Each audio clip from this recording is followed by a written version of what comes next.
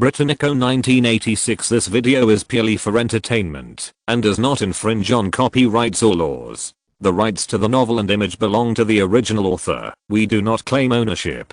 Don't like waiting and want to listen to this fanfic in full now? Subscribe to our Patreon, where you'll find the best fanfics. Chapter 476. New Manor. Oh, Thomas looked at the disdainful look on Alan's face, and combined with what he just said, he had already guessed what the Excellency was doing when he went to the Russell family today. If he wanted to swallow up Swansea, then the Russell family is the so-called stumbling block point. Of course, this stumbling block may not be that big or uncomfortable, and it may not be difficult for you, sir. What do you mean? How should I cooperate with you? Thomas said, with a sinister smile on his lips. Humph, are you allowed to participate in matters between nobles? Alan glared at Thomas fiercely. There were some things that he could let him know, but he could not directly participate. Although the Russell family seemed to him to be a bit of a no-brainer, but that was in his opinion. If it were Thomas, it would be too easy for people to kill him. Ordinary people should not participate in disputes between nobles. They are not qualified enough. Yes, Thomas's face turned pale, and he was shocked to realize that what he just said was too casual, and he quickly admitted his mistake. You are waiting for the end of the year to mention it in our Welsh Parliament. Aren't we cooperating with China on the construction results of our single management area in more than a year? Send some people there. Sometimes it is not necessarily we can only invest in it, or we can let them invest in us.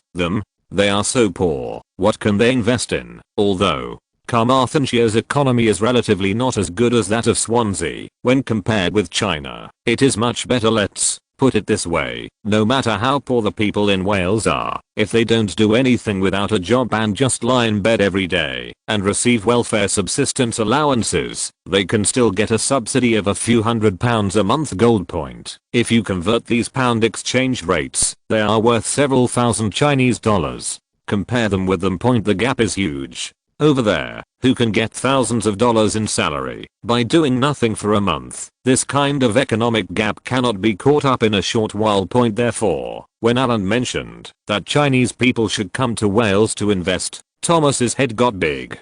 He really couldn't think of anything that could attract people in Carmarthen town. Point. The other party probably doesn't like it if it's a small industry, and the other party can't afford it if it's a big industry. This kind of feeling of not getting up or down is the worst. Alan narrowed his eyes and hummed. Point. These days, when it comes to that place, many people think that people are poor and look down on them. Point. But the reality is like this. It's just like the person in a group of people who wears the worst clothes and doesn't have anything of value. When you look at them, it will indeed give people a bad first impression, but being poor doesn't necessarily mean you won't be poor. The benefits of don't always look at the top when doing things. Are you comparing Carmarthen to London? The current economic environment is not good. Let's talk about the people below. Can they still spend money as before? Thomas frowned and thought for a while, not understanding what Alan meant. Sir, I still don't quite understand what you mean. Alan lit the cigarette, took a slow drag, and thought about the information he had read in the past few days. It's almost time to summarize the half-year financial report. Alan has already learned some scattered information about some industries, such as his food delivery company. Point. Although the food delivery company has been expanding, Alan has not made much money and has to add money. However, in the first half of last year, the food delivery company did make a profit. Although it was not much, it was already a good sign. Point. However, after the pound crisis broke out in the fourth quarter of last year and lasted until the beginning of this year, the entire food delivery company returned to its old path of continuing to lose money. Point. The biggest reason is that the food delivery company has been expanding by selling membership cards and saving a lot of money. Alan used the money to buy land for expansion. Point. But apart from this, another reason is that there are fewer people ordering takeouts in general. The reason is simple. Everyone has no money and their assets have shrunk. Now fewer people are willing to order takeout. Point. The number of food delivery sites is increasing. The number of delivery people is increasing, but the number of people ordering food delivery is decreasing. The conflict between these two items makes the financial reports of food delivery companies even more ugly. Although he lost money, Alan can still grit his teeth and persevere because during this period, it is also cheaper for him to buy land. This feeling of pain and happiness was uncomfortable, but he couldn't stop yet. If the company stopped, so many delivery workers would still need to be supported by him, and the company he had worked hard for several years would go bankrupt in an instant. Now, even if he loses money, he has to continue to expand and look like this industry has a bright future. On the one hand, it is to stabilize people's hearts, and on the other hand, it is to support his delivery men, who are private soldiers in disguise. Can't break up, but he lost too much money, became a good doctor after a long illness, and Alan also lost experience. In the current environment, he feels a little inexplicable familiarity. To put it bluntly, isn't it because people generally downgrade their consumption? A person who used to spend money lavishly suddenly has a decrease in income. Then he must make compromises in terms of consumption. What should he do? In the past, a meal cost £1 to £20, or even dozens of pounds more, but now you bring your own food. In the past, I would buy a piece of clothing that cost dozens of pounds without batting an eyelid, and I wouldn't feel bad. If I bought a pair of shoes that cost hundreds of pounds, now I only buy discounted clothes. Clothes costing £20 or £30 a piece are not unwearable.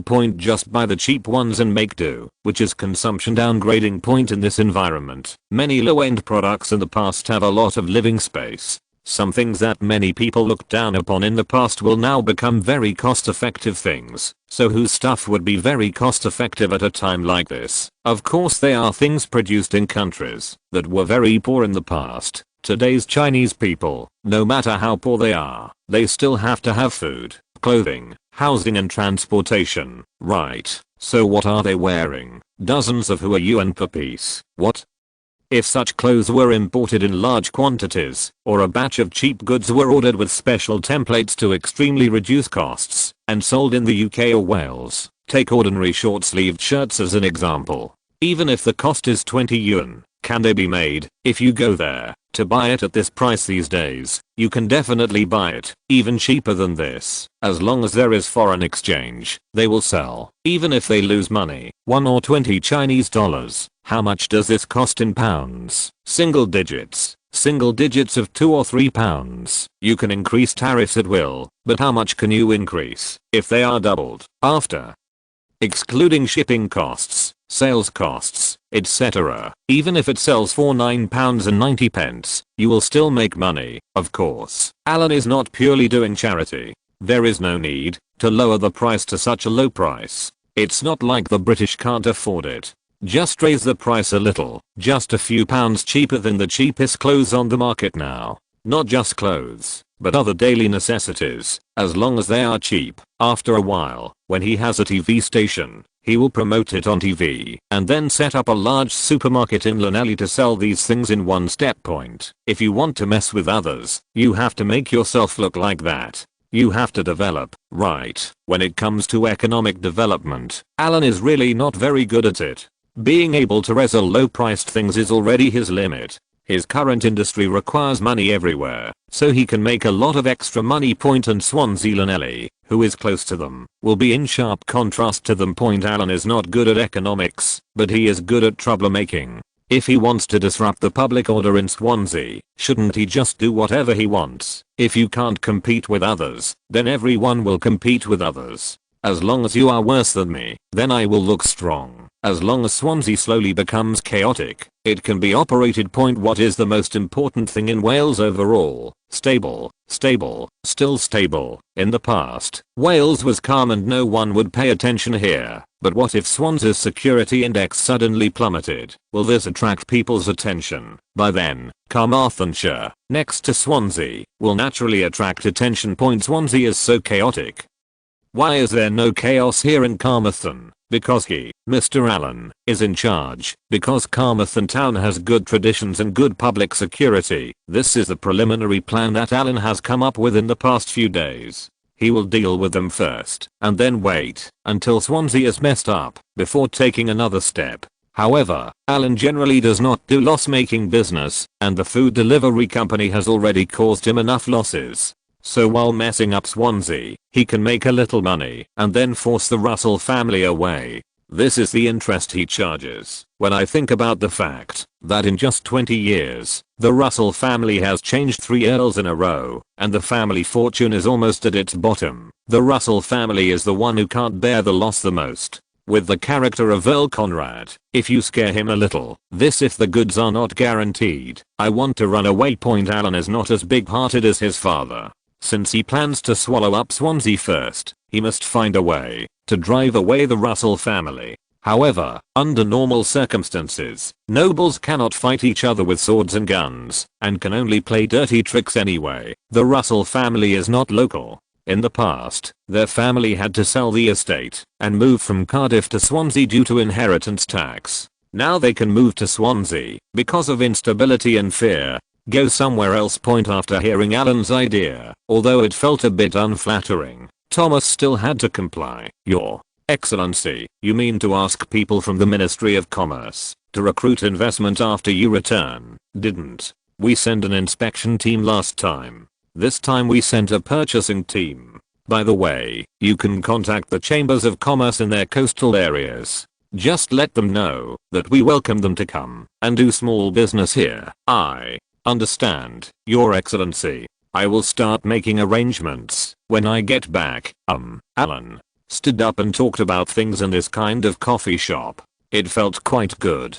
It didn't have the depressing feeling of the study room at home before. Go, shoot down that seagull and give it to those kids. As soon as he walked out of the cafe door, Alan looked at the children in the distance, who were still being walked by the rogue seagull, and then he directed a bodyguard to hunt the birds in Wales. Even if it is a bird, as long as Mr. Allen can't bear to look at it, it will die. The motorcade passed by the gate of the former old manor without turning, but continued straight ahead. Allen has now moved further inside. This road is almost equivalent to a dead-end road, which leads all the way into the protected area. His new manor was built close to the east side of the reserve. For the sake of the entire manor's landscape, a large number of trees were cut down close to the edge of the reserve, which was regarded as encroaching on a bit of the reserve's land. The new manor and the old manor were only a few minutes drive away, only a few kilometers apart. Even the general layout of the two manors is similar, except that the new manor covers a larger area, is more exquisitely designed, and has more modern internal buildings far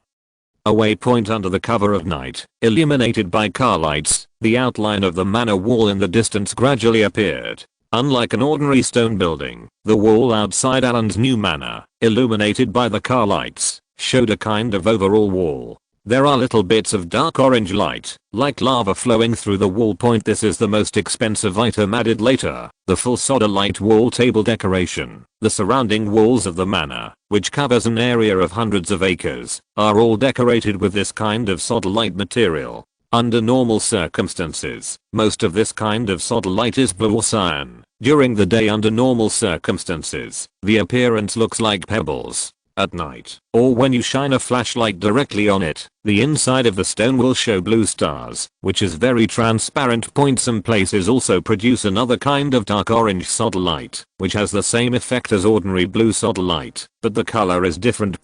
Compared to the faint blue color, Alan prefers this dark orange color like Mars. He has had enough of the gloomy atmosphere at home before. He likes bright rooms. The lights in the middle of the night are too bright. Domineering. Even the exterior walls of the theme buildings inside his manor are decorated with sodalite. This kind of stone reflects light instead of self-illuminating. Even the little bits of light will not make people feel dazzling.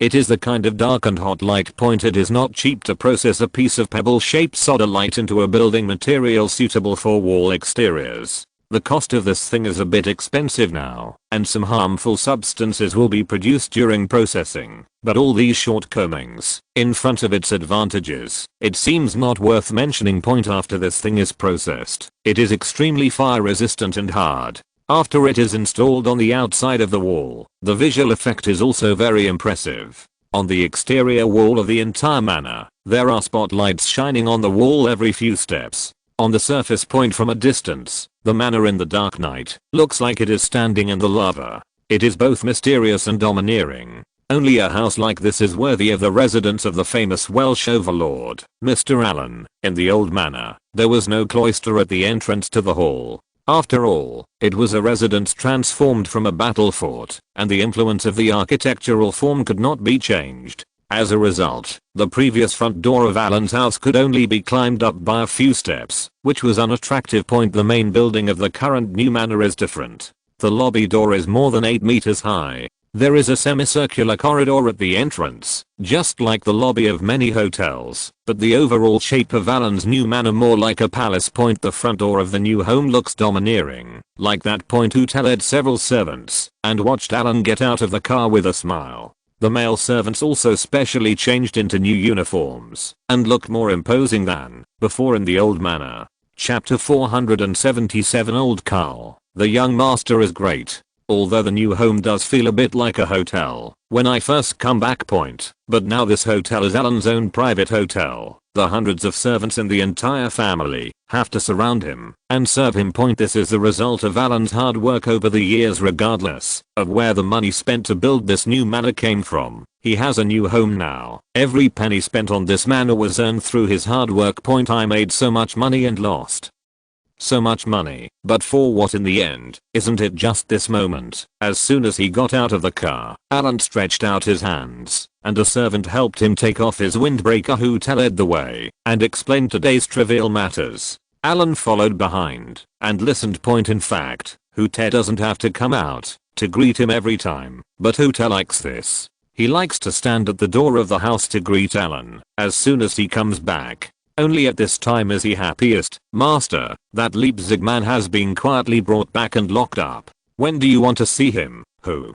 Ted and Allen walked in the front, followed not far behind by 2 servants, but at this time Ted asked Allen softly at a volume that was inaudible. Let's lock it up for now. Where is old Carl?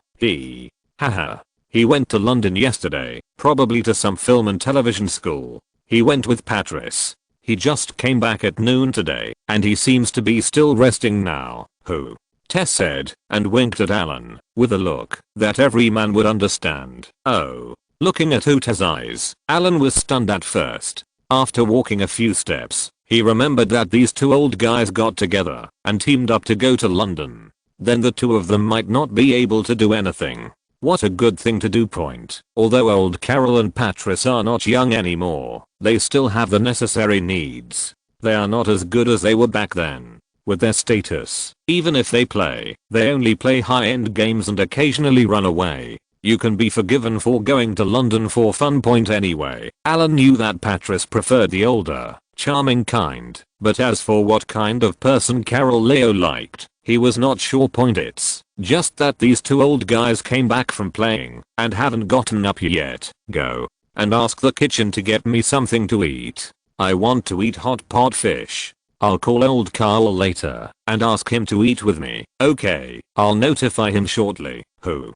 Tess smiled and nodded, stretched out his hand, called one of the servants following him, and whispered a few words to him. The servant nodded and trotted to inform him. Master, old Carol was wearing a large white bathrobe, and he called Allen with a somewhat lowered eyebrow. Coming? Sit down. The new bathroom no longer has the traditional bathroom style of the old manor. Allen likes big and spacious, and this small bathroom suits his taste very well. The bathroom, which is more than 60 square meters, is not too big. 1/3 of the area is a huge bathing pool, which is divided into cold water area and warm water area. There is also a small table set up next to the pool, where you can soak in the pool and eat while soaking. At this time, Allen was sitting by the pool in the hot water area, soaking in the water, and the steam was rising. On the small table next to him, there was a pot of Yuanyang hot pot fish, spicy and pickled. There are relatively few freshwater fish here, and although Allen occasionally fishes, he rarely eats freshwater fish. The fish in the hot pot now uses sole for the sake of texture and less spines. This stuff has delicate meat. Even if there are thorns, they are soft and can be eaten directly. Instructing Carol Leo to sit down and eat together, Allen took a piece of fish fillet that was coated in red oil and looked appetizing. He shook off the peppercorns on the fillet, threw it into his mouth, and then grabbed the happy water on the table and took a sip. Ah. You busy these days? Well, I'm not busy, old Carl is not particularly good at using chopsticks, but at least he knows how to use them. He will eat whatever Alan asks him to eat, but he doesn't eat spicy food. He can only eat pickled vegetables. This taste is still in line with his appetite. He just struggled to eat it. Lala picked up a piece of fish fillet and put it in his mouth. When he heard Alan's question, old Carol ignored the fact that the fish fillet burned his mouth, swallowed the fish fillet wholeheartedly, and responded, "Well, has your life in the United States been ruined these past few years? Can you still do some heavy work?" Alan glanced at old Carl's embarrassment with his peripheral vision, smiled, and continued eating fish. "Master, as long as you need it, old Carl will be at your service at any time. What do you want me to do, old?" Carl thought that Alan thought he was too old and could no longer survive, so he put down his chopsticks, patted his chest, and promised loudly, "Well, as long as you can work, I need you to do some old work recently. Can you still go to Swansea?" Swansea, hearing this strange yet familiar place, old Cole was really filled with emotion. That was the place where his second life began. Why couldn't he go? Regarding the matters in Swansea, old Carol still doesn't know. The reason why he stayed at home is because of the matters in the United States. Although the news direction has changed recently, old Carol is not in a hurry to go back. He just takes it as it's time to come back and rest for a few more days. "Master, why are you going to Swansea, old?" Cole was a little curious. This was the nearest big city to Carmarthenshire. He had struggled there for half his life and lived an anonymous life. He honestly worked as the owner of his car repair shop and occasionally did some dirty work. Speaking of familiarity, among all the people in the Hill family, the one who is most familiar with Swansea is old Carl. "Well, Thomas told me a situation a few days ago." Alan briefly recounted the matter about the single administrative area to old Carol. The Swansea of today is not the Swansea of a few decades from now. Not to mention the Swansea that everyone knows after the Premier League team became famous. Although it borders Carmarthenshire, Swansea is now both a city and a region. To give a small example, Swansea here is a bit like Jiangsu, Zhejiang and Shanghai. It refers to this entire area, which is the area in the southeast corner of Carmarthenshire, including Swansea, Nice, and Port Talbot and the Gore Peninsula. The Swansea that people are familiar with decades later has become a single administrated county and city in a single administration area. The entire urban agglomeration formed around the old Swansea is known as a big city. There is a fundamental difference between the two in terms of size and administrative level. "Master, if you want to annex Swansea, there will be a lot of trouble there." Of course, Carol Leo is happy that the Hill family can secretly expand their territory, but the idea is very good, and he really wants to realize it. With Carol Leo's knowledge of Swansea, after being around for so long, it is definitely impossible to do it just by the operation of a few people. It's complicated over there. I know. I already have a plan regarding the Russell family, and what you are going to do next is also related to this matter." Alan frowned, thinking that old Carol was worried about this matter. No, master. Back then, I didn't care much about the affairs in Swansea, so there were still gangs and bandits surviving there. It wasn't because I didn't want to take care of it. The situation there was very complicated. "Oh, you mean those foreign companies, right, old?" Carl held a spoon in his left hand and chopsticks in his right hand. He used the chopsticks as a lever, used the chopsticks to pull the fish fillets and put them into the spoon. While eating, he said, "That foreign enterprise zone, although it was built less than 10 years ago, but it is close to the port and the railway. So many foreign companies have gathered to build factories there. In addition, there are many foreigners, and it is very chaotic, so it gives many gangs living space, but they also have a sense of proportion. Normally it would never come out. I remember that the master asked me to go steal the news." Old Carol spoke smoothly and coughed twice before explaining. "London later established a small intelligence department over there. The master knows that place. Let me secretly inquire about their situation. That intelligence department is responsible for keeping an eye on these foreign companies and preventing them from collaborating with those Northern Ireland thugs." I know. Alan knew these things, even if he didn't know them before, but later after reading some of his father's notes, He almost understood them, but at that time his focus was not on this, so he didn't care much about the matter. Master, since you know this, if these people know that you are plotting Swansea, will they stop you? Although this is Wales, these people belong to several countries. I'm afraid they will bring you trouble. Snort. Alan put down his chopsticks and stared at old Carol for a long time. Seeing that old Carol was feeling uncomfortable, he tilted his head and said, "Are these things I should consider, or should you consider this? I just asked you if you can still do it. Work. What did you say?" Old Carol was stunned for a moment and then suddenly realized, "I understand, young master. Whoever stops you, I will kill him. Ha ha ha. That's right.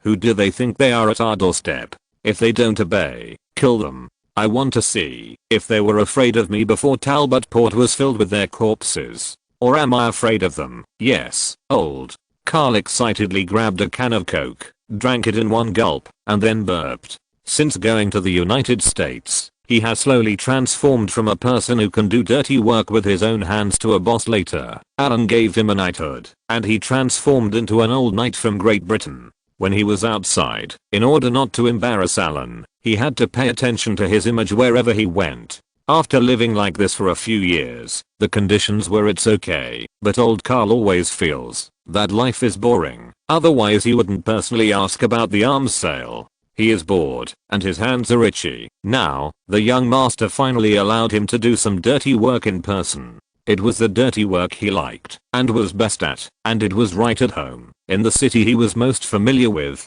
Not to mention how cool it is. Okay, let me tell you something more. Alan dropped his chopsticks, put a towel on his back, and pressed into the pool. The warm water was submerged up to his neck. "I have a man there, an old guy. According to the information we found, he should be the illegitimate son of the Russell family. Usually the Russell family has some shady business outside, and he is responsible for managing it. I went to visit the Russell family today. I was shocked. I scared the old earl. Ha ha ha. I told him in front of him that I would kill the old guy's whole family, but the old earl didn't even dare to fart, because the Russell family has been ruined." "Master, what do you mean?" "Well, Swansea can be chaotic, but it can't be chaotic for no reason. There are few people in Wales, and everyone knows who is in each area. If an outsider comes out rashly, it will inevitably be a little deliberate. You can find it later. This old guy took him away, controlled him secretly, and then in his name, or in the name of the Russell family, first quietly provoked internal strife among their several companies with bad relations.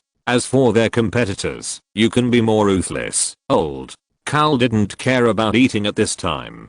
He put down his chopsticks and spoon, took a towel, waded in the water, and walked to Alan's side in a few steps. He also followed Alan's example and put the towel on his body and then sank into the water. In the water he understood what Alan meant. There was probably a person who seemed to others to have been killed by the young master, but in fact he was not dead yet. This person's identity was not simple. He seemed to be an illegitimate son of the Russell family, and he also holds some business secrets of the Russell family. Point. When you go out to do business, you will inevitably have competitors. The Russell family is not a family like the Hill family, which is famous for its domineering and poor management. Point. They must have many competitors. These people may usually regard each other as the property of the nobles and tolerate some things and let them go. But now, what if they suddenly attack these people in the name of that old guy? As long as panic is caused, friction will arise. As long as time goes quickly and a few more people are killed, they will become chaotic.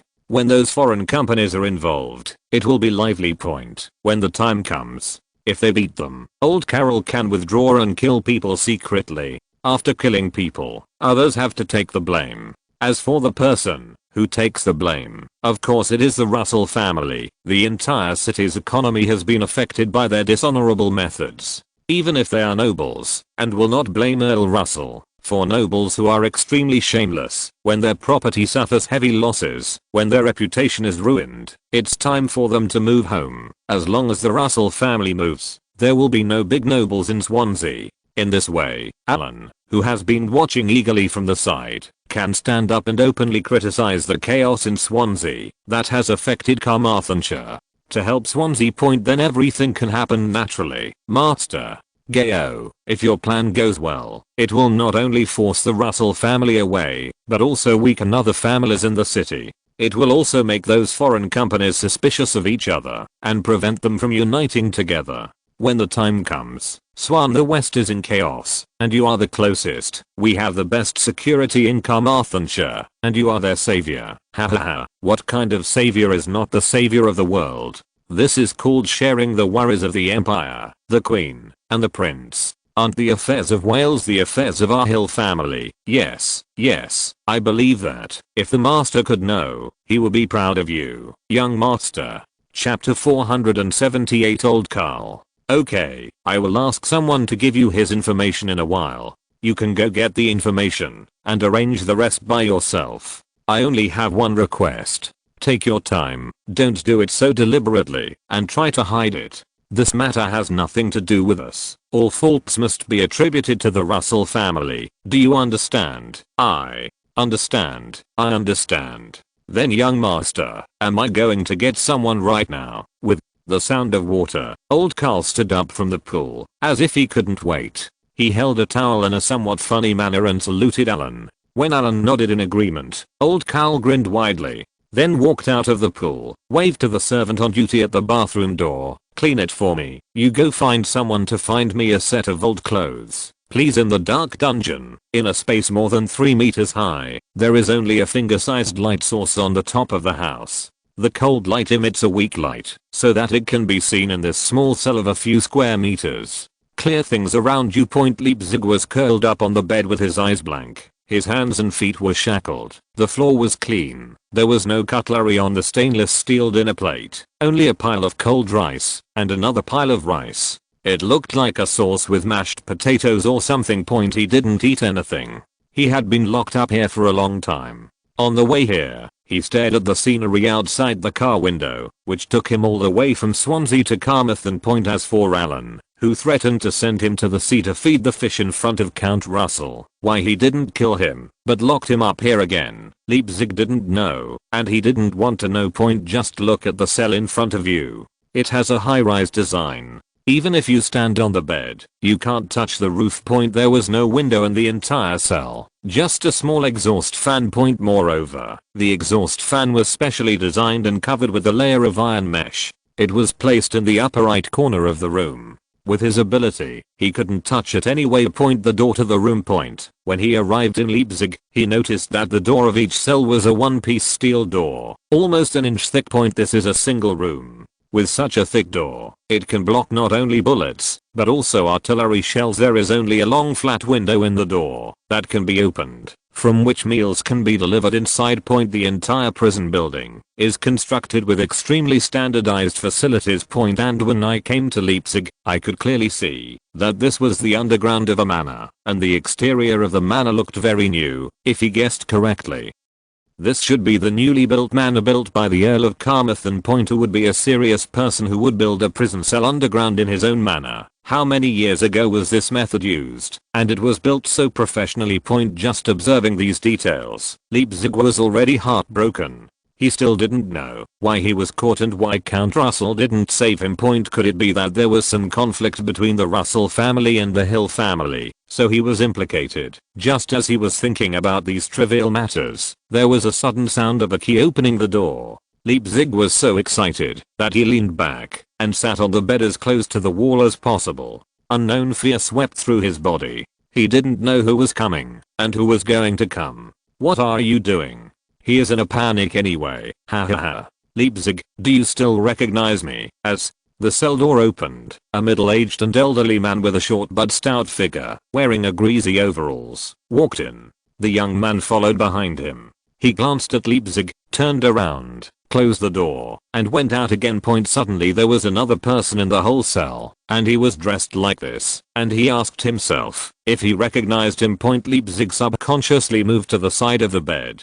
squinting his eyes, and trying his best to take in the appearance of the person coming. This person, he has a very obvious big mouth, a somewhat flat nose, and when he squints his eyes, he looks a little calm and imposing. Although the clothes he is wearing are a bit old and dirty, they are extremely inconsistent with the temperament he exudes. That's it. With his outfit and appearance, Leipzig looks more and more familiar. Ah. You, the owner of the car repair shop. Hahaha. You actually still remember me. Not bad. Not bad. I never thought that one day I would see you again, old. Carol smiled happily when he saw that Leipzig recognized him. He threw the information at the end of the bed, sat on the edge of the bed, and twisted and said, since everyone knows each other, it's easy. I need you to cooperate with me to do something. What about you? Cooperate honestly and I will take you away tomorrow. What do you want to do? Leipzig glanced at the information carelessly dropped by Carol Leo. Although he could not see clearly, the identity of the owner of the garage in front of him was definitely not simple. He vaguely remembered that when the Russell family first moved to Swansea, there was a car repair shop not far from the Russell family's house. The car repair skills were pretty good, but the labor costs were very expensive. My home was not far away. At that time, Leipzig also arranged for people to repair the car several times, and I was somewhat impressed by this short and stocky garage owner. But then, a few years ago, the garage suddenly stopped working, and the guys all left, leaving the garage vacant. Thinking of this, Leipzig became vigilant again, squinted at old Carol and asked, who are you? Hahaha, it's somewhat useful, old. Carol patted Leipzig's shoulder and stood up with a serious look on his face. Although he was wearing tattered clothes, when he became serious, his aura was even stronger than when he first came in. Formal introduction. My name is Carl. I used to be the owner of the car repair shop you mentioned. I was ordered by the old Earl to monitor Swansea. Before I came to Swansea from your house, I started repairing their depot. After your family moved to Swansea, I watched your family develop step by step until now. I'm now the housekeeper of the Hill family. By the way, I was given a title by the young master a few years ago. Hahaha. Looking at the shocked Leipzig, Carol Lear was extremely satisfied. Since he gained an identity, his status has increased, and he no longer has to be the boss of the car repair shop. Although whether he was in Great Britain or after going to the United States, he had a knighthood and others looked up to him, but this feeling was never complete. Most of the reasons are because after a person has been hidden for a long time, he lacks exposure in the sense of identity that transforms from one identity to another. People outside only know that he is the old butler of the Hill family. He was given a title because of his loyalty. As for what he has done before, no one knows. Old Carl lacked the feeling of exposing his identity in front of old acquaintances and then shocking them. There are some things that he wants to keep in his stomach forever and cannot speak openly to the outside world. But now, there is nothing to hide about Leipzig in front of him. After all, he will have to work in his name later. You don't know if you don't ask. But when old Carol really finished speaking, Leipzig was not happy at all, and his body even trembled slightly subconsciously. He has limited knowledge, but he has heard some dirty things, and some things are too high-end. People at his level cannot usually see them, and they are not accessible to his world. But now he listened to old Carol's few introductions. On the order of the old Earl, we went to Swansea to monitor, since before your family moved to Swansea. In other words, you can hear a lot of things. These things made him feel cold all over. Just thinking about it, what your Earl Russell thought was a secret was actually already known to others. Turn out to be, did he open a garage in Swansea just to do these things, still working for decades? When I think of the car repair shop not far from the Russell family's ancestral home, I have been monitoring their family. The means of the Hill family. As expected, these old nobles are not comparable to the new nobles like the Russell family, which only have a history of 100 or 200 years. Stop talking. Very good, I will let you beg me, old.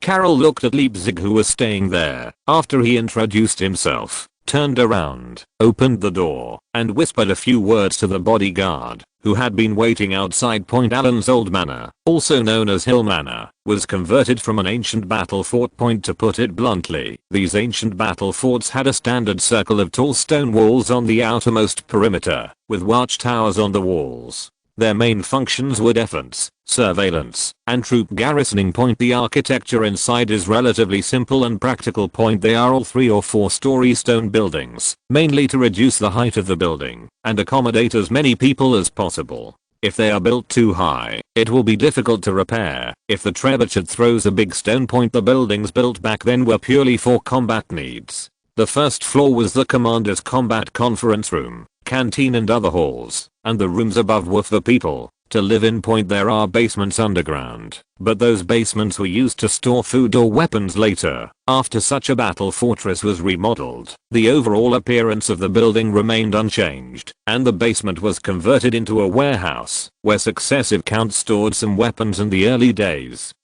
Black powder and the like, even if they were filled with basements, would not pose much of a threat to the ground level buildings directly above them, even if they exploded. But these later weapons were a bit dangerous. With the development of science and technology, the weapons became more and more powerful. Whether it was yellow gunpowder or something more powerful than this, if these things were stored in the basement, they would pose a threat to the manor. It's much bigger, that is to say, the management has been strict and the protection measures have been good over the years, but no matter how they are done, the old manor has always been a large powder keg, and it is still built directly above the powder keg. When Alan goes to bed every night, he actually has a certain probability of ascending to heaven. That is to say, the old Earl is too courageous to care about this, but Alan cares ever since that time he went to the basement and saw the weapons stored there. Although he didn't say anything on the surface, his mood to build a new manor became even more urgent.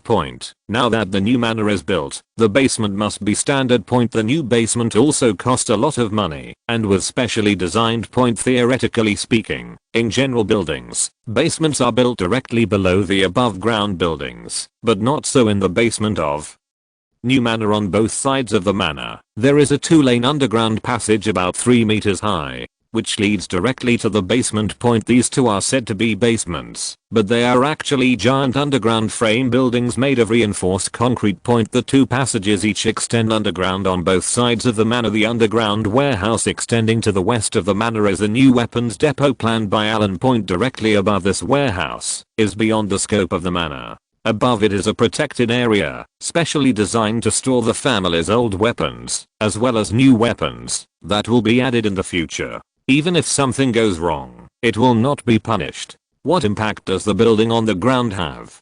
Safety is greatly increased. The basement on the east side is used as a general warehouse to store some old antiques and objects. A professional dungeon is also built on the second underground floor. How could the Hill family's new manor not include a standard building like a dungeon? As for the underground directly below the main building of the manor, there is another dedicated underground parking lot. There are a total of 3 unconnected underground passages, divided into 3 functional areas. The weapons warehouse on the left has the most guards, and a special concierge has been built to guard it. After coming out of the dungeon, old Carl called for help. 7 or 8 ordinary black cars, followed by 2 small buses, went all the way south. By the time they arrived at the suburbs of Llanelli, it was already past 1 o'clock in the evening. On the edge of the sea cliff, which is about 3 or 4 meters high, the waves below can no longer be seen clearly. Under the night, all you can hear is the sound of the waves, the slightly fishy sea breeze, and accompanied by the sound of the wind. A large group of people are standing on the sea cliffside. Leipzig was tremblingly dragged out of the car by the bodyguards and pulled to the side of Carol Leo. Look who those are, old. Carol pointed to a dozen people not far away who had their hands and feet trapped, their mouths gagged, and their eyes blindfolded. These people were dressed in various colors and stood shivering, including several children. Well, Leipzig recognized at a glance that those were his family members. When he was arrested, he was still in the company. He always thought that Alan was lying to him when he said that his family members were arrested. Until this moment, he saw the whole family neatly arranged. Yes, even my daughter who is still working out of town is here. Leipzig looked at old Carol in despair and said, "What on earth do you want to do? I will give you whatever you want and let my family go." Haha. Doesn't this mean he can talk? Block his mouth. Leipzig felt like a ball of cloth was stuffed in his mouth, whining and unable to speak. He struggled and tried to throw himself on old Carol, but the bodyguard behind him could control him with one hand. Pull. That old woman, over here, old. Carol took a look at Leipzig's family and picked the one who looked the oldest. Looking at the information, it seemed that this was the third wife Leipzig found 20 years ago. She was more than 20 years younger than Leipzig, and now she is already over 50. Because her eyes and mouth were covered and blocked. The person who was captured couldn't see anything, but she could hear the conversation just now and knew that they were trying to arrest her. She couldn't speak and could only whine in vain struggle. Leipzig watched the bodyguards in black dragging his wife to old Carol, shaking with anger, but there was nothing he could do. See? Clearly, this is a little lesson for you for not cooperating, old.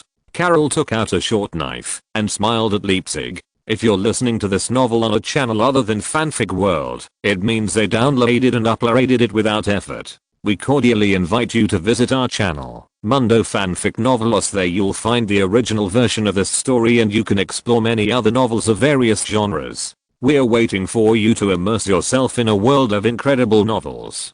Chapter 479 Plan Changes. The thumb scraped across the blade, and the sharp blade even scraped off a layer of grease on the thumb point. The light reflected from the blade was extremely dazzling in the night. Leipzig shook his head and struggled, as if begging for mercy, but everything was in vain. Old Carol laughed ferociously, and took a short knife, and cut several times on the woman's body without hesitation. The pain made the woman struggle to stand firm. The pungent smell of blood, accompanied by the sea breeze, reached Leipzig's nose. This scene made him tremble all over. He watched helplessly as old Carl cut his wife several times, then pushed her off the sea cliff. Even before his wife was pushed down, the ball of cloth in her mouth was pulled out by old Carol.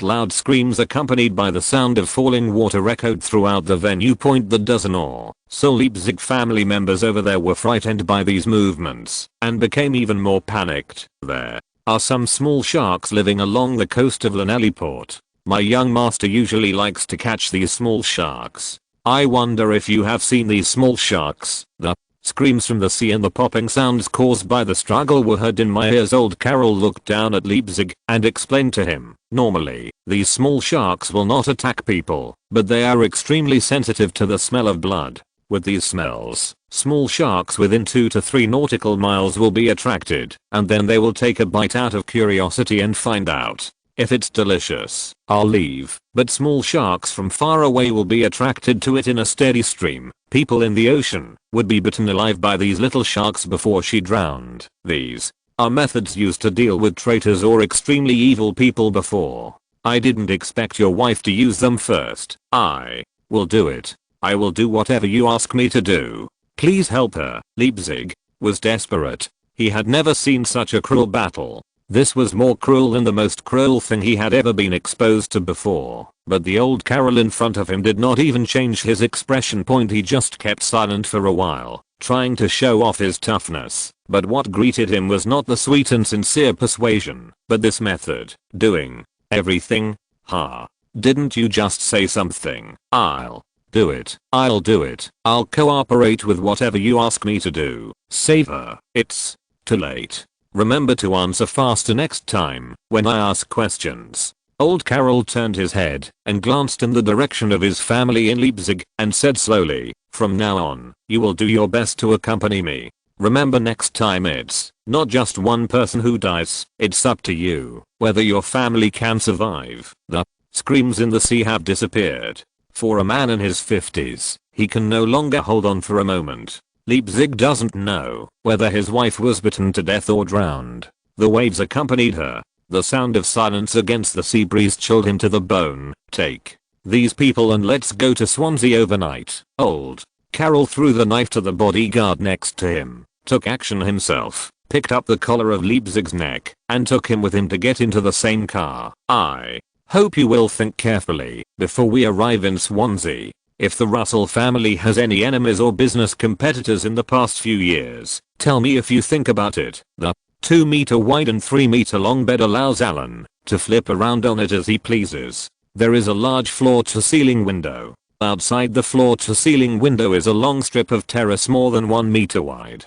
Although the floor-to-ceiling window is blocked by a small fence outside the terrace, a little sunlight is blocked. The early morning light did not affect the sunlight streaming into the house from the floor-to-ceiling windows. The thin quilt exuded the smell of roasted mites when exposed to the sunlight. I couldn't tell what it felt like, but it just made people feel comfortable. Alan woke up naturally due to the sunlight point. This is called the real sun exposure point. He used to complain that the lighting in his home was not good, that it was dark, damp, and uninhabitable. Point now, according to his preference, the new house has finally been designed with large floor-to-ceiling windows in every room to ensure sufficient sunlight. However, for safety and the beauty of the building's appearance, a long terrace had to be added outside the floor-to-ceiling windows to maintain the overall style of the building. Point the appearance of the new manor looks like a standard retro Victorian building from the outside, but it is unique inside. Through such a design, the exterior beauty of the manor and the practicality of the interior are taken into consideration. Point he yawned and rang the bell.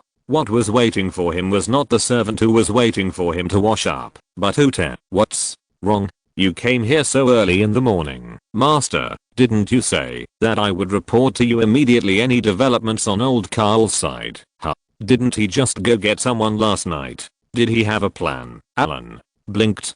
Could it be that there was some problem with the task that was arranged last night? With old Carl's ability, it shouldn't be. It's not that we encountered a problem, but that old Carl has already taken action and successfully captured a target. There is a man named Sterling who is in the printing business. The Russell family has always been involved in media. This Sterling's father originally ran a printing shop in Swansea, and later the Russell family moved here, and they had some conflicts with him, and seemed to want to acquire him. Stop. Alan wiped his face. He was a little confused when he woke up. What kind of printing house or Sterling's? What does it mean that it has been successfully captured? Huff shrugged and said, Sterling was in a car accident on his way to work at 8:17 this morning. The driver and he were both dead. Alan was stunned for a few seconds before he realized that it had already begun. Point damn it. Old Carol, didn't he tell him to figure it out slowly?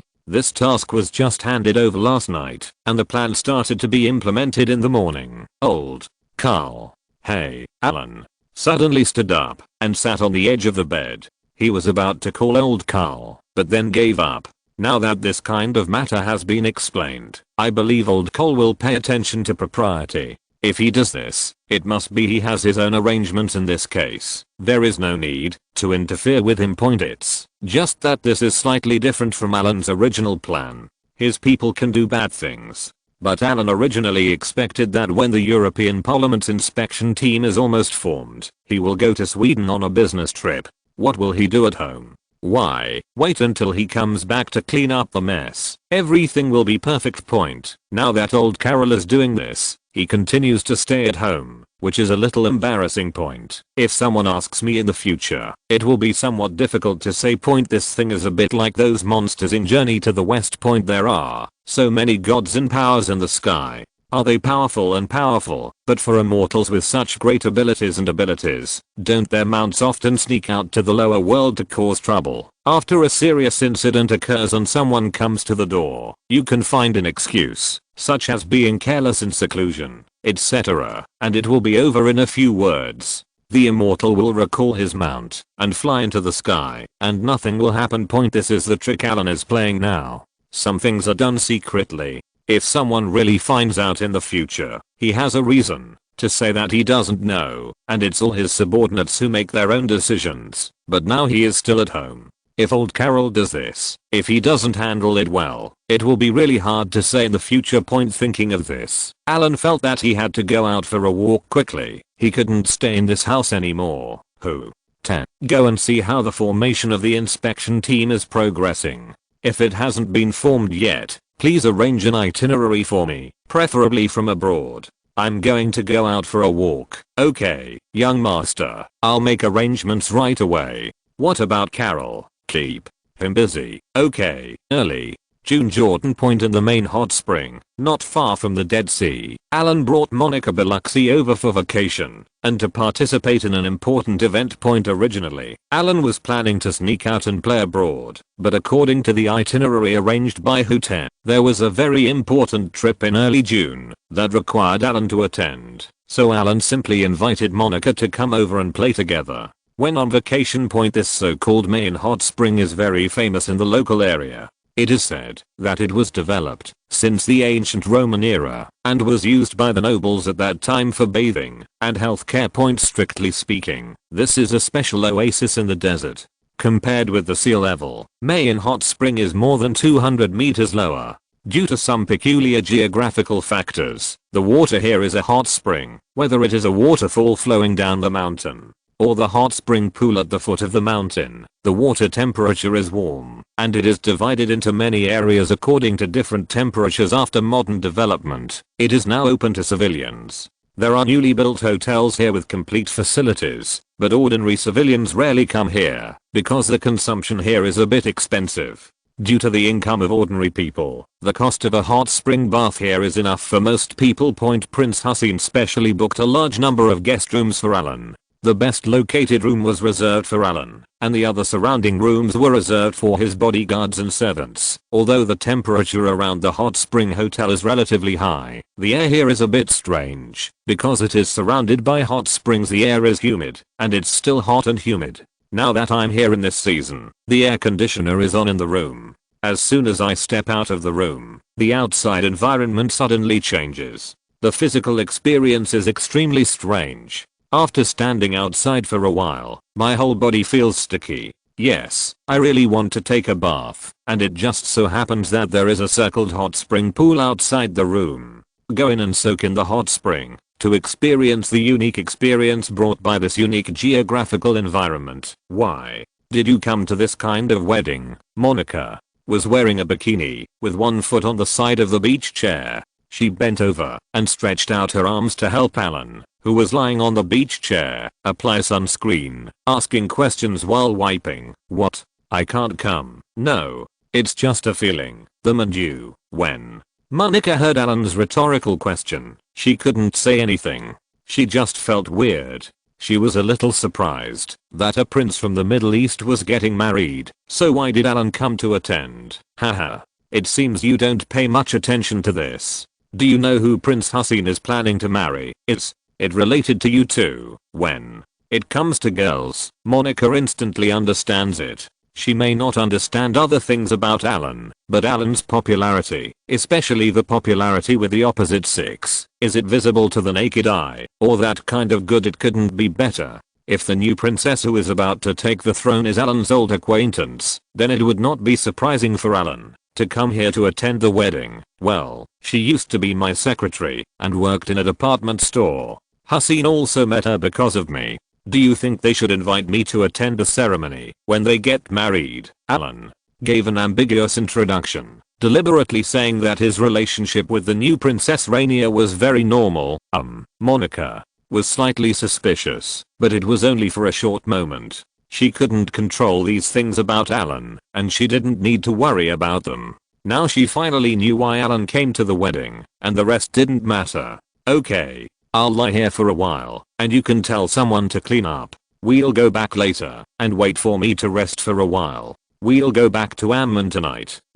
After applying sunscreen, Monica patted Alan's back and wiped her hands on his back. Amman. This is Alan's first time here. The scenery on both sides of the road along the way is difficult to describe in words. Everywhere you look is yellow sand and desert, dotted with dots of green plants, and you can't see the green in it. Anyway, it gives people a feeling of a barren land. Think about Saudi Arabia. Although the geographical environment there is not as good as Jordan is so good, but there is oil in the fields. But there is no money in Jordan.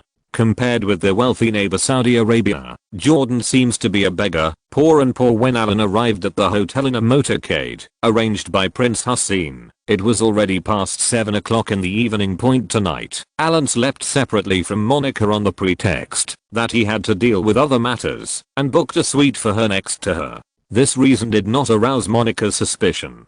After all, Alan had something to do, and she also it's not appropriate to ask too many questions. She is mainly responsible for playing with you. At 8:30 in the evening, in Amman under the cover of darkness, I stood in front of the observation deck in my room, looking at the city below my feet. There were dots of stars in the distance. It was definitely much better than Carmarthen, but it was far worse than London. Now, Amman, that is, some traditional areas in the city, such as the Embassy District and the Old City, are better developed. These areas are where the rich live, and the construction in the distant areas is just like that. The faint ringing of the doorbell came, and Alan's mouth curled up, his expression obviously becoming a little excited. He rubbed his hands, turned around and walked out of the room. A waitress wearing traditional clothes and a veil pushing a dining cart walked in, and closed the door of the room without even a servant behind her.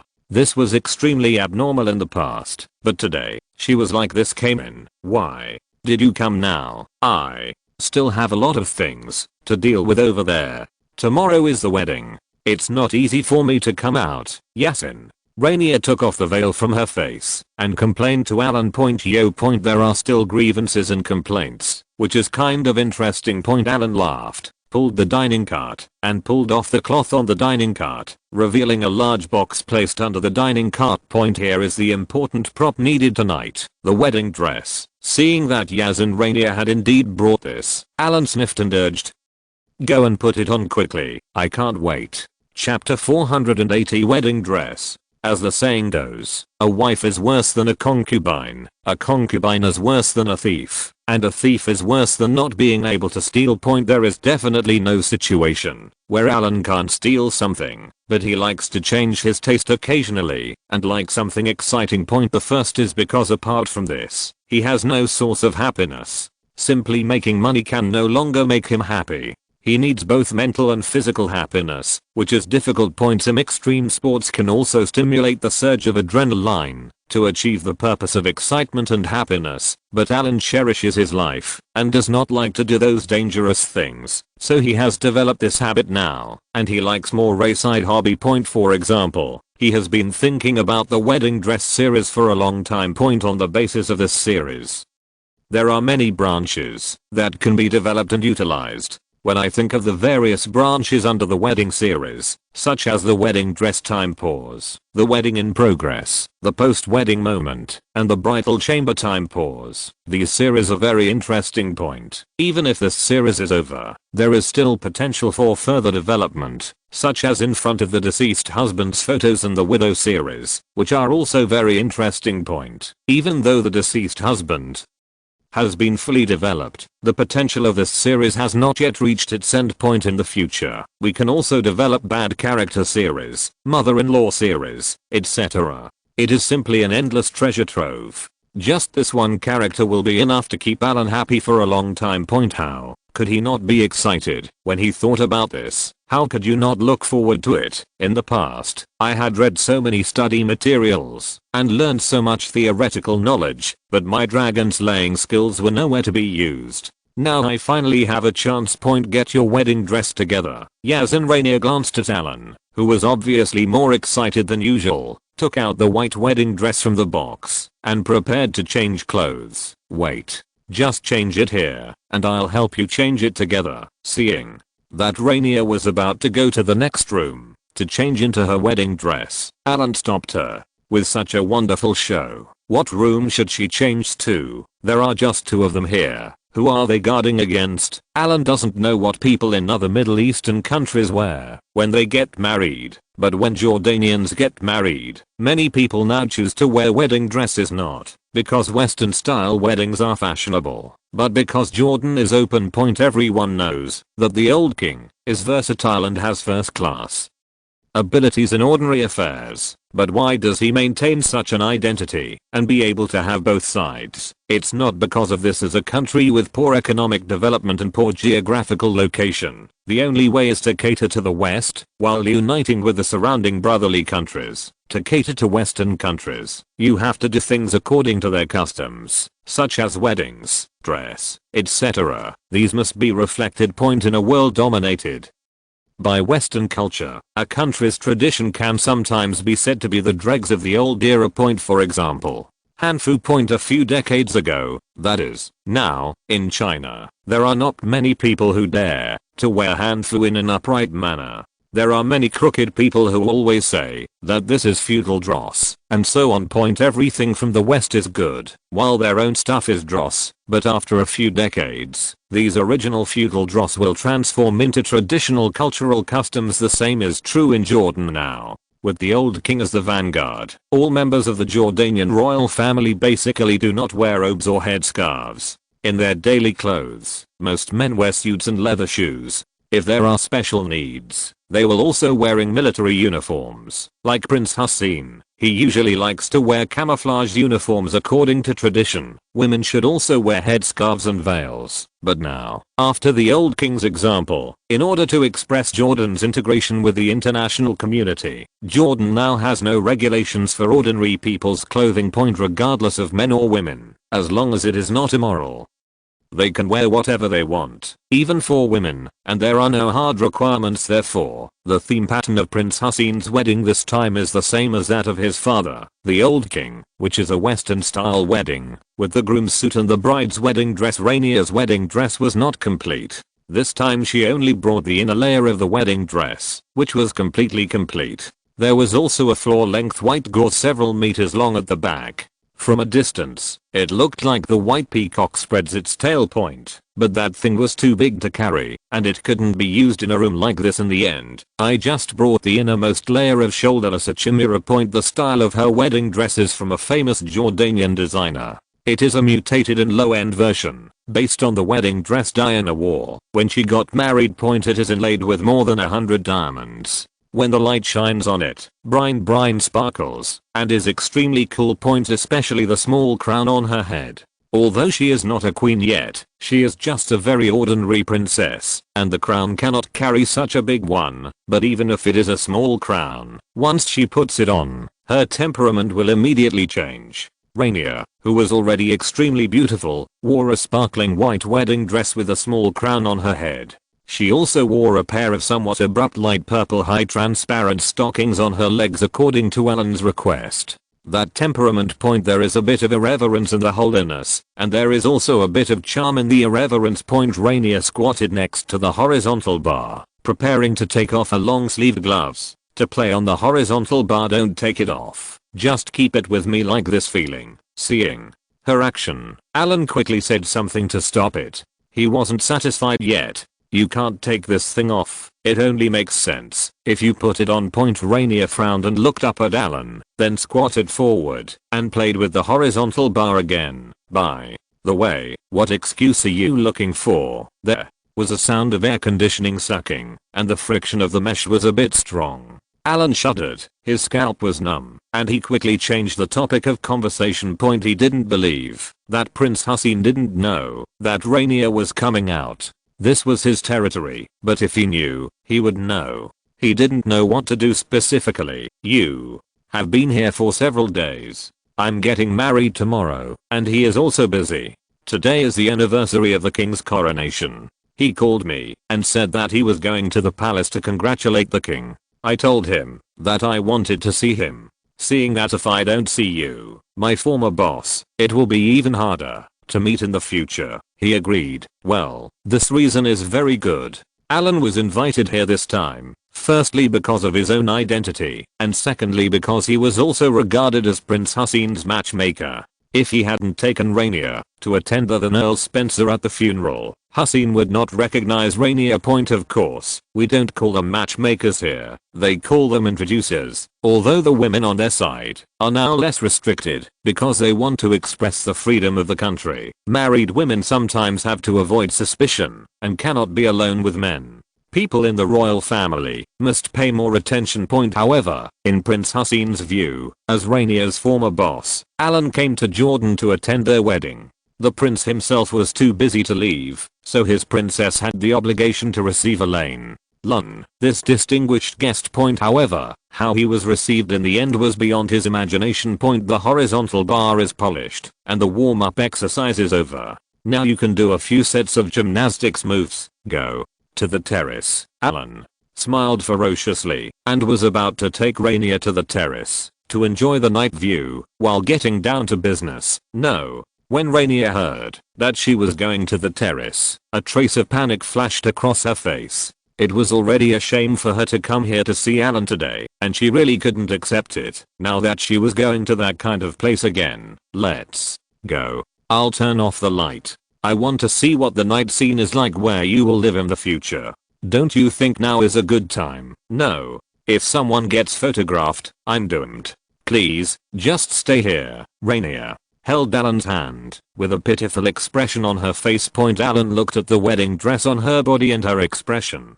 In this case, if it was so easy to let her go, wouldn't it be a lot less fun? How could it be? Don't worry, let's go for a walk. Alan picked up the veil next to him and put it on Rainier's head. He held her face and looked at it. It was very good and tasteful. Rainier was coy, but was finally coaxed to the terrace by Alan. However, she was definitely not so bold as to lie down directly on the terrace. Rainier just bent over and lay behind the terrace, holding onto the fence on the terrace with both hands. The terrace just blocked her figure. If she could really see it from outside, she would only be visible from outside. I could vaguely see her veiled face through the terrace, but I couldn't see clearly yet. However, I could see Alan behind her, standing straight and hunched over. Alan liked the energy of a good family woman like her. If she didn't need to persuade her to do anything, but was very proactive, then he couldn't stand it, and then she would lose that feeling. This feeling is just right now, quite guilty and doubly exciting. Me in the direction of the palace. Is Hussein still in the palace now? Alan panted heavily. In this season in Jordan, the outdoor temperature was still very hot, muggy even after 9 o'clock in the evening. After just exercising for a while, he was already sweating profusely. He had to distract himself and suppress his anger so as not to have enough fun mentally, but to enjoy other things first. Rainier half closed her eyes and bit her lips. When she heard Alan's voice, she raised her head helplessly and glanced outside the terrace. She stretched out her finger tremblingly in the direction and said in a trembling voice, "Over there. Oh, your future husband is still in the palace now? Why don't you come back so late?" "Well, he said he still has to discuss with the king today about tomorrow's wedding." "What else is there to discuss? Your wife went to Great Britain for further studies and learned a lot of skills from Mr. Allen. She is very useful. She will definitely be a model of a good wife and mother in the future. Have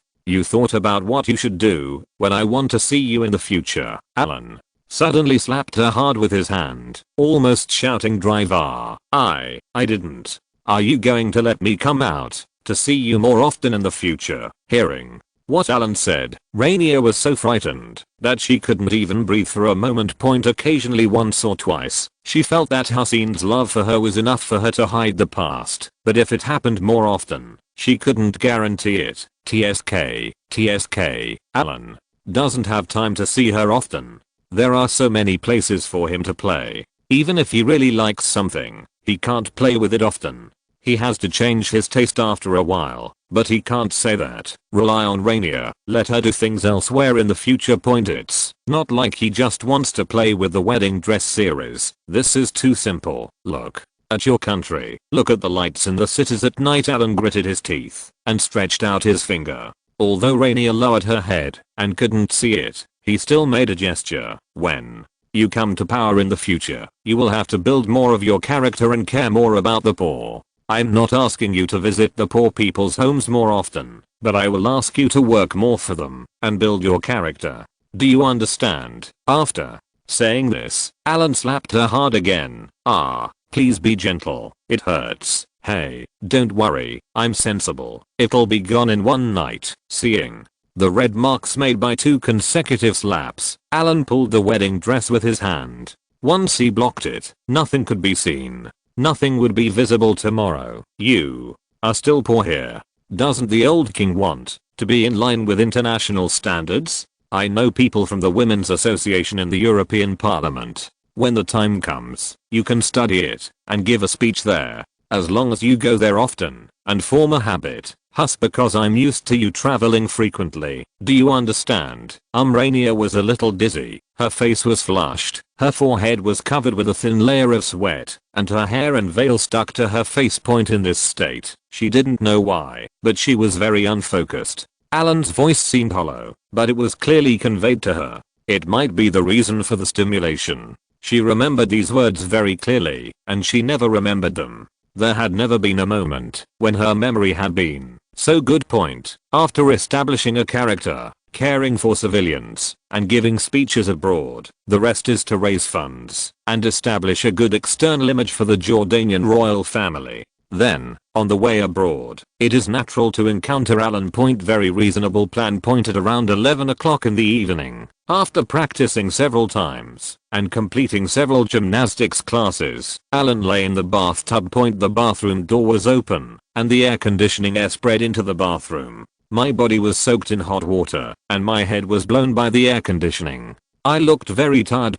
Today was so exciting that he kept playing and playing. If he hadn't retained his only sanity, he would have almost ruined his wedding dress. Rainier changed her clothes and limped to push the dining cart to go out. She brought a female assistant with her. All Hussein would hear about tonight's schedule was that she came to the hotel and met in the conference room. Alan, the two chatted for about 10 minutes, and nothing else happened. So at other times, she quietly made some disguises. However, what I didn't expect was that clothes can be disguised. But when I came to see Alan, I suffered some internal injuries, and I didn't know if he would be able to recover in the morning. I'm going back first. Tomorrow. Go ahead. I will participate tomorrow. You can go back and have a good rest. Alan looked at Rainier, who was standing at the door of the bathroom, to say goodbye to him, and looked her up and down.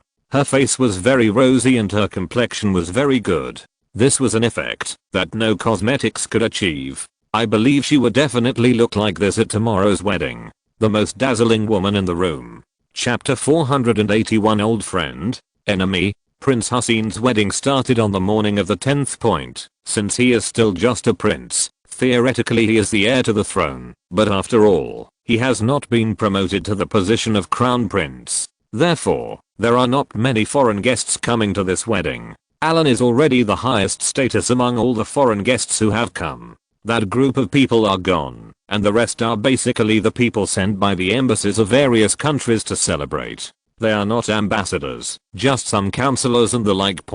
Because of the connections of the old king of Jordan, the royal families of several other surrounding brotherly countries sent many royal members or senior officials to congratulate him. The venue will be the Zarin Palace, the highest level traditional ceremony place. It's said to be a palace. But Alan, who came here for the first time, didn't have a very good impression of the place. This is very different from the palace in his impression. There is neither a gorgeous palace nor luxurious decoration. The place is quite large, but most of the area is an open-air courtyard. Some parts of the palace walls seem to be architectural in nature. The color, reddish-brown walls, looks weird. At this time, Zarin Palace was still decorated with white lace gauze. At first glance, it looks like his mother is doing nothing. If it weren't for the occasional small green plants dotting the surrounding decorations, it would be eye-catching just looking at it. Of course, the arrangement must be in accordance with the family's tradition. Even if Alan was not used to it, he did not express any opinions. He took a few bodyguards and two servants specially sent by Prince Hussein to the Zarin Palace. Visit here. In front is the guest rest area. After walking for a long time, Alan saw that there was still a while before the ceremony, so he was going to go to the air-conditioned room to rest for a while. It was too hot outside, and he was still wearing a long-sleeved suit today. As Alan and his party entered the guest lounge area, which was temporarily enclosed by a giant glass enclosure. Other people who had been resting here for a long time saw that this person was obviously an unusual person. Some of them were well informed and had already gotten up. He came over to Alan, ready to say hello and make himself familiar. Although Great Britain is now weak, this traditional influence cannot be eliminated by the Americans in a short while. At least in the Middle East, these Arab countries still recognize the British very much. Not to mention other things, the traditional old nobleman from the British is also an earl, which is not common in the Middle East. This is also the purpose of Prince Hussein specially inviting Alan here, to show his connections to the outside world. Look, although he is just a prince, he now holds an important position, has soldiers, and has connections in Britain. Not only is his wife looking for someone who has studied and worked abroad, but the people he knows are also traditional aristocrats in Britain. It represents the ability of Prince Hussein. Compared with these stupid and wealthy relatives, Prince Hussein's money is definitely not as good as this, so he can only work hard in other aspects to try to make these rich relatives look upon him favorably. Hello, Your Excellency. I have heard about you for a long time. I wonder if I will be lucky enough to invite you after the wedding, Your Mightiness. Hello, Your Excellency. Several people wearing headscarves approached Alan and stretched out their hands, saying hello and introducing themselves. Alan didn't know any of these people, and their English still had a slight accent, so he could only understand some of them, so he wasn't very interested in these people. He came here just for fun, to relax and avoid things at home. He was not very interested in these random people who recommended themselves, but the movement caused by him attracted the attention of the entire rest area. While most of them cast curious, gentle, and friendly glances here, a few of them were extremely eye-catching. Among them was a middle-aged man with a bright forehead and a white turban. He looked at Alan with an extremely unfriendly look. At this time, the middle-aged man was approaching a child with a red turban, and was about to say something. What? After seeing Alan enter the door, he glanced this way. When he realized it was Alan, his eyes became a little strange. There was ferocity, hatred, vigilance, and a hint of jealousy in this look. Alan was extremely sensitive to this kind of gaze. He looked at the other person according to the feeling, glared at him with squinted eyes, and then looked at the child next to him. This kid is also interesting. Just meeting Alan's eyes, he was not afraid. When he looked at Alan's eyes, he even curled his lips and nodded towards Alan, feeling quite like a little adult. Who is that person? Go and find out. Alan shook hands with several people who greeted him and found a sofa in the corner to sit on. Several bodyguards stood aside. Anyone with a discerning eye would know that this gentleman did not want to be disturbed anymore. Thinking of the middle-aged man just now, Alan gave instructions to the servant assigned to him by Prince Hussein next to him, which one, that's it. Alan raised his chin and motioned to the middle-aged man who had already walked away. Your Excellency, his name is Khashoggi. He is a journalist and commentator. He is well known in the Middle East.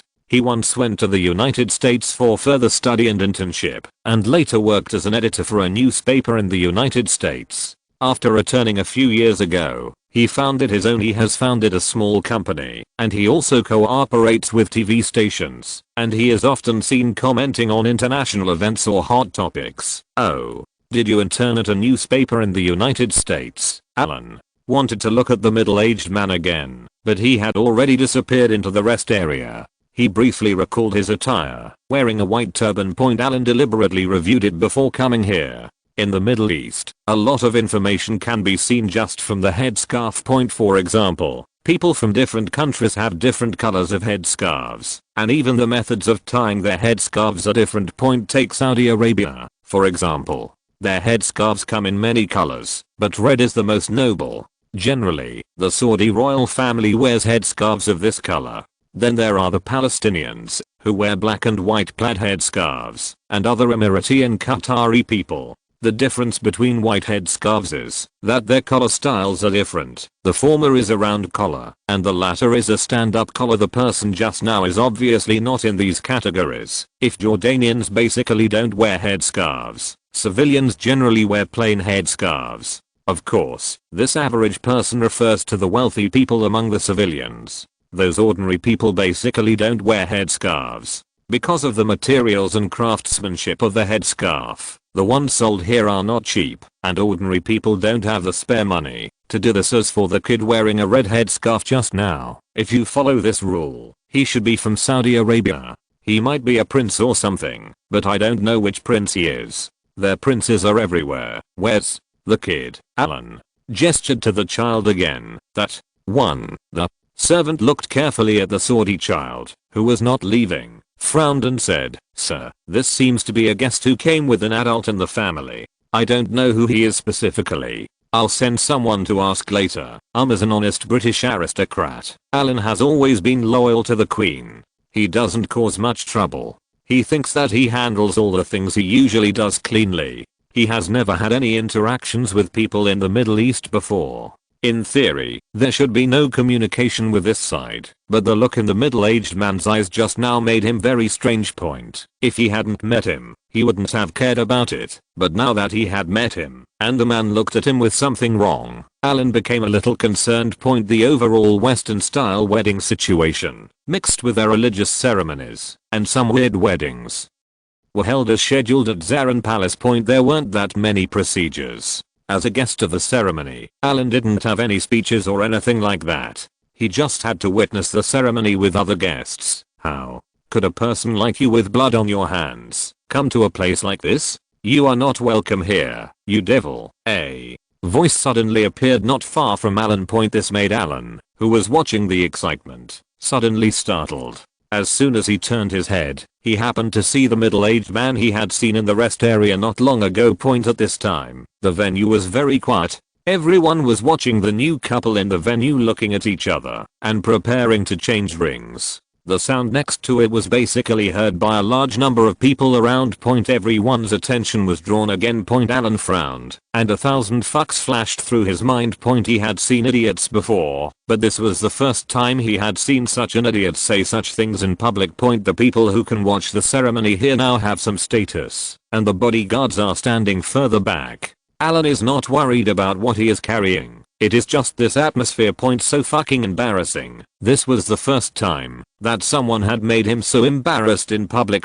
How should he answer this? Do you know me? Facing a circle of curious eyes around him, Alan squinted at the middle-aged man. Of course. Maybe you don't know me, but I definitely know you. The famous Earl of Carmarthen, a family of executioners in Wales. Your whole family has blood on their hands. You did what happened to Dodie. Others, as long as they are willing to work hard to check, they can still find some information. But as soon as he mentioned Dodie, Alan suddenly realized, wasn't that Diana's lover who he had turned into a stick? Does this guy know Dodie? Isn't Dodie Egyptian? Oops, shit. Alan suddenly had a toothache. He finally remembered that Egyptians are not necessarily people born and raised in Egypt. In a rich family like this, who knows if the children of the family will be capable? Yes, go out and enjoy the scenery. Could this middle-aged man be a relative of Dodie, come to help him get revenge? This is a bit interesting. Alan suddenly became excited when he thought of this.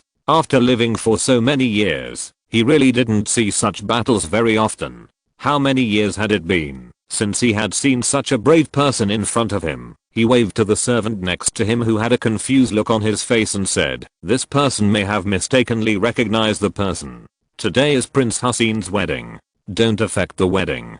Take him down. HMPH. You don't need to take me away. I can go by myself. I feel ashamed that I'm attending such a ceremony with you." The middle-aged man glared at Alan again, slapped the servant away, and was about to take his hand, then turned around and left. Alan took a deep breath, nodded to the people around him with a normal expression, and continued to watch the ceremony. Haha, Sir Alan, I'm really rude today. I was too busy, and I didn't entertain you well. The wedding is finally over. The meal is a Western-style buffet, which makes it easier for guests to communicate. At this time, Hussein came to Alan with Yasin Rainier, who had already changed another set of clothes. Today's buffet did not provide wine, only juice. Alan took a glass of orange juice and touched it with Prince Hussein and smiled. Congratulations. Rainier is a good girl. When she worked there before, her work ability was very good. Strong and with a good personality. Hahaha, thank you for that. If you hadn't brought her to the event that time, I wouldn't have had the chance to meet Rainier. When Prince Hussein talked about his wife, he was obviously very satisfied.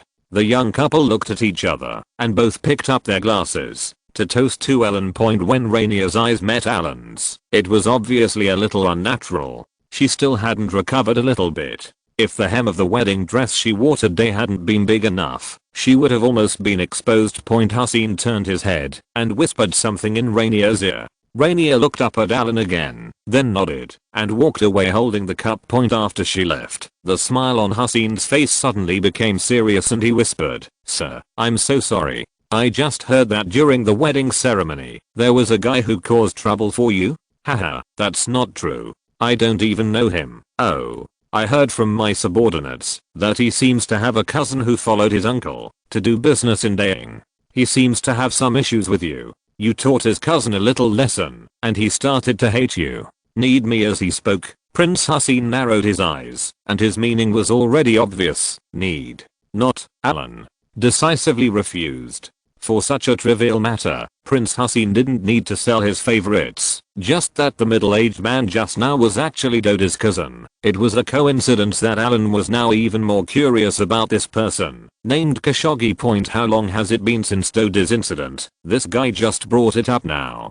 Did he just remember it? Certainly not. Then for what purpose did he suddenly do this to himself on such an occasion? Did someone secretly instigate him? He wanted to know all these things, instead of letting Prince Hussein kill him directly, or asking for other things, after he was caught by Prince Hussein's people, so that he would owe a greater favor. "Thank you for your kindness. I will do this myself. Today is your wedding. You don't have to worry about anything else." "Okay, Sir Alan, let's have a dinner at the palace tonight. Tell the old king for me that I will definitely go to the banquet." "That's good, Your Excellency. You're busy. I'll go over there and have a look." When Hussein heard Alan's reply, he showed an expression of relief, had another drink with Alan, and then left. Chapter 480 to Khashoggi. Alan looked at the back of Prince Hussein in the distance and smiled. He took a plate and took a bite of the cake they had just cut by hand. Who invented this thing? They had to have such a big cake when they got married. Cut with saber. The key is that it's not delicious. It's too sweet. Alan doesn't like it. He only likes light cream and doesn't like the sweetness that's too strong. It was this cream color that reminded him of last night's cream. It was also so thick. Hey, he couldn't even think about it. It was a bit disgusting. Prince Hussein chose to get married on the 10th, which was a busy time, but the timing was chosen very cleverly. Because the 10th is Jordan's army day. On this day, the old king is also very busy. He has to attend his son's wedding in the morning, inspect the army in the afternoon, and receive guests at the palace in the evening. I'm so busy that my feet are not even touching the ground. He has been here for a few days, and this is the first time Alan has met the old king. They look a bit similar to Prince Hussein, except that the old king has a stronger Arab flavor. Prince Hussein's mother is British and the second wife of the old king, but Hussein is the eldest son of the old king. Among all the children of the old king, he is the oldest and the toughest. He is now in charge of the army. Even if the old king encounters something, he has to ask his eldest son. "Your Excellency Alan, welcome to Jordan as a guest. Thank you for your hard work. Today is really busy. This is my brother Hassan." The old king and Alan hugged each other for a while, then turned around and began to introduce the people following him. He was a very westernized, middle-aged and elderly man wearing a dark suit with a somewhat bald head, and his hair was half white. "Hello, Crown Prince Hassan." Alan nodded and shook hands with the old king's brother, the current crown prince of Jordan, Hassan, a little painfully. Although the dress of the Jordanian royal family is different from that of other surrounding Arab royal families, the order of succession to the throne is still very similar. After brother dies, and when there is no successor, it is the turn of the next generation. The current crown prince has become the younger brother of the old king. This is also the most troublesome thing for Prince Hussein. He has soldiers, connections, and abilities, but the throne is only his business in theory. If he wants to ascend to the throne, he has to endure the death of his uncle. If this were normal, he would have to wait at least a few decades if he wanted to ascend to the throne. Alan observed Prince Hassan's mental state and found that he could live for another 20 years at least. "This is my youngest son, Hamza." After introducing his younger brother, the old king pushed a child who looked to be only 5 or 6 years old in front of Alan with some deep meaning, and introduced him specially. Alan squinted his eyes, lowered his head and shook the little kid's extended hand. On this occasion, I specially introduced this person to him. This is something I Heard that Sir Alan served as the guardian of the two princes when he was in Great Britain. I myself also studied in Great Britain when I was young. I wonder if I can ask you, when Hamza goes to study in Great Britain, Your Excellency, please take care of me a little. You know, my body can't last a few more years. Oh, you are joking. Your body. Alan did not speak, but looked up and down at the old king in front of him. Logically speaking, he was not too old. He seemed to be in his 60s. If you were placed in an ordinary family at this age, you might be considered old. But if you were placed in a wealthy class like them, you would have just reached middle age point. Alan vaguely remembered that this person seemed to have died of illness, but he forgot what the illness was. The world is so big, how could he have the time to remember this? Hassan, go ahead and entertain the guests for me. The old king sent away his younger brother, leaving only his youngest son beside him. He pulled Alan to stand aside, pointed to his belly and whispered, Your Excellency, you may not have paid attention to our news. I have cancer, and it can't be cured. Doctors can't tell for this disease, so we can only control it now. Hamza is still young. Hey, Alan. Glanced at Crown Prince Hassan, who was walking away, and then looked at the old king. This is another family with a lot of troubles. When Hassan was here just now, the old king specially introduced him. Now that he sent Hassan away, he turned to complain about his own poor health and the fact that his youngest son was still young. The underlying meaning of these words, combined with what he just said, is that he is trying to establish a relationship. Prince Hassan could have a relationship with him, so could he, and the old king could get it right in one go. He wanted to have William's relationship. What he meant just now was that he wanted to send his youngest son to Alan to have contact with William first. Since he was a child. Which one is older, a prince or an earl? He must be a prince, and he is also the Prince of Ding, and he can befriend Alan. By the way, he has been emphasizing that he is not in good health. This is equivalent to giving favors to Alan. It depends on whether he wants it or not. Alan of course not. He was just following Boss Chap. The mess in their house was already enough to cause trouble. Why bother getting involved here again? Besides, the old king thought he was trying to establish a relationship with Prince Hassan, and now he turned around and sent him a son he really liked.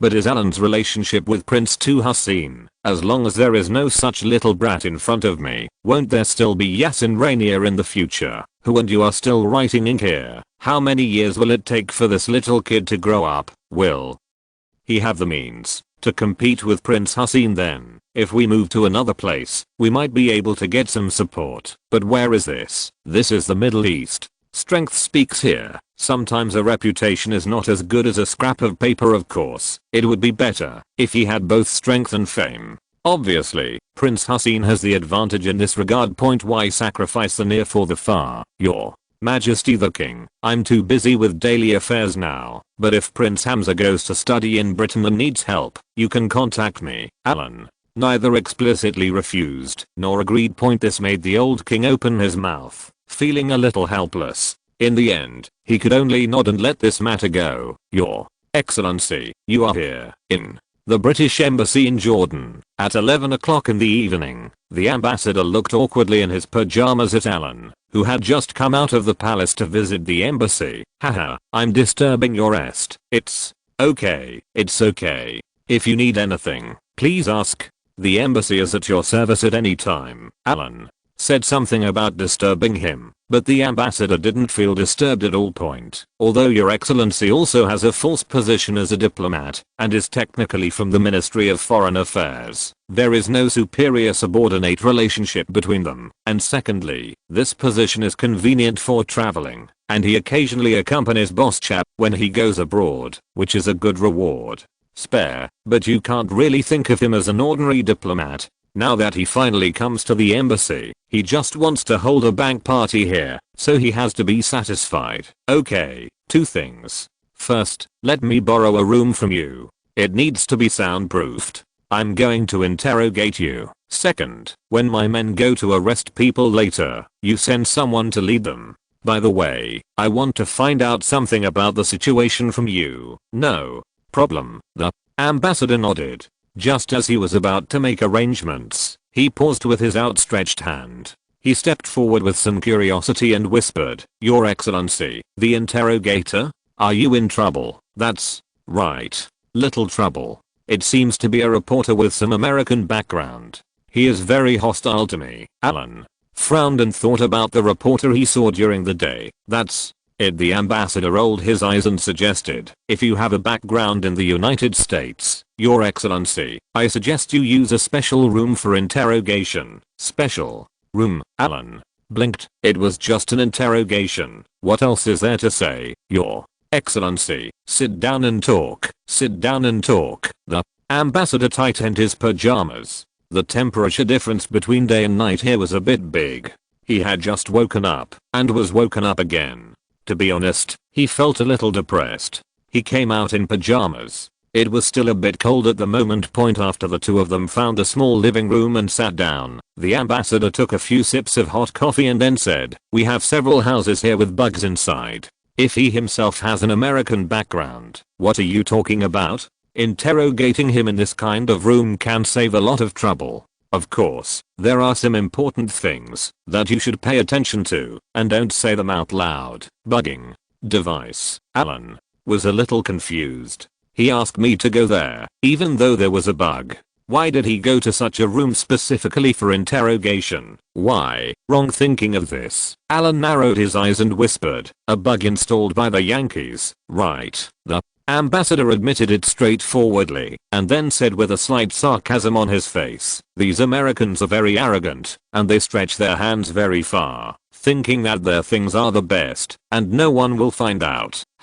Those barbarians in the north used to be as arrogant as the United States is now, but don't worry, sir, we have checked the other rooms and they are very safe. We usually use these rooms with bugs, but occasionally we do some special things. Since they want to know some secrets, then just give it to them. Having said this, the ambassador glanced at Alan, and the two smiled at each other. Alan thinks this ambassador is very interesting. The British Ministry of Foreign Affairs is indeed full of talents. After understanding the function of the special room suggested by the ambassador, Alan instantly understood the ambassador's intention. He gave this kind of advice without even asking anything. What does this mean? It shows that people have seen this kind of thing a lot. It can be seen that in the past 2 years, the hands of Americans have really stretched out very long, and it has reached the point where everyone hates them. But this is really good advice. Don't you have an American background? Then I'll interrogate you in front of your master. The secret was leaked. Even if the reporter got out, he wouldn't be able to survive. No leaks. That means Alan didn't ask anything. They thought Alan didn't know there was a bug, so they couldn't pursue the matter. Even if the secret is leaked, why don't you hurry up and end it in advance? The purpose was to let the boss behind the reporter know what was going on here and use their bugging device as a phone point. Even if he is not one of their people, if Alan is more ruthless, he can still shock them through the radio waves. You'll gain more with one stone. You won't lose anything anyway, and you can even play tricks on the Yankees. Okay, go ahead and make arrangements, and be quick. I'm afraid he'll run away. Don't worry, Your Excellency. According to your description, he can't escape. Khashoggi was wearing a bathrobe, and there were still some water drops on his chest that had not been wiped off. After just taking a bath, he called a special service person to come to the house for service. While waiting, he thought about what happened during the day again. With a slightly proud expression on his face. He came back this time to build his reputation and become a well-known commentator who has a sense of social responsibility and is not afraid of the powerful. Of course, if he were to point his finger in the face and scold any member of the royal family of an Arab country, he would not be so bold. But everything was such a coincidence. And he didn't expect that at today's wedding he would actually meet that British nobleman. Alan. Although this is equally dangerous, this is the Middle East now, and the Americans are powerful. For the British, as long as they leave their territory, they will be relatively restrained in doing things. Therefore, Khashoggi gave Alan a thumbs up on the spot. Although the wedding could not be held without making a fuss, those around him also remembered him as a courageous reporter. In this way, his purpose was achieved. Later, he could spread the news intentionally or unintentionally.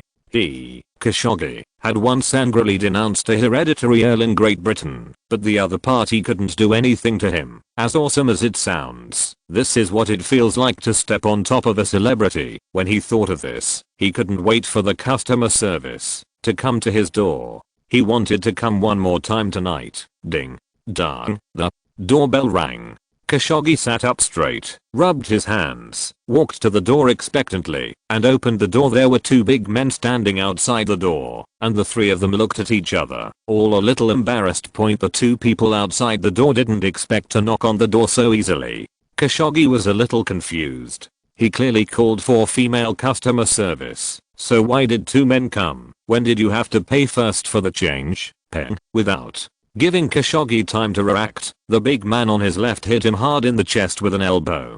Khashoggi's eyes went black after the blow. He staggered back a few steps and was pushed back into the room. The strong man followed him. Han closed the door behind him, shaking his head. When Khashoggi came to his senses again, he realized that he was in a strange place at this time. There were several oil paintings hanging on the walls around him. It looked like the layout was like a living room. We meet again, Mr. Khashoggi. A hoarse voice sounded, which sounded extremely familiar. Khashoggi turned his head sharply and looked at Alan, who was sitting on the sofa next to him. Only then did he realize that he was tied to an office chair with a what you would wear in a hotel. You, how dare you arrest me? This is not your Great Britain. No, this is Dang. You don't think that if you mess with me in Jordan, I can't do anything to you, do you? Hearing Alan's words, Khashoggi's pupils shrank suddenly, and he instantly thought of one place: the embassy. What do you want? What do I want? Isn't this what I should ask you? Aren't you very tough during the day?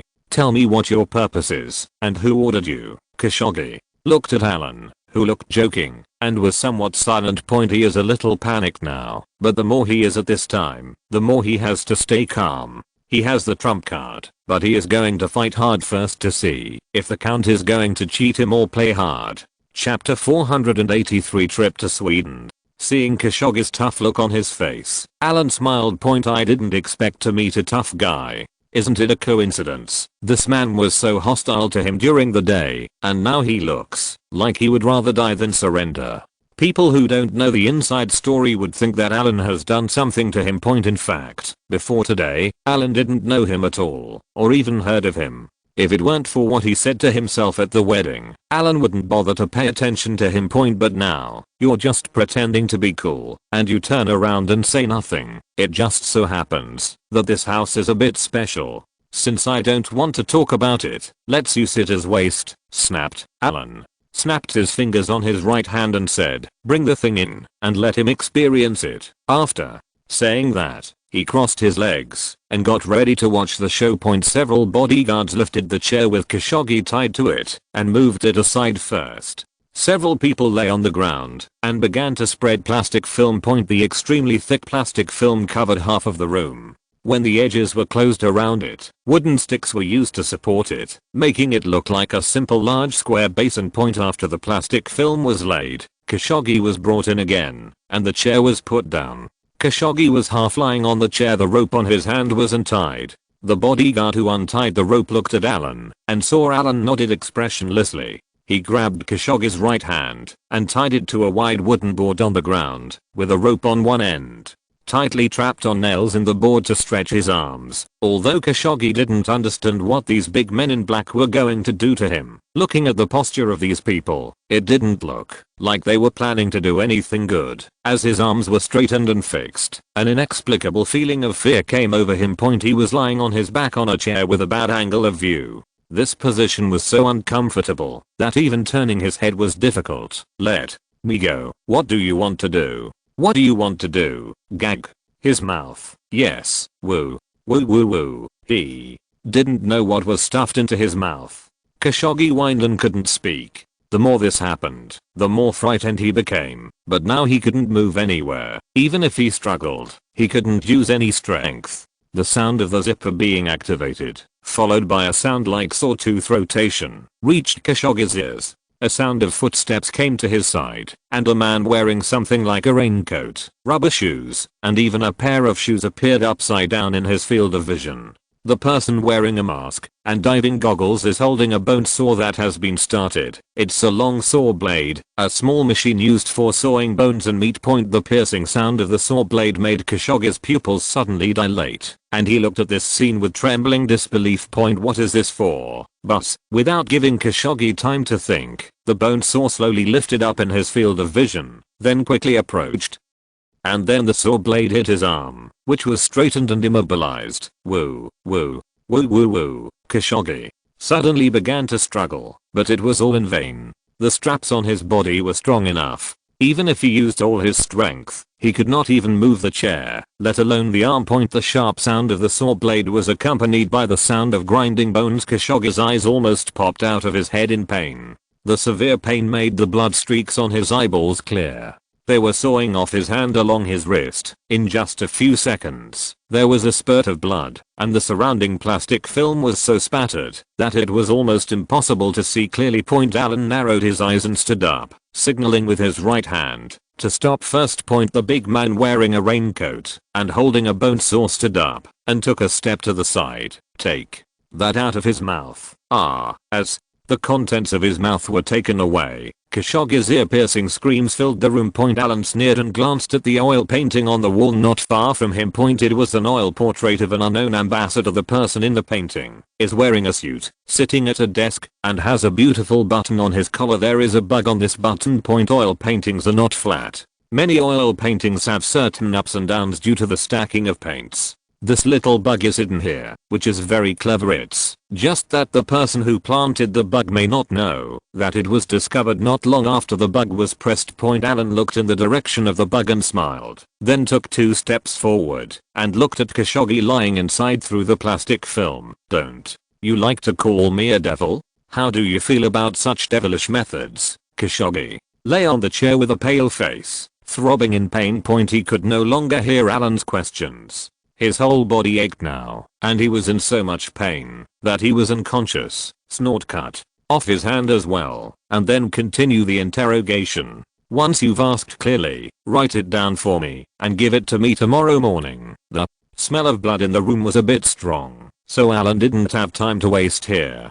The remaining time was left to these bodyguards. He only wanted the results. As for the process, he left it to the Americans to listen slowly through the bug. Mid-July 1993, Stockholm Arlanda International Airport. It was lively here for a while in the past 2 years. Later, it seems that due to the low passenger flow, one of the number 2 buildings was decommissioned. Although it is currently an international airport, the largest number of passengers is their domestic flight aircraft. International flights these days compared with the other 2 airports. The airport reception is a bit less. A row of new black Volvo 960s were parked quietly beside the airport runway. There were several bodyguard looking people wearing sunglasses and headsets, staring closely at the landing flight in the distance.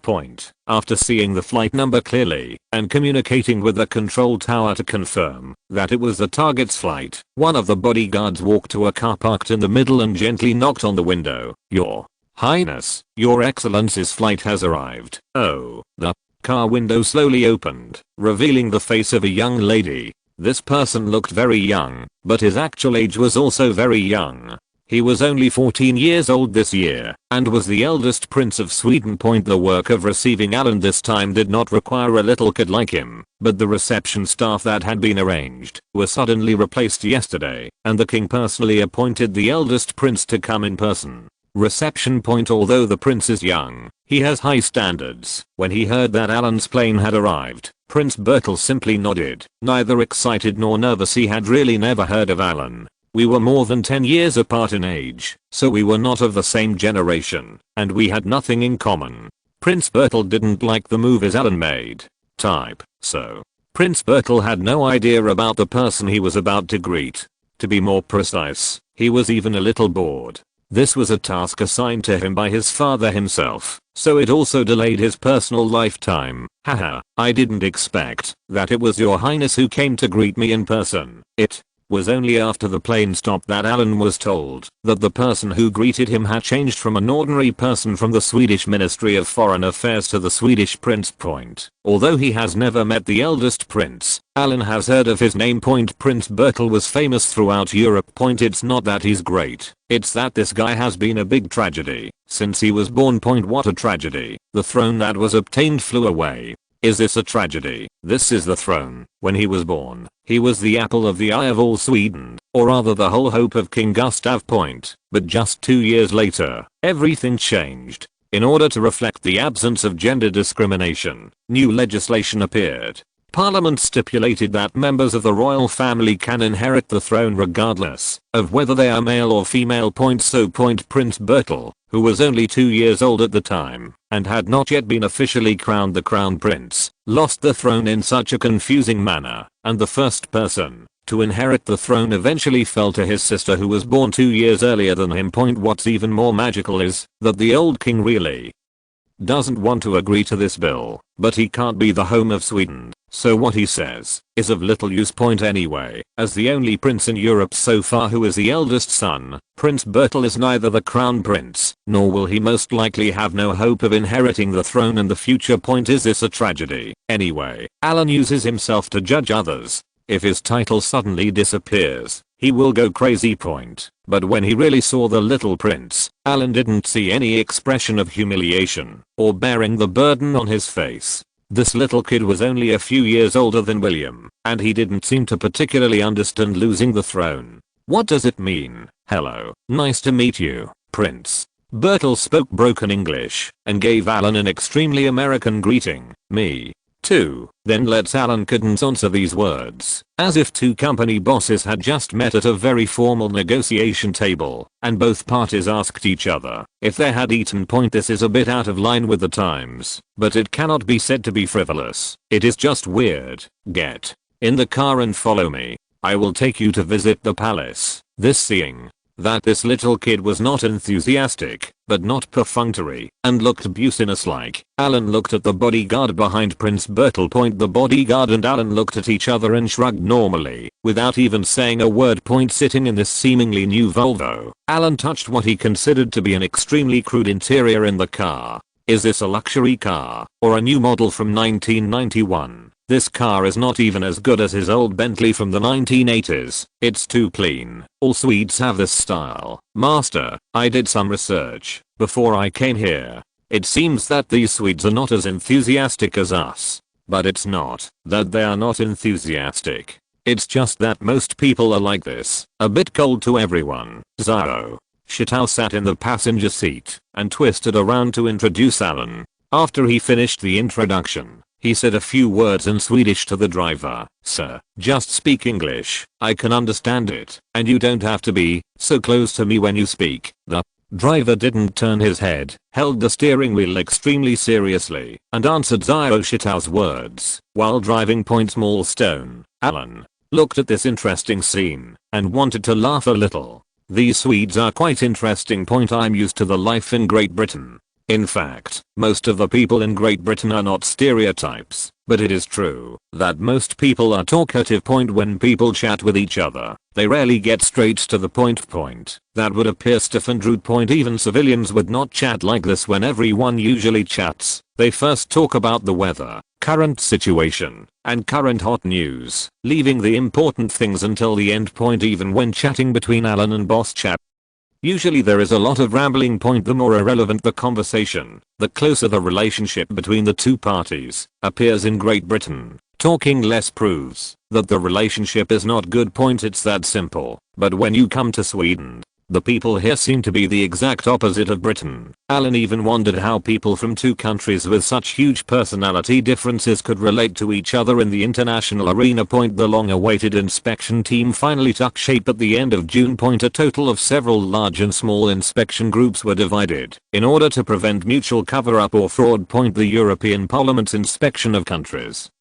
applying to join the European community as new members is conducted by inspection teams formed by various departments. As for Alan, of course he said hello and was assigned to the Swedish inspection team. The current inspection team consists of himself. Number of members 0. This is not to say that the European Parliament is joking. The plan is for Alan to be responsible for recruiting a varying number of interns, and to make this inspection a private investigation open to interns. Just highlight one not very formal point anyway. Alan didn't have time to do these things, so he arranged the task and let his secretary at the French headquarters be in charge of recruiting people. He would go to Sweden first to check in. When he had enough fun, the interns almost came over at that time. We will invite them to have a meal in Sweden, hold a few small meetings, and give these young people some blood injections. This inspection will be almost completed. The simplicity of the process was far beyond Alan's imagination. Calling it an inspection, it was really like half sale, half free, just a formality. Based on the current strategic goals of the European community, as long as the domestic situation is not too bad, they welcome these countries to join the European community. Of course, they will not make things difficult for others. Besides, Sweden itself is very strange. There are some things that Alan has just arrived, and he has not yet understood them in depth. He still does not understand the deep meaning of them. Royal Palace of Sweden. This palace does not refer to the palace in Stockholm that tourists can visit partially, but the Swedish royal family's private palace on Queen's Road in the suburbs, Drottningholm Palace. As soon as he got off the car, Alan was stunned by the scenery here. If Wales can be considered more rural, with many jungles and a strong sense of nature. The environment of Drottningholm Palace can really be called splendid, with the singing of birds and the fragrance of flowers. They say this place is called North Versailles. Alan doesn't think Versailles is much better, but now that we are here, this kind of building is matched with the surrounding environment, flower gardens, and scenery. TSK. All the complacency that Alan felt when he first moved into the new manor disappeared at this moment. This is what people call a house. Chapter 484. Old Tragedy and Little Tragedy. And his new manor, in front of this palace, can at best be called a shabby house. Even Bosch's Highgrove Manor, when compared here, has no advantages, except that it covers a larger area than others. Nodding to Prince Bertel, and letting him lead the way, the group slowly walked into the palace. Alan turned his head and looked around, and heard Bertel's male duck-like introduction in his ears. "That's my grandfather's portrait over there, and that next to it is my great-grandfather's, and that's every time someone was introduced, Alan stopped formally and bowed slightly to salute. When you arrive at someone's palace and see these portraits, you must have the proper etiquette. Although there is only Prince Bertel around now, Alan doesn't believe that there is no one who will not report today's situation to King Gustav. With this sudden change of host, Alan became slightly curious about the king he was about to meet. This king has something. This is my great-grandfather's collection. He was very fond of the culture of the Far East, especially the culture of China. He has been studying the antiques there all his life. If you like it, you can take a few pieces back for collection before you leave." On a display cabinet with a glass cover, dozens of porcelain and other objects are densely placed. Alan opened his mouth slightly. He even saw an extremely delicate small bronze tripod. There was even an inscription on this small bronze tripod. However, Alan's culture is limited, and he does not recognize these inscriptions, but those that can be collected here are most likely to be high quality products. Damn, this late old king didn't like simple things. Let me tell you a cold joke about the late old king. Bertel's great-grandfather, what was his famous saying back then? He said that their family, the Swedish royal family, is a civilian royal family. Whether it's food, clothing, housing or transportation, everything is on par with common people. It alludes to the poverty of their family in various ways. Just such nonsense. Many media and civilians actually believed it. To this day, there are still media reporting on these words to highlight the poverty of the old king. But for such a poor person, let's look at his hobbies back then.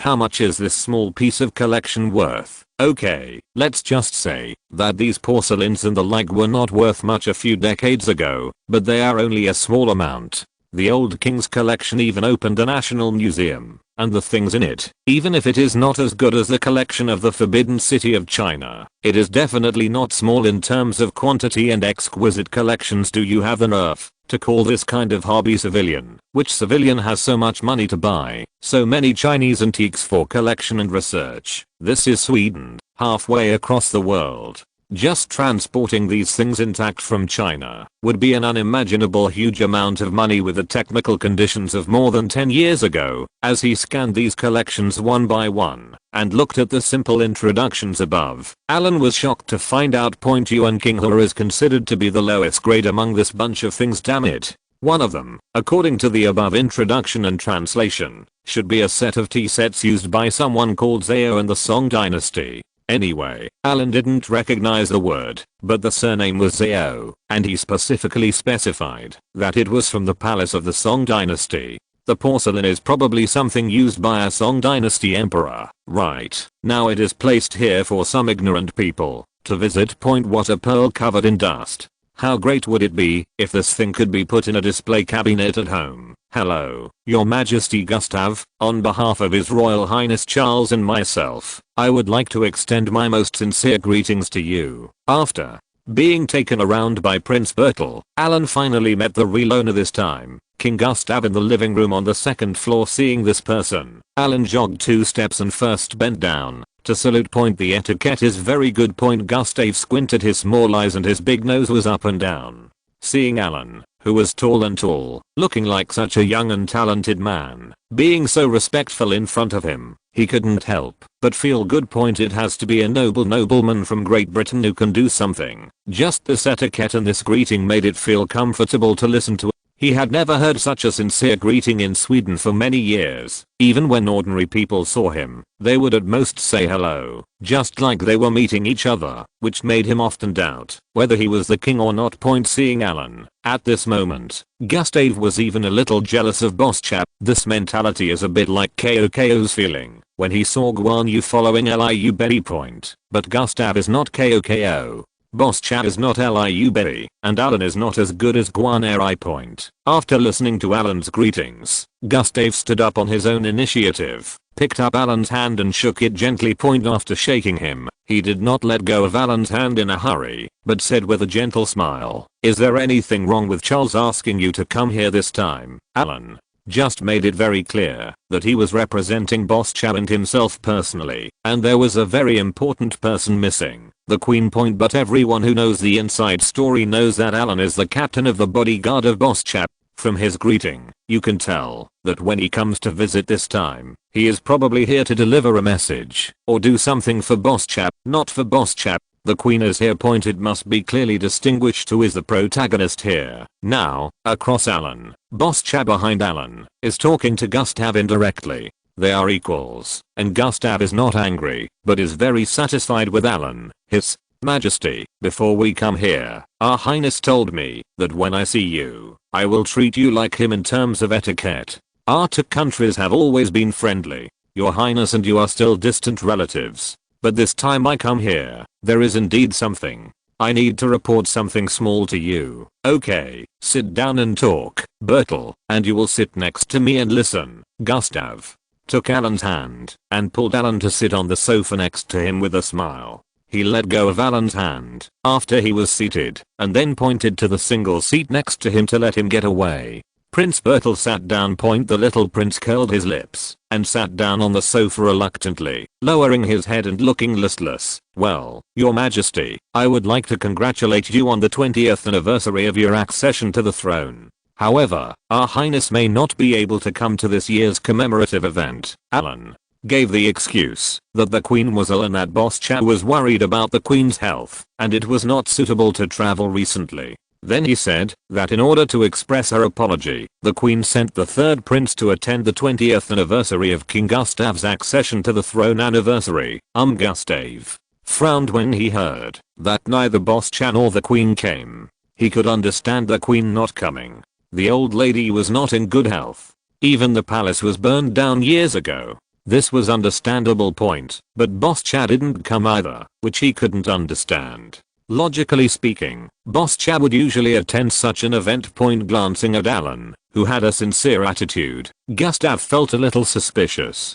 Could it be that Boss Chad really had something to do and couldn't leave, or has the Queen's health deteriorated to a certain extent? Thinking of this, Gustav was horrified.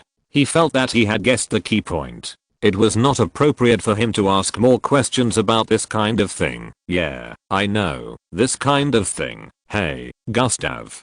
Hesitated for a moment, glanced at the unattractive Bertel next to him, waved his hand and said, Bertel, please go back first. After Earl Alan has a night's rest, you can take him to visit the city tomorrow. New Prince. Bertel just went out and responded in a low voice, but the person had disappeared. Gustav looked at his eldest son and frowned. In fact, Gustav is only 2 years older than Boss Chap, so theoretically, the two of them are distant cousins, but this relationship is a bit distant, far less close than the Norwegian royal family and the British royal family. The Swedish royal family is the closest to the Danish royal family. Both geographically and by blood. King Gustav and the current Queen of Denmark, Margrethe II, are cousins. They are his cousins. Gustav's reputation in Europe is no worse than that of Boss Chap. Both of them got married late and made a lot of noise before their marriage. Boss Chap held the wedding of the century because of his talented man and good looks. Think about it, it was in the 1970s. In China, there were people who didn't even have enough to eat. Many people had never even seen a TV. In the 1990s, his wedding was broadcast live around the world. More than 1 billion people watched his wedding live broadcast that year, and Gustav was no less generous. Before his marriage, he encountered all kinds of things. If his son Bertel can be regarded as the most tragic prince in contemporary times, then Gustav is almost equivalent to the most tragic king in contemporary times. And just like his son, he was happy first and then sad. Gustav's father died young in a plane crash, so he was brought up by his grandfather, the old king, who liked to study Chinese antiques. When the old king died, the throne was passed directly to Gustav.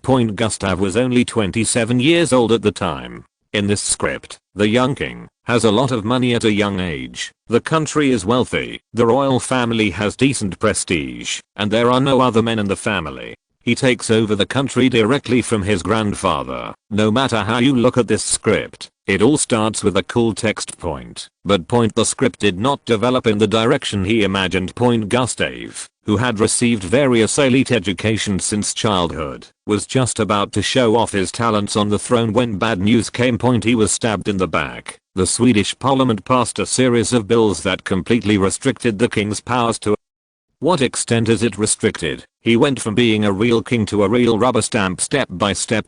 Some people who don't understand much and follow what others say may think that people like the Queen are rubber stamps, but this kind of people who just don't understand anything and don't even have some basic knowledge are just the knowledge they got from watching some gossipy news. Like the Queen, she's a rubber stamp. If she gets anxious, she can even remove the Prime Minister directly. If it were Gustav, would he be able to do it? He can't. Even if he wants to remove him, he doesn't have the right, and no one will listen to him. The most amazing thing is Parliament forced Gustav to vote in favor of the bill that restricted the royal family. What a shame and humiliation this is. A king was forced by his subordinates to vote in favor of a bill that restricted his own rights. That's not all. After he met the girl he loved, the parliament would even have a hand in his marriage.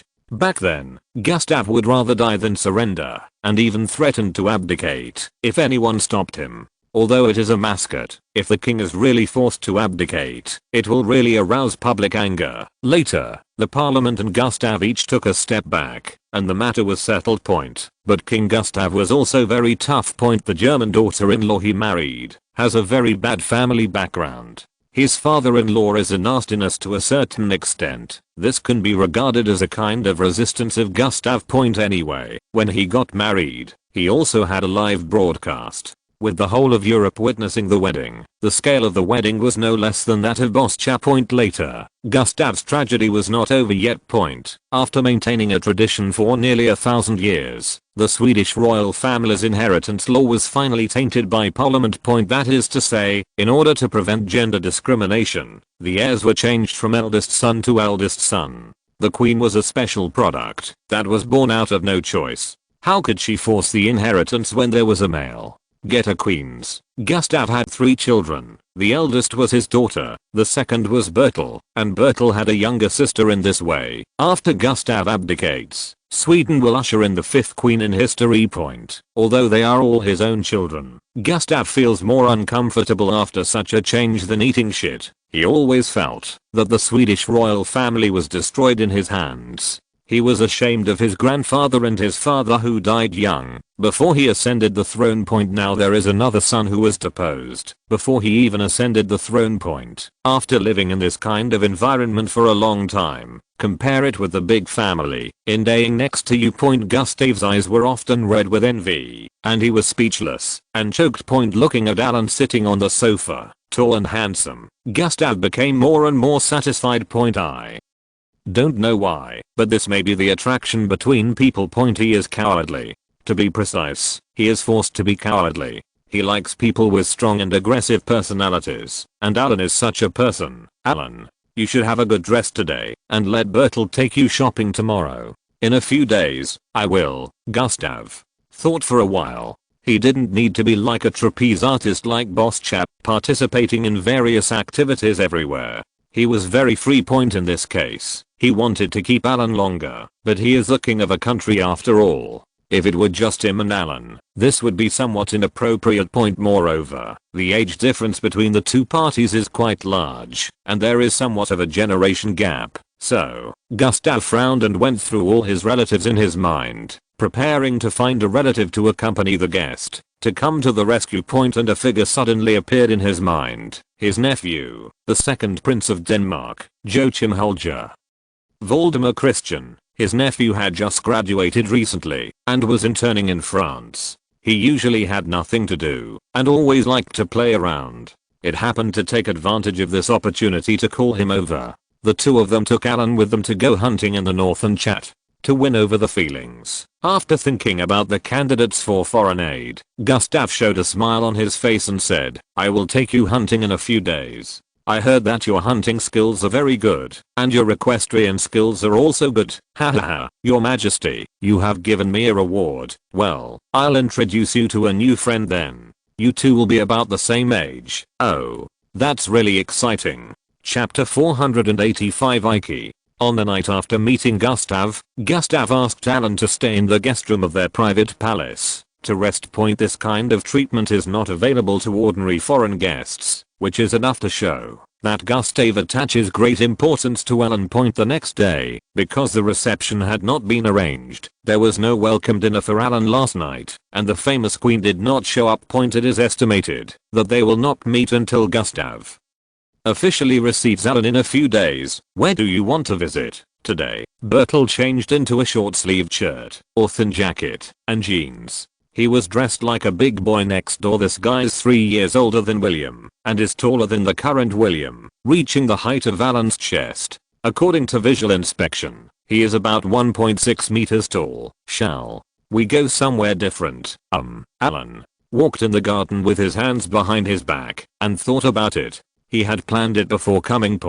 When he came here this time, he first wanted to visit several internationally renowned large-scale enterprises in Sweden. It was not that he wanted to steal other people's things, but that he wanted to visit and learn from them secretly. His first target now is the later famous IKEA. This company, which is world famous for selling furniture, has now begun to make its mark. It is said that it has opened more than 100 shopping malls in Europe.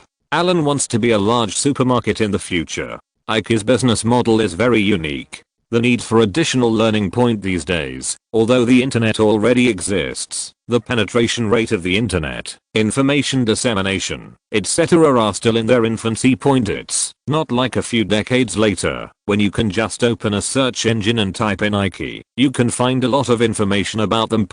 Although these things are not too secret nowadays, most people don't understand them. If you want to learn other people's models, you can only use the most primitive way of visiting and inspecting. Regardless of whether they are Chinese or foreign, this is the most common approach. If a company is well known in the industry, everyone will make an appointment to visit and learn. Of course, this premise requires others to agree. If others don't agree, let's talk about it separately. Alan had no chance before. but now he has arrived in Sweden, where Ike is headquartered. It would be a waste if he didn't go for such a good opportunity. You know that Ike? The one that sells furniture. I want to visit their headquarters. Alan didn't know if the little brat Bertel knew about this place, but the one who was responsible for receiving him now was this little brat. He couldn't find anyone else if he didn't look for him. Ike? The one in Olmhalt. Yes, this is the place. As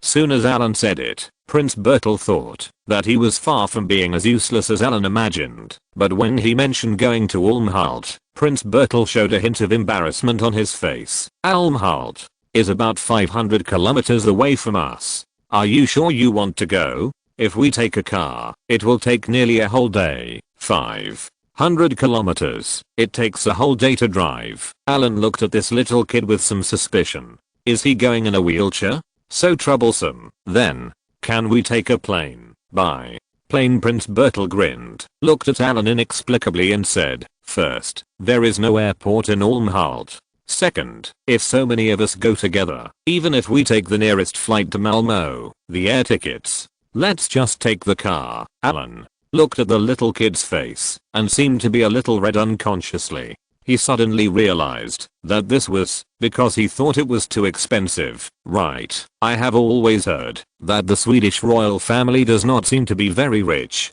Their palace is large, but it is all left over from their ancestors. Looking at it now, I have to calculate the airfare to even travel hundreds of kilometers away. Life is so miserable. It is indeed a small tragedy. Okay, I don't have time to take a whole day's drive. Let's just take a helicopter there. I did some research before I came here. There is no airport there, but they have a flying club, and they can also make temporary landings. As for the cost, I'll do it. Pay. Alan patted Bertel on the shoulder and explained the cost clearly first, so as to save the little kid a lot of pain. Okay, then, thank you. Bertel didn't think much about it. He was quite happy when Alan said he wanted to pay. In this way, he could save money in his small coffers. Olmhult is located in the Scania province in southern Sweden. The nearest big city is Malmö, and Olmhult is equivalent to a small town. It is not even bigger than Carmarthen town, with a total population of only 6 to 7,000. But this is not the point. The point is that this town is where the Ike headquarters is located, and about 80% of the people in this town work at the Ike headquarters, and the remaining 20%, most of the people's jobs are indirectly related to Ike. In other words, this town is basically the headquarters of Ike in the living area for employees. As for Alan and his group of outsiders who first came to this town, they naturally stood out as outsiders after coming out of their flying club. Ignoring the looks of those rustics, Alan sat in the car and looked out the window at the scenery of the town. There was graffiti everywhere and lots of slogans posted. In some places the slogan is written in 5 common European languages and has an international feel. Welcome to Olmhult. This is Ike. Please make an appointment in advance to visit. Reservation phone number XXXXXX. Slogans like this can be seen everywhere, making it look like a rural scenic spot, giving it a weird feeling. While looking at the scenery on the roadside, the sound of the game console was heard in my ears. On the way here, it was the game console that Alan bribed Prince Bertel. This game console was the same one that Alan had bought before he came. The new model that William snatched. As expected, only little kids understand kids best. As soon as a game console was given out, Alan and Prince Bertel were promoted from ordinary friends to good buddies. Bertel, stop playing around now. We are here. Go and see by yourself. I'll wait for you in the car. Alan and Bertel looked at each other with big eyes. One was eager to steal the teacher, and the other just got addicted to gaming and didn't want to go anywhere. Snapped. Alan snatched the game console from the kid's hand, clasped his fingers, and pressed the power off button. Under Prince Bertel's angry gaze, he pointed at himself and said, I gave you the game console. I need you to accompany me to do business now. If you do it well, there will be other benefits in the future.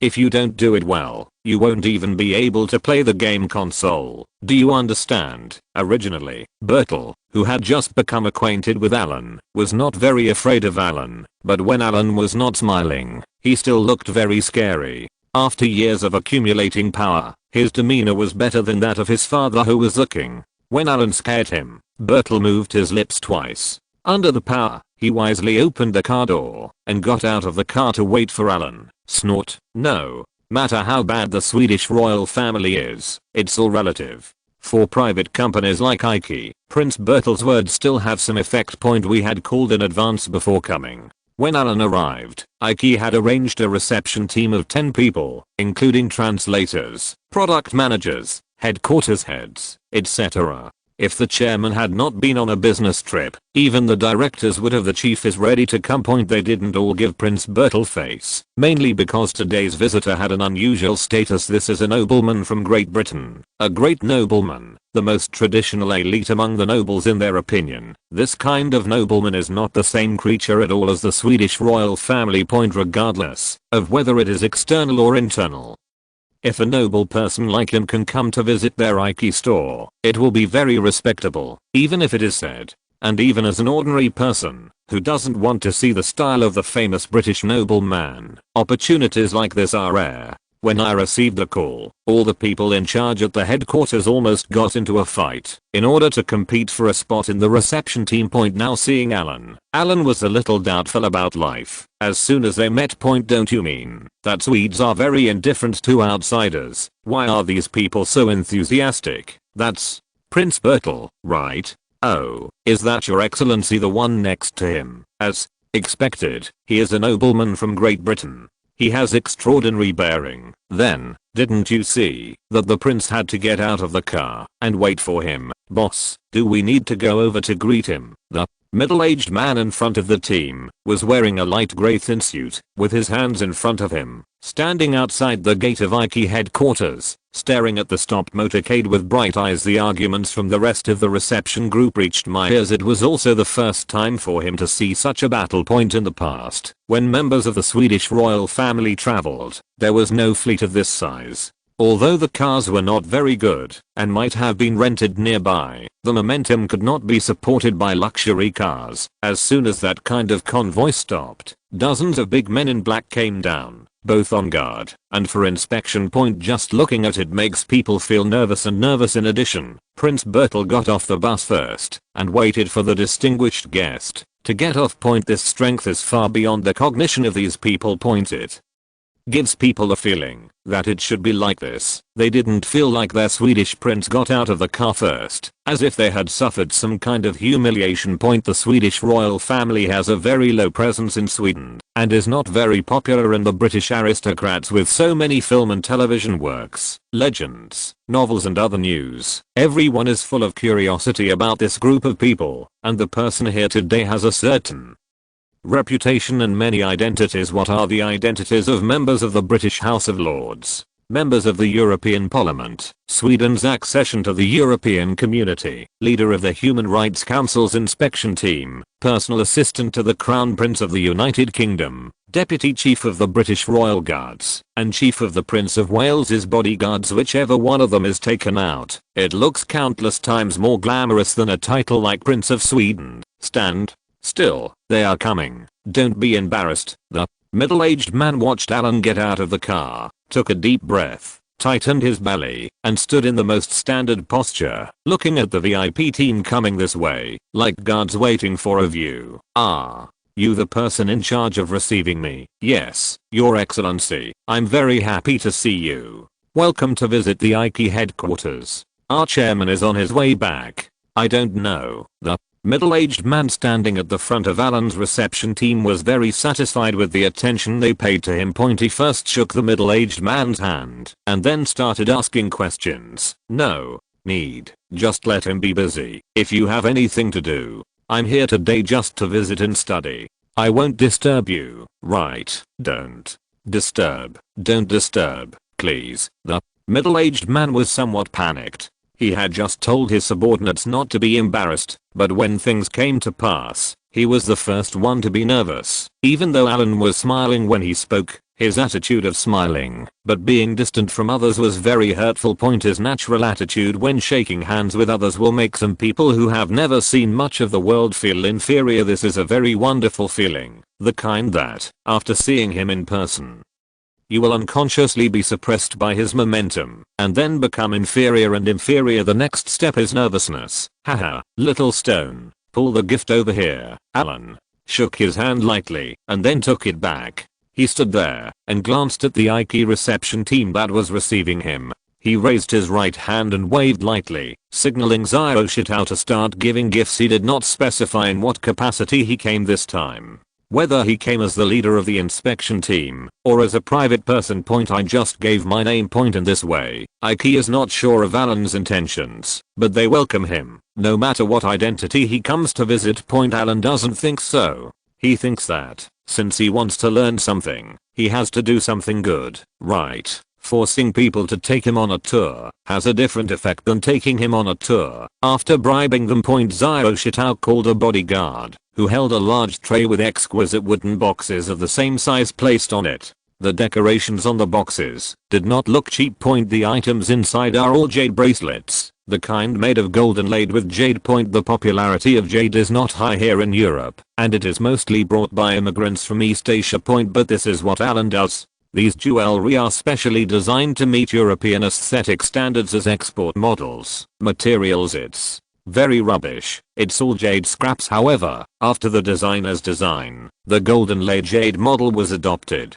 After the scraps were polished and carved, they were wrapped in gold and silver, and then made into an oval-shaped bracelet that could be opened and closed. In this way, the quality of the materials used has improved, and so has the aesthetic appearance. It is also more convenient to carry than the traditional jade bracelets that are molded together for foreigners who don't know the ropes, as long as they don't tell you their cost. Just look at the packaging and appearance. They look like high-end products. If you add in the little gift given by Alan himself, basically these country bumpkins can take it back as a family heirloom. Sure enough, these people took the jewelry box from Zio Shitao at a loss. No one was polite or shy. In their opinion, a small gift from an earl should be opened in person and complimented on how beautiful the gift is. This is the greatest respect for the gift giver, not put it away as soon as you get it. Otherwise people will misunderstand that you don't like the gift. Ouch. The middle-aged man took the box in a daze, and when he opened it, the luster of precious metal flashed through it. If you're listening to this novel on a channel other than Fanfic World, it means they downloaded and uploaded it without effort. We cordially invite you to visit our channel, Mundo Fanfic Novelos. There you'll find the original version of this story, and you can explore many other novels of various genres. We're waiting for you to immerse yourself in a world of incredible novels. Chapter 486. Let's go. I'll take you for a walk in the city. This kind of bracelet is inlaid with beautiful gold and silver patterns. It is heavy and shiny jewelry. Most Europeans will like it at a glance. First, there is an exotic feel. The second look is very shocking. Anyway, I liked it at first glance. It feels heavy in my hand and doesn't look cheap. As expected, he was an aristocratic gentleman from Great Britain. He was extremely rich, and the gifts he gave out were all high-end goods that they had never seen before. The middle-aged man looked at the jewelry, carefully wrapped the bracelet with the velvet handkerchief that came with the box, closed the box, and put it away. When he looked at Alan again this time, his eyes were pure and admiring. There is absolutely no vigilance. Alan gave people a sense of dignity, generosity, and mystery. Although he said he wanted to visit and study, middle-aged people couldn't be wary of him at all. Their little Ike, can this nobleman like them? There is a high probability that he will come over for an ordinary inspection. The middle-aged man decided that, according to the chairman's words, he would show the best side of their company headquarters to this excellency. Imaginary visit and inspection. A bunch of people are following behind, wearing white shirts on the upper body, ordinary trousers on the lower body, and belts, walking around, chatting and shaking hands with the workers in various positions. Real life visit and inspection. Sitting in the conference room of Ike headquarters, with the air conditioner on, drinking tea, and the reception team members sitting in a circle in front of him. If Alan wanted to know something, someone would stand up and be responsible for giving it to him. Explain, just in case Alan doesn't understand. They also specially prepared pictures and projectors that translate. Next to me carefully used English with a Swedish flavor, translating sentence by sentence. Alan has never felt that inspection has been so easy. This is really a matter of asking questions. Apart from information such as the specific purchase price of each product, the rest is completely undefended. Point from the history of IKEA founded by its founder. We will talk about IKEA in recent years, starting from Denmark, and starting from Sweden, and slowly expanding to the whole of Europe. Your Excellency, our chairman has planned to expand to Asia, especially East Asia. We are now preparing to build the IKEA headquarters in East Asia, and are currently negotiating with China. Oh, Alan was happily looking through the pictures, but when he heard this translation, he suddenly raised his head. The current chairman of IKEA can do it. This pattern is bigger than some people. Of course, companies like IKEA are manufacturing focused, and they are relatively low-end manufacturing companies in terms of labor costs. They must not be able to avoid cheaper construction sites. For example, for a table, the cost of materials does not count. Just counting the labor cost. For example, if it is made in Sweden, it costs £20, but in China, it may be reduced to £10 or even lower. The reason why IKEA is slowly developing is that in addition to their design concept, they are one of the first companies to make assembled furniture, and they are also the largest. These days, for things like furniture, everyone buys finished products. Finished furniture, regardless of shape or material, cannot avoid labor costs, even if your furniture is made of the most rubbish materials. Someone has to make it, right? The material of a certain piece of furniture is a waste. But the price of the piece of furniture itself is not necessarily much cheaper. This is very painful. Of course, with better materials, the processing fee will be correspondingly more expensive. In addition to these, transportation costs are also a big part. For example, if you buy a 3-person couch, it won't fit in most people's cars, but the cost of transporting the sofa requires money. Putting it all together, buying furniture is troublesome and expensive for ordinary people. But here's how IKEA does it. The furniture they make is originally intended to be low-end, with the goal of allowing everyone to buy cheap, high-quality furniture.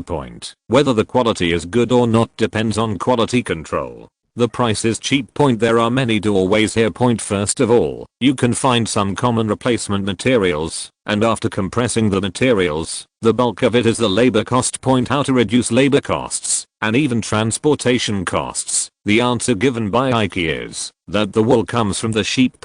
Since customers want cheaper prices, this part of the cost can be hidden and passed on to customers. That is the famous assembled furniture. This is to first design a certain style of furniture and then reasonably split it into many parts. Then it is designed so that customers can assemble it successfully by themselves with only a little time and energy, provided they follow the instructions. In this way, labor costs are cleverly passed on to customers, but it's hard to say this when publicizing it to the outside world.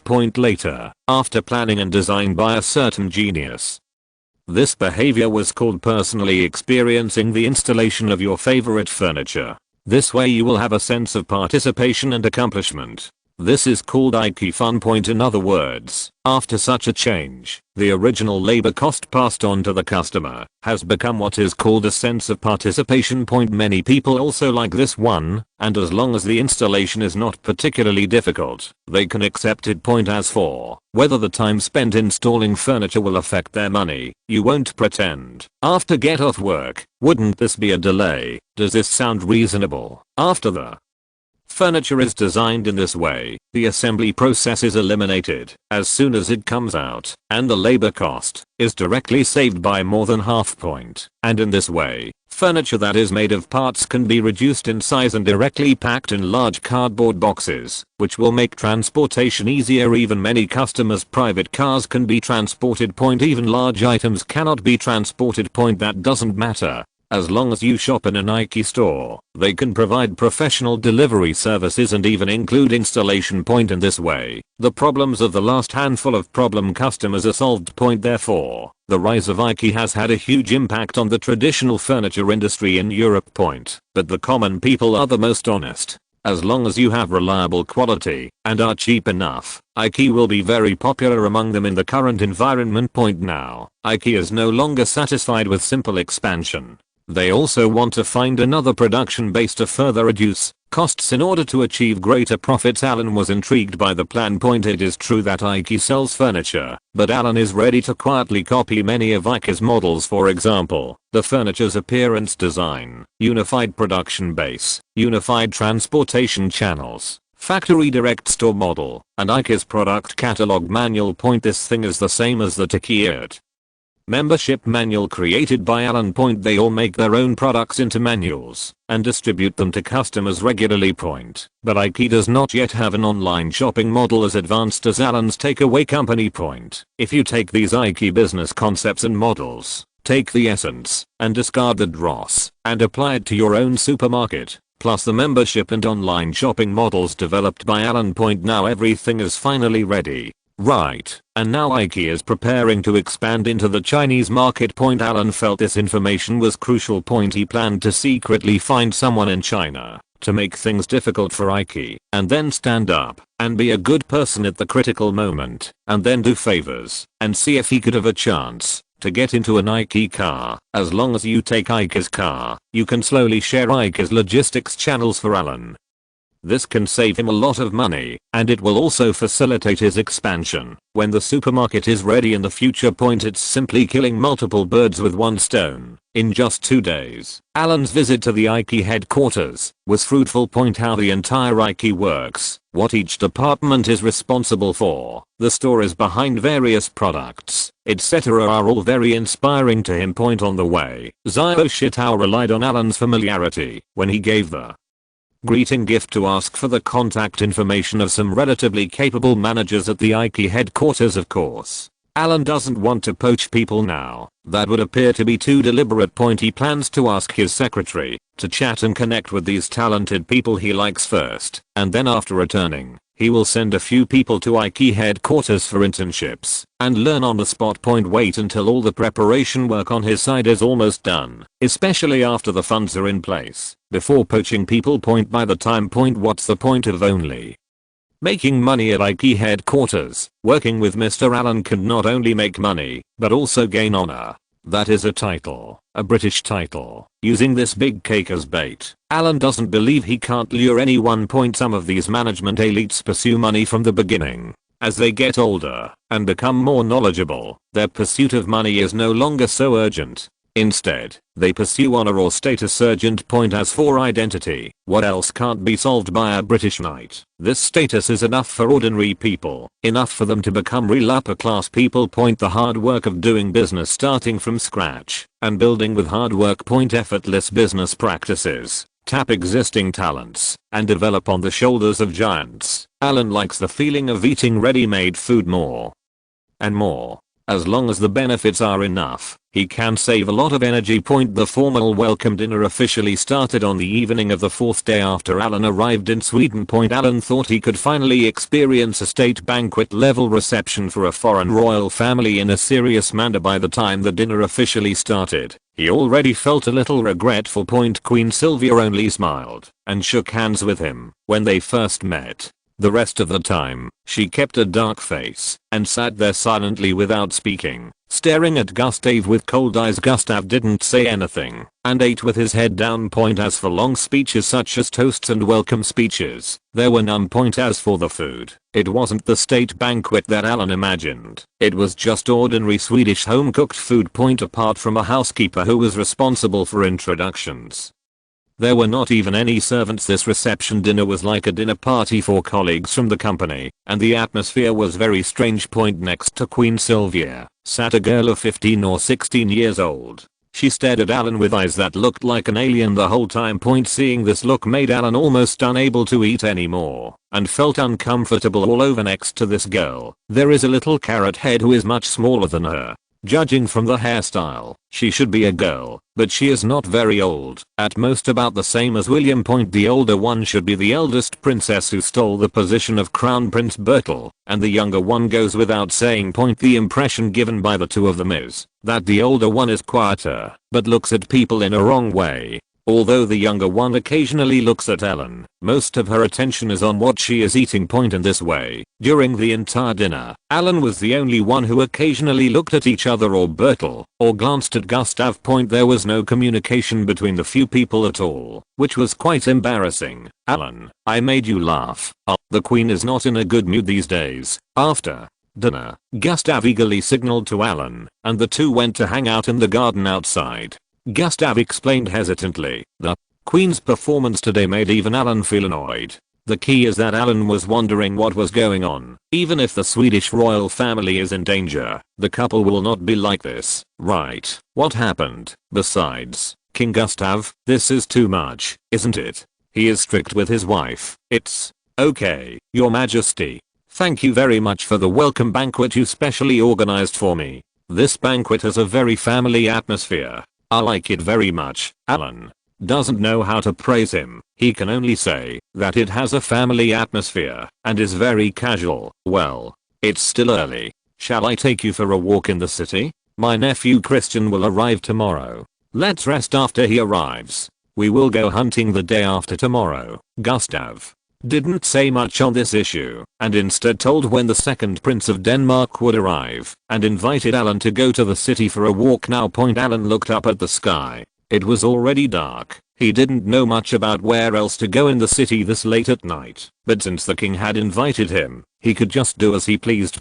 Gustav himself drives a very low-key Volvo 360 sedan. From a distance, this car looks like an old Jetta. A square car's Ioshitao followed their car with several bodyguards. I saw Gustav turning left and right in the city, passing through various lanes, and finally stopped in front of a store with a purple neon light on the front. Enchanting. Rose Allen could barely understand the roll call on the door. The name was somewhat informal. The large door at the door was closed tightly, and two men who looked like thugs, with tattoos on their arms, stood on both sides of the door holding hands, like door gods. Let's take you to visit our nightclub in Sweden.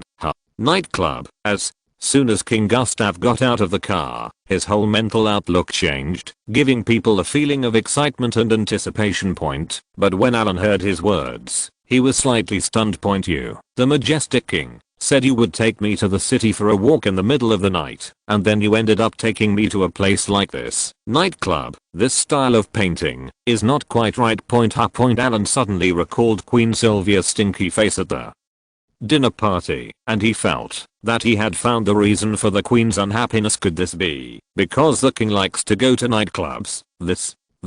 Alan is speechless. It seems that except for when he went to kill Koreans in the KTV in Swansea a few years ago, he has been in places like this. The other times were when he was serving in the Navy and docked. Time has passed. After so many years, he had never been to a place like this. After inheriting the title, he didn't expect to follow King Gustav to a place like this today. It's amazing. Chapter 487 Gustav's Evil Wish. The admission fee of 70 kroner was paid by Gustav on behalf of Alan. Alan would rarely carry such a small change in his pocket. Calculating the exchange rate. The exchange rate between the Swedish krona and the British pound is about 10 to 1. The admission fee of 70 kroner is almost £5, which is not too expensive, nor too cheap. But there is an admission fee, which proves that this place is not a low-end place. In the strange eyes of the two gatekeepers, Alan followed Gustav into the nightclub, feeling quite like Mr. AI visiting the Grandview Garden. Looking at the door from the outside, I felt that this nightclub was somewhat informal.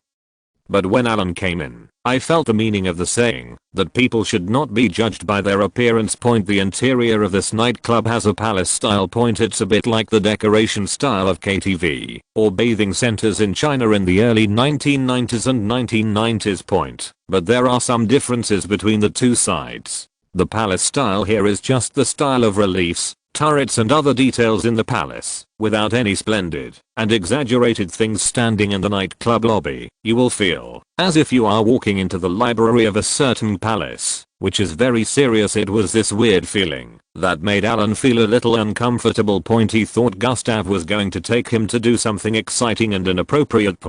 When he arrived at the place and looked at the name of the store, it was within his expectations. But after entering, everything changed. From being informal to being serious, that's it. It's like someone went to a bar and chatted with a very popular lady. The two of them drank wine and agreed on the price. When they brought the lady back to the hotel, the zipper opened and she was actually wearing something under her skirt. It's a school uniform. The underwear in the school uniform has no pattern, and it's the kind of mismatched pure cotton products. It's a very reversal and a very fragmented feeling point. There is no disco scene of dancing demons in the hall, nor is it the lively atmosphere of a group of big men holding beers and watching football in the British bar. Instead, it is a bit like a quiet bar, with rows of small tables arranged according to certain rules.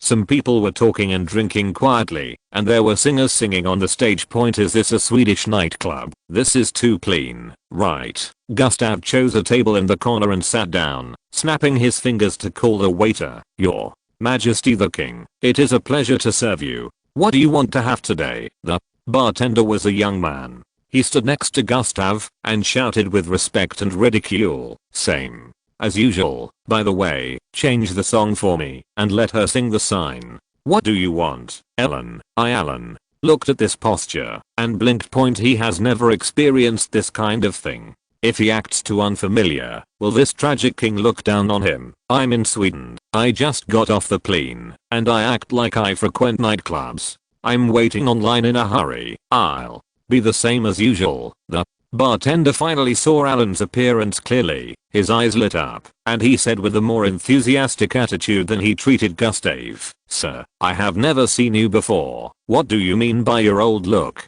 How about can I buy you a drink?" It's not that Alan is arrogant, but that he can't accept being teased like this by an ordinary person. Point, in the past, no matter in Britain or Wales, who dared to speak to him like this. Now that we are in Sweden, that's it. Just do whatever I ask you to do, and you start to talk too much. Point, Alan frowned slightly and stared at the bartender for several seconds. In this short time that seemed short, but also seemed long, the smile on the bartender's face disappeared little by little, and he stood up straight in an instant. Point, he suddenly felt that the person who followed the king today seemed to be very powerful, and the look in his eyes made him panic. Okay, you want the same thing as His Majesty the King, right? I'll prepare it right now. Please wait a moment. Gustav looked at Alan, then at the bartender, who was walking away, and said with a smile, "Alan, you don't have to relax so much. We are here to have fun. Your Majesty, if this were in Wales, if someone dared to question me, like he did when I was talking, or even tease me, I would have someone hang him up, tie him to a telephone pole, or throw him directly into the sea to feed the fish. So I'm very relaxed now." Well, Gustav was choked speechless by Alan's words. He could not imagine the scene that Alan said, the feeling of being awed. It seemed that he had only felt it when he was young. Later, his grandfather, after he died, this feeling disappeared once he ascended the throne. Your Majesty, as a foreign minister, I would like to remind you that sometimes it is not a good thing for these civilians to lose their respect for you. Gustav was not angry when he heard Alan's words. Instead, he was a little silent. He sighed and said, "What kind of king am I? I'm just a mascot who was imprisoned. Alan, here is Sweden, not Great Britain, let alone not Wales." Straightening up and leaning back on the seat, Gustav stared at the dim ambient light on the ceiling and said, "I only do a few things every year: presiding over the opening of Congress, attending the ceremony to condolences the troops as they requested, and the rest. I still visit some countries regularly according to their requirements. The rest of the time, I'm like a king who is off duty. Do you understand after off duty? Off duty. Oh, by the way, I also have to look forward to the annual allocation of royal alimony.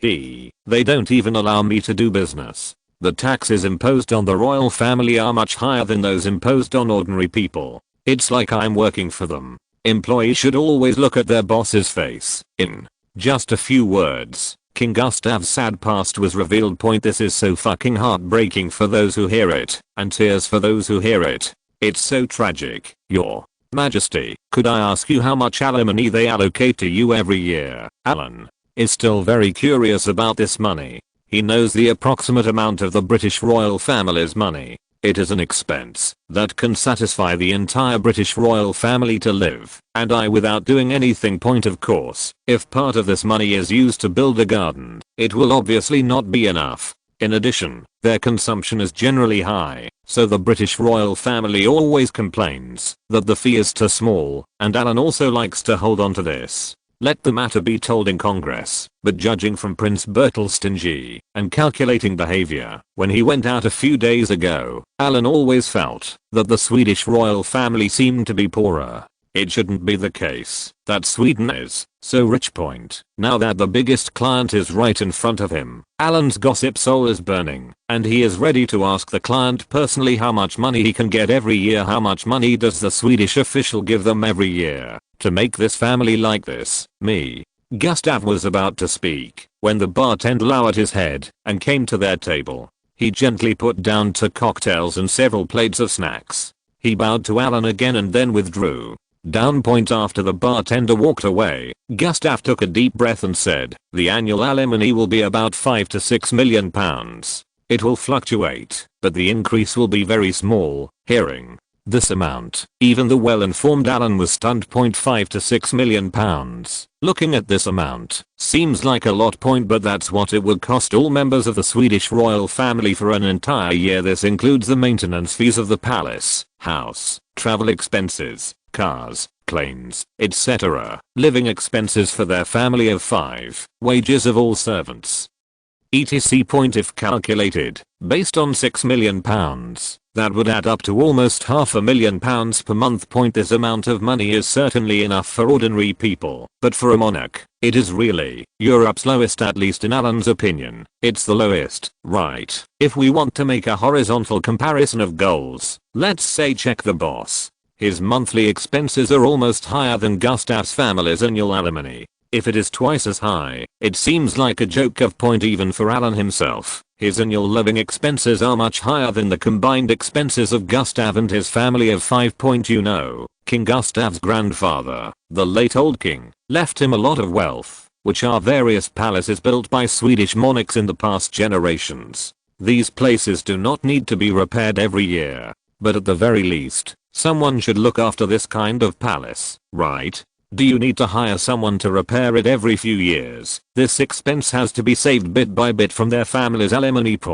After excluding this expense, there is really only a little money left. It is estimated that the quality of life is not as good as that of the ordinary wealthy people in the UK. At most, it can be on par with those of the middle class, but this is the monarch of a country, and this quality of life is already miserable enough. Seeing Alan's eyes looking at him, they instantly changed to sympathy and pity, and Gustav's old face became a little helpless. How can a middle-aged person bear to be treated like this by a young man? Hey, Alan, I can't do anything if I get too entangled in this fee. Hey, you may not understand that in the past few years, there have even been calls from the parliament to abolish me. It's so miserable. Are those people still not satisfied? At this moment, Alan even began to sympathize with Gustav, which was beyond words. But it doesn't matter. As long as my subjects support me, they can't do anything to me. My grandfather once told me that, as long as my subjects still support me, then I will always be the king.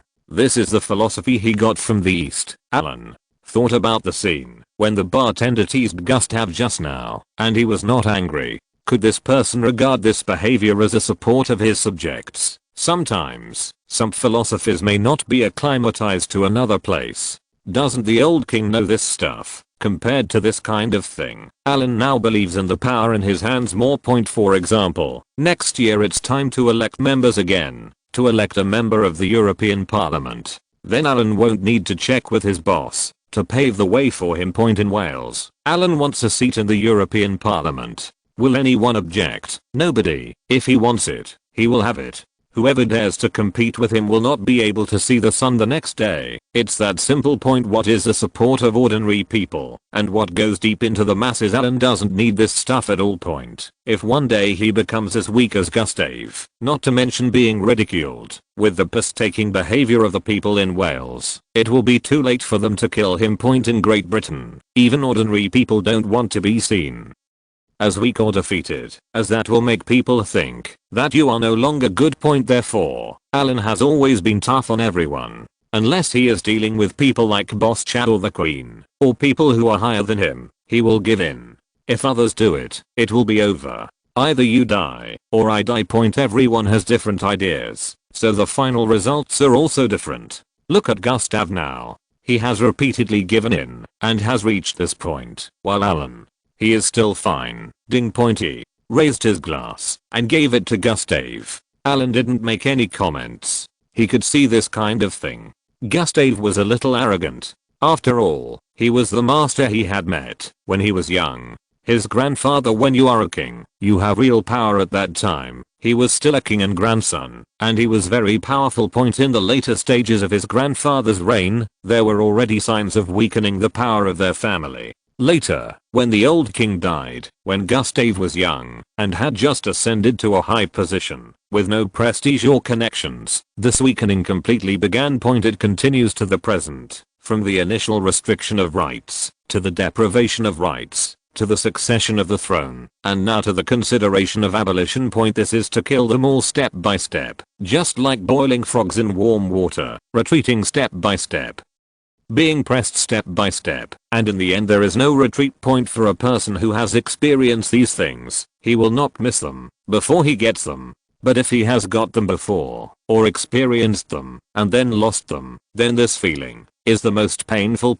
Like Prince Bertel, in his opinion, the throne is probably meaningless. His father is such a jerk. Even if the throne is given to his sister, he doesn't care. So, plus he's a little kid, so it doesn't even matter, since he never got it anyway. I have saved a lot of money. When I celebrate the 20th anniversary of my accession to the throne this year, I will let them see the support of my subjects. I will let them see it. I will let the whole world see it. Gustav glanced at Alan, as if muttering to himself, or encouraging himself. Then, Your Majesty, if there is anything you need from me, just give me your orders. Alan could only encourage him, and let him fiddle around.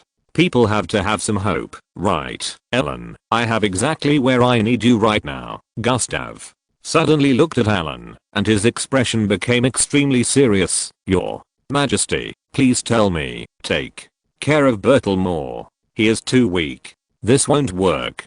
Do you know? I like Bertel the best. Although they legislated to prevent Bertel from inheriting the throne, there have only been 4 queens in the entire history of Sweden who would hand over the throne to a daughter when she has a son. They want to shame me for the rest of my life, and they want me to die without peace of mind. When such breaking news came out of Gustav's mouth, Alan couldn't accept it for a while. This is a bit bloody. Hasn't the new inheritance bill already been enacted? Gustav is dissatisfied. You are in such a miserable state. Why are you still thinking about doing these things? Chapter 488, Country Bitch. But Alan was not particularly interested in this matter. If you change the country, and change the royal family, the kind of family that still has some power, then you can get some benefits by messing around in it, just like the Jordanian royal family. But the Swedish royal family really has no rights. Even if they are messing around, he, a foreign noble, is messing around here. The powerful dragon can't overpower the local snakes, not to mention that the opponent is most likely to be their parliament. Isn't this just looking for trouble? But it doesn't seem to be a good idea to reject Gustav directly. It would be too rude. He came here this time to represent Boss Chap. It's not good to be too cowardly.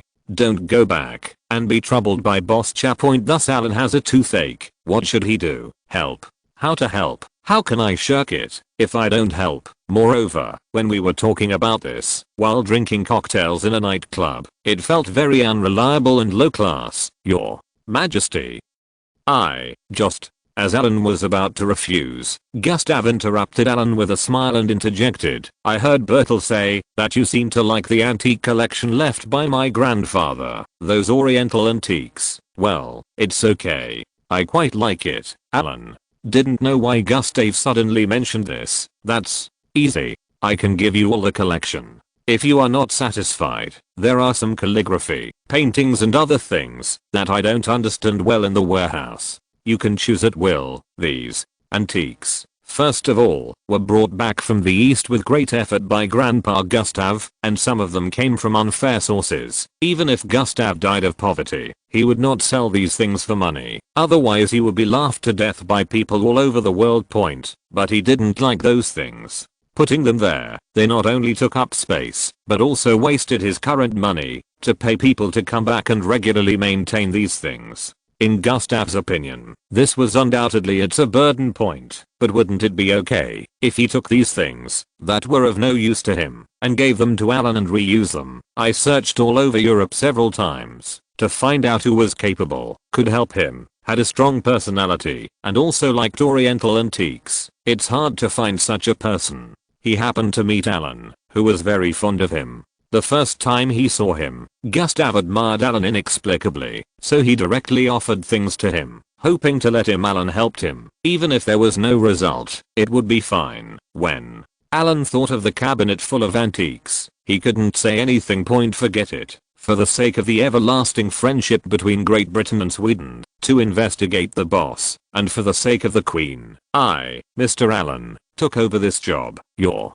Majesty, you are too polite. I'm not here for those antiques. I just treat Bertel as if he were my own brother. You know, I have always taken William and Harry with me. I'm very experienced in this regard. Hahaha, I'm sorry to bother you. I hope Bertel can become a man and be brave enough to fight for something. Gustav smiled and said something ambiguous. Okay, I understand. Alan squinted his eyes, fighting for something bravely like a man. What to strive for? Needless to say, Alan has some experience with this kind of thing. Isn't it just to sow discord and stir up discord between their siblings? He knows this job well. After all, Gustav is a father. It is not convenient for him to interfere with the relationship between his daughter and his son. Since it is not convenient for Gustav to do something, and now he hopes to help through him, then, you took the initiative to ask me for this. Kiruna.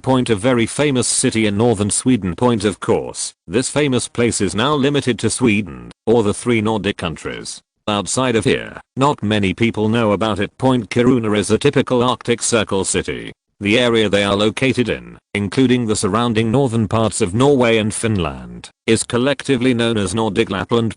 Lapland is said to be the last piece of pure land on the planet. Due to its close proximity to the Arctic Circle, winter lasts for 8 months each year, and the remaining 4 months are non-winter from May to September, especially starting in July. Polar daylight phenomena are common in this area. This so-called diurnal phenomenon is a 24-hour daytime, accompanied by the gorgeous northern lights in the sky. The scenery is superb. Wild animals, bears, wolves, deer, and snow foxes are all distributed here. Of course, it is also very suitable for hunting. The original hunting time was postponed for 2 days, not because of the problem of the second Prince of Denmark, but because of Ellen's delay. Alan, who originally regarded this hunting as a trip, didn't pay much attention to it. But haven't the plans changed now? Gustav bribed him with so many antiques to help him do things. Since Alan accepted the money, he had to come up with corresponding countermeasures. Therefore, he temporarily changed his plan. Starting from this hunting, he planned to suppress these Swedish locals first during the hunting. For this reason, Alan specifically called home and asked Huth to arrange for the family's grooms, experienced bodyguards, hounds, his pet Zio Huang, and the horses Alan rode when hunting to be shipped to Sweden. Mainly a professional and fully equipped. In Kiruna in July, the temperature remains in the early teens, but the body temperature is on the low side. Everyone understands the principle that snow does not turn cold when it snows. Bertel was wearing a nondescript orange jacket, riding a piebald mixed breed horse, holding a small bow with a draw weight of about 5 pounds, and looked at the large group of people not far away with a confused expression. King Gustav next to him was wearing fairly professional equipment, overalls, and his pockets were bulging with all kinds of odds and ends. It looked like that, but compared to the group of people in the distance, their equipment was somewhat inadequate. Yeshu's tall white horse has anti-scratch leggings on its legs. It is clearly distinguished between draft horses and riding horses, but even their draft horses feel better than their riding horses, not to mention the dozens of beagles roaming the ground. Although the colorful spotted hounds are hilarious, none of them bark randomly. With this quality, you can see that they are elite hounds that have been strictly trained. Dozens of bodyguards in red trench coats were already setting off on horseback to explore the way ahead. As waves of people set off, the entire cavalry team consisting of dozens of people calmed down. At this time, the tall young man in the horse team wearing a red traditional British hunting suit was revealed. This man wore a dark round helmet, a red woolen coat, black equestrian pants, long black leather boots, and a khaki eagle on his shoulder. An extremely majestic snowy owl has its talons on the eagle's seat. Its snow white feathers match the current background very well. It looks left and right, as if it can find prey at any time, waiting for its owner to give the order to fly out. Help people catch prey. The tall young man had two shotguns of unclear models on both sides of his saddle, and he also carried a long cold weapon, a cavalry gun in his hand. Bertel was attracted by Alan's figure and was stunned when he looked at Alan's fancy equipment. Then he saw Alan gently pulling on the reins. He sat down on the extremely beautiful white horse, neighed slightly, and raised his front hooves. He turned halfway and galloped towards them. The bodyguard behind him saw his master running away and turned his horse to come this way.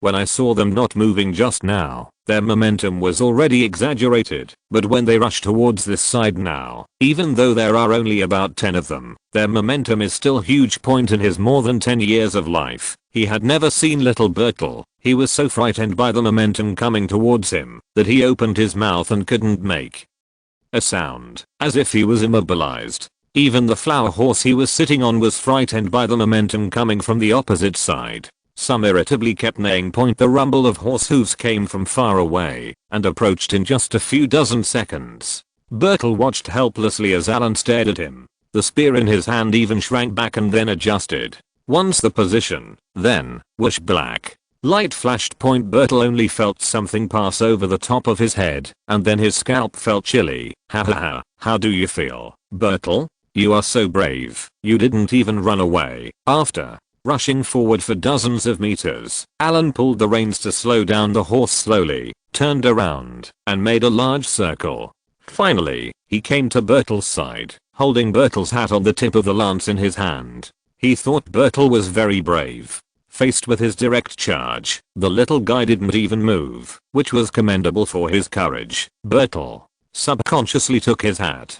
He was young, but he was not stupid. He was already frightened by what Alan just said. This was something he had never experienced before. There are no traditional aristocratic schools in Sweden anymore. Although King Gustav was very concerned about Bertel's training, he was very willing to teach his son, since he was a child. Everything was done to the best of his ability, but there are some things. There is really no condition.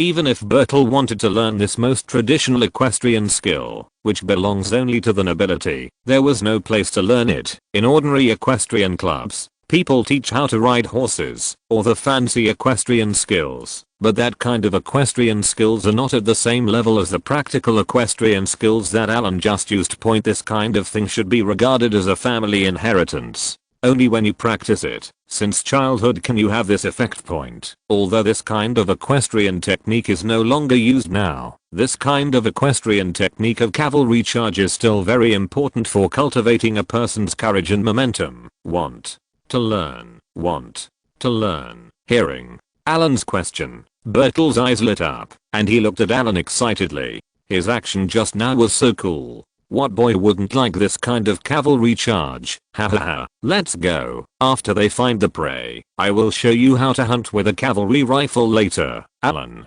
placed the cavalry gun horizontally in front of the saddle, pulled the reins, and raised his chin toward Gustav next to him. To seduce a little kid, you have to use this trick. First arouse his interest, and then hit him hard. This horse of yours, although it is already July, in some places in the wild, the snow on the ground has not yet melted, and some grass is even covered with tiny ice slag. Horses' hooves make a clattering sound when they step on it, and the sky in the distance is blue. The looming green aurora hangs high like a ribbon, giving people a feeling of traveling to another world, which is very magical. As Alan walked, he belittled the equipment on Bertel's body. His riding clothes were a bit rubbish, and so was the horse. Although this kind of ordinary horse was gentle, it had little impact. If it met a predator, it would even stun someone.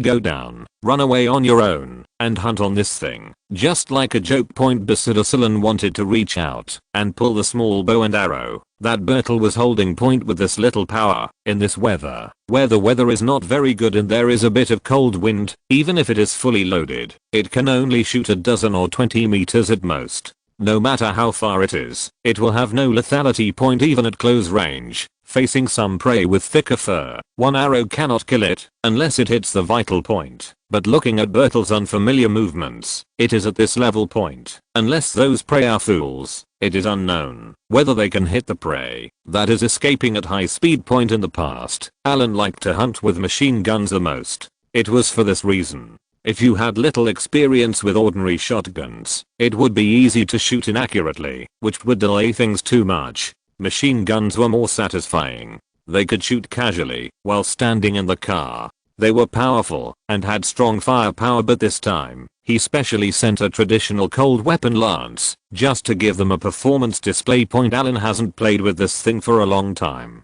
Now that he plays it, he feels a little emotional point. In order to learn this, he fell many times at that time. He was not good at equestrian skills. He just gritted his teeth and started all over again after falling. He practiced hard on the playground of his old manor. At first he didn't think it was useful, but later he found out this thing is simply a tool for showing off, whether it is being inspected during a military parade or showing off when going hunting with Boss Chap. He will always win a round of applause point regardless of whether it is practical or not, as long as you can hit something when you charge. This is a sign of bravery point. The aristocratic circle, especially those who are military commanders or those who love martial arts, like this the most point. Boss Cha likes this, but he is getting older and can no longer play. I heard he is planning to quit his polo team this year. Gustav rode silently, following Bertel, listening to Alan bragging to Bertel, and seeing his son looking at Alan with admiration. As an old father, he couldn't help but feel a little sad point. Don't look at Alan pulling a cavalry team, sending people to the front to find prey, and performing a charge point with his outfit. It's really not cheap to put it all together. If Bertel is really obsessed with this kind of thing in the future, he may not be able to afford it. Point for example, this kind of war-oriented horse, or a horse originally trained according to the way of war horse, is not a small amount of money, whether it is the value of the horse itself, or the cost of training and raising the horse every year. Bertel didn't understand, but Gustav had been exposed to these things when he was young. The horse Alan sat on looked at its coat color. Under the light, it shone with a faint golden light. This horse was worth the most. Starting from at least 300,000 to 400,000 pound. Chapter 489 Cavalry style deer hunting. He still made a conservative estimate on this, and adding the grooms who raise the horses and the trainers who train the horses, the annual expenses add up to nearly £1 million at least. Right, it's just a horse, plus Bertel's equestrian training, equipment, and the bodyguards accompanying him. How much will it cost? The alimony their family can receive every year is only a few £1,000,000. The whole family is tightening their belts. And it is still unclear whether they can provide their son with this game. Point he can't afford this thing. Point thinking of this, Gustav fell into a deep inferiority complex. A few days ago, he boasted to Alan that he had saved some money and was preparing to hold a large-scale celebration for the 20th anniversary of his accession to the throne. Point, but a set of hunting equipment starts at £1 million, not counting the cost of the horses and equipment for his bodyguards. This gap between the two sides. Point too big. He is a majestic king of a country compared to someone else who is a count. Point he was actually completely blown away. Fortunately, this place is sparsely populated. If more outsiders saw it, Gustav wouldn't know where to put his old face. Point. Just when I thought of this, I turned my head and saw the second Prince of Denmark, his nephew Christian, looking at me with concern. Uncle, are you okay? I think you are not in a good state today. Christian has black hair, an ear-covering cotton hat, and an orange-red jacket. Point his kind of dress is the tradition here, since it is all snowy. Wearing clothes of this color will be easy to identify against the white background, and the safety will be greatly increased. Even if there is an accident, it will facilitate rescue point. But comparing their clothes with Alan's crayfish colored clothes, they looked like an aristocratic gentleman riding a horse and passing by a sanitation worker standing on the roadside cleaning. This is not to belittle the sanitation workers, but this sense of deja vu is so direct. Christian has been specifically told that today Alan will focus on playing with Bertel. So he did not go to Alan's side. Just now he saw Gustav sitting on the horse a little absent-mindedly, so he came over to ask. It's okay, you know, they British guys are rich, sometimes I just envy them. Gustav made a little joke to his nephew. Haha, what uncle said is true, but this one. Christian pointed at the back of Alan at the front and said, I heard that he is very rich and has many properties in his hands. Although he is not very famous, his cash flow is huge. Plus their family's ancestral property. But when I was in France, I heard from my colleagues that he was very capable and strong-willed, but he was a bit difficult to get along with. Hahaha. Gustav smiled after listening to Christian's remarks. Which British nobles are easy to get along with? The higher up this group is, the more rigid and perverse they are.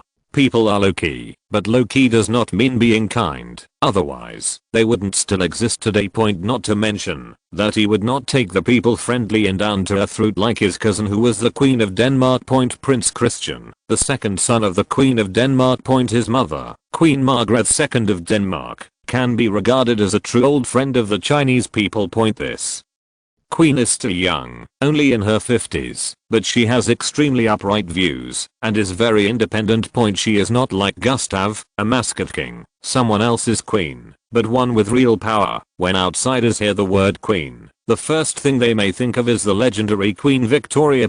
In modern times, it is estimated that the one from Great Britain is the one, but in the whole of Europe, Margaret II is not at all less famous than the one from Great Britain. This queen never leaves her hand, even in parliament, with a cigarette in her mouth.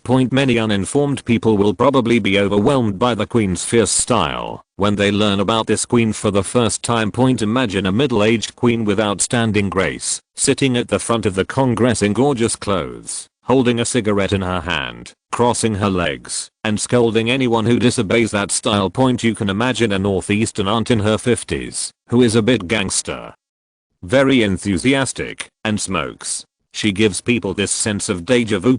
Moreover, when the queen is happy, she will randomly sing a song, regardless of the occasion. She will rap and sing, which is very joyful. But usually, she would become an ordinary person, as if she was off work, wearing civilian clothes. In their country, she would go shopping on the streets, shop in supermarkets, and occasionally buy groceries in person. Some ordinary people might not be able to recognize her, even if they meet her on the street. Even if she recognized her, she would still be a little doubtful or disbelieving. She couldn't imagine why such a queen would appear in such a place. It's very down to earth. This is still within their country, in terms of people's livelihood, and when it comes to foreign affairs, the queen is also very strong. If so and so is the boss in the world, everyone must listen to you. If a country in the east does something bad, everyone must isolate it. Queen Margaret II doesn't care about America at all. Why don't you stay here when you're cool?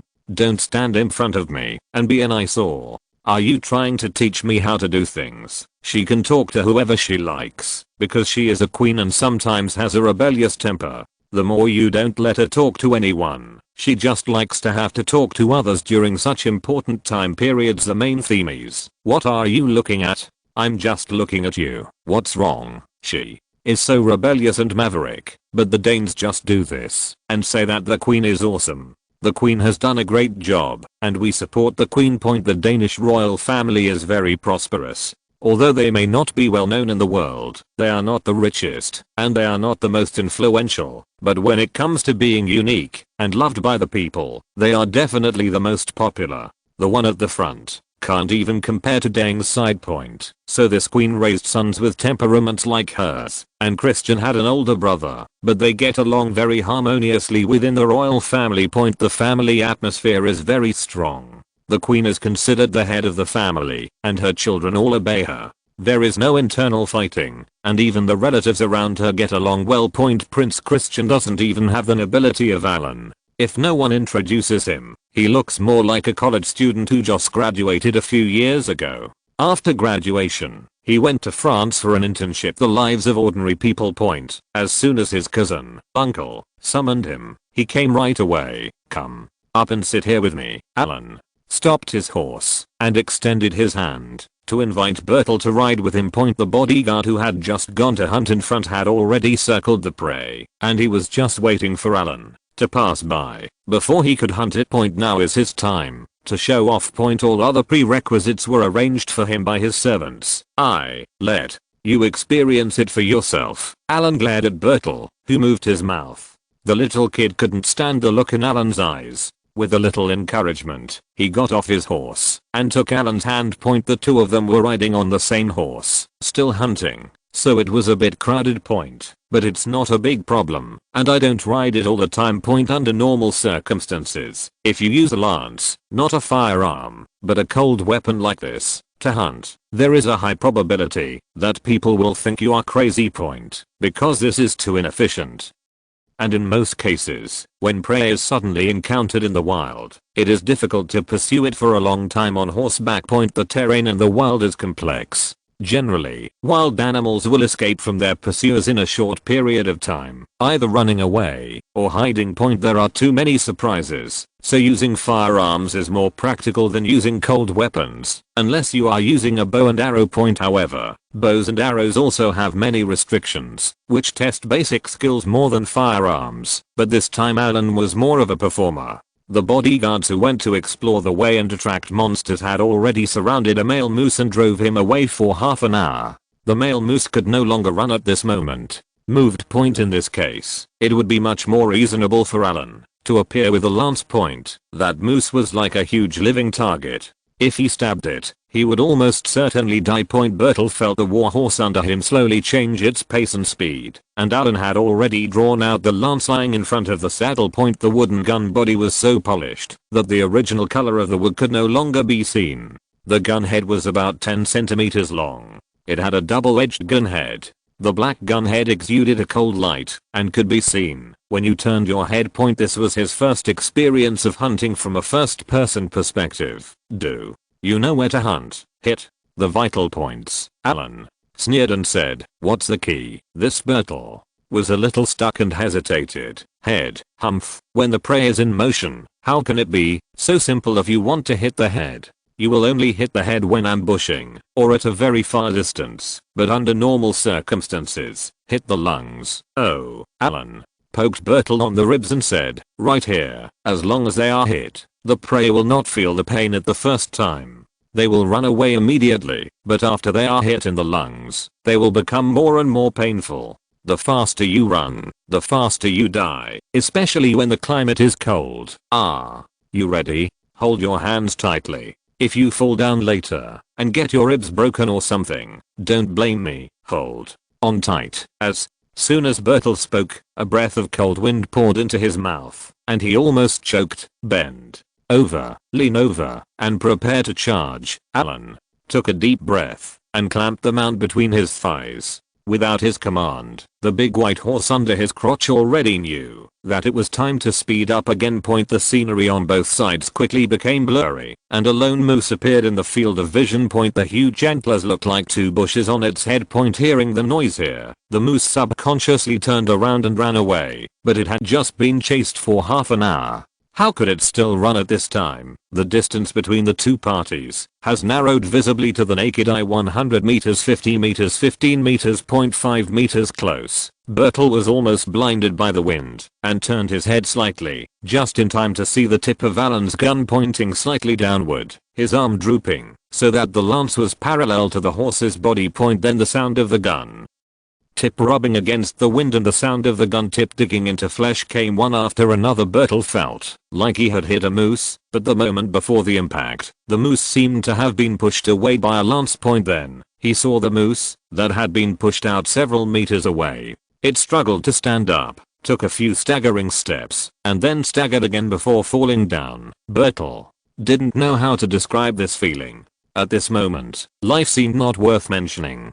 Just now he was touching the jumping moose alive. Just like this it's dead. It died so suddenly, just like that point when Alan started to charge. Christian was smarter. He had already noticed something unusual over there and patted Gustav. The two of them controlled their mounts and jogged slowly behind Alan. Then I saw Alan riding a horse, charging, leaning down on the horse, and stabbing through the huge moose with a lance.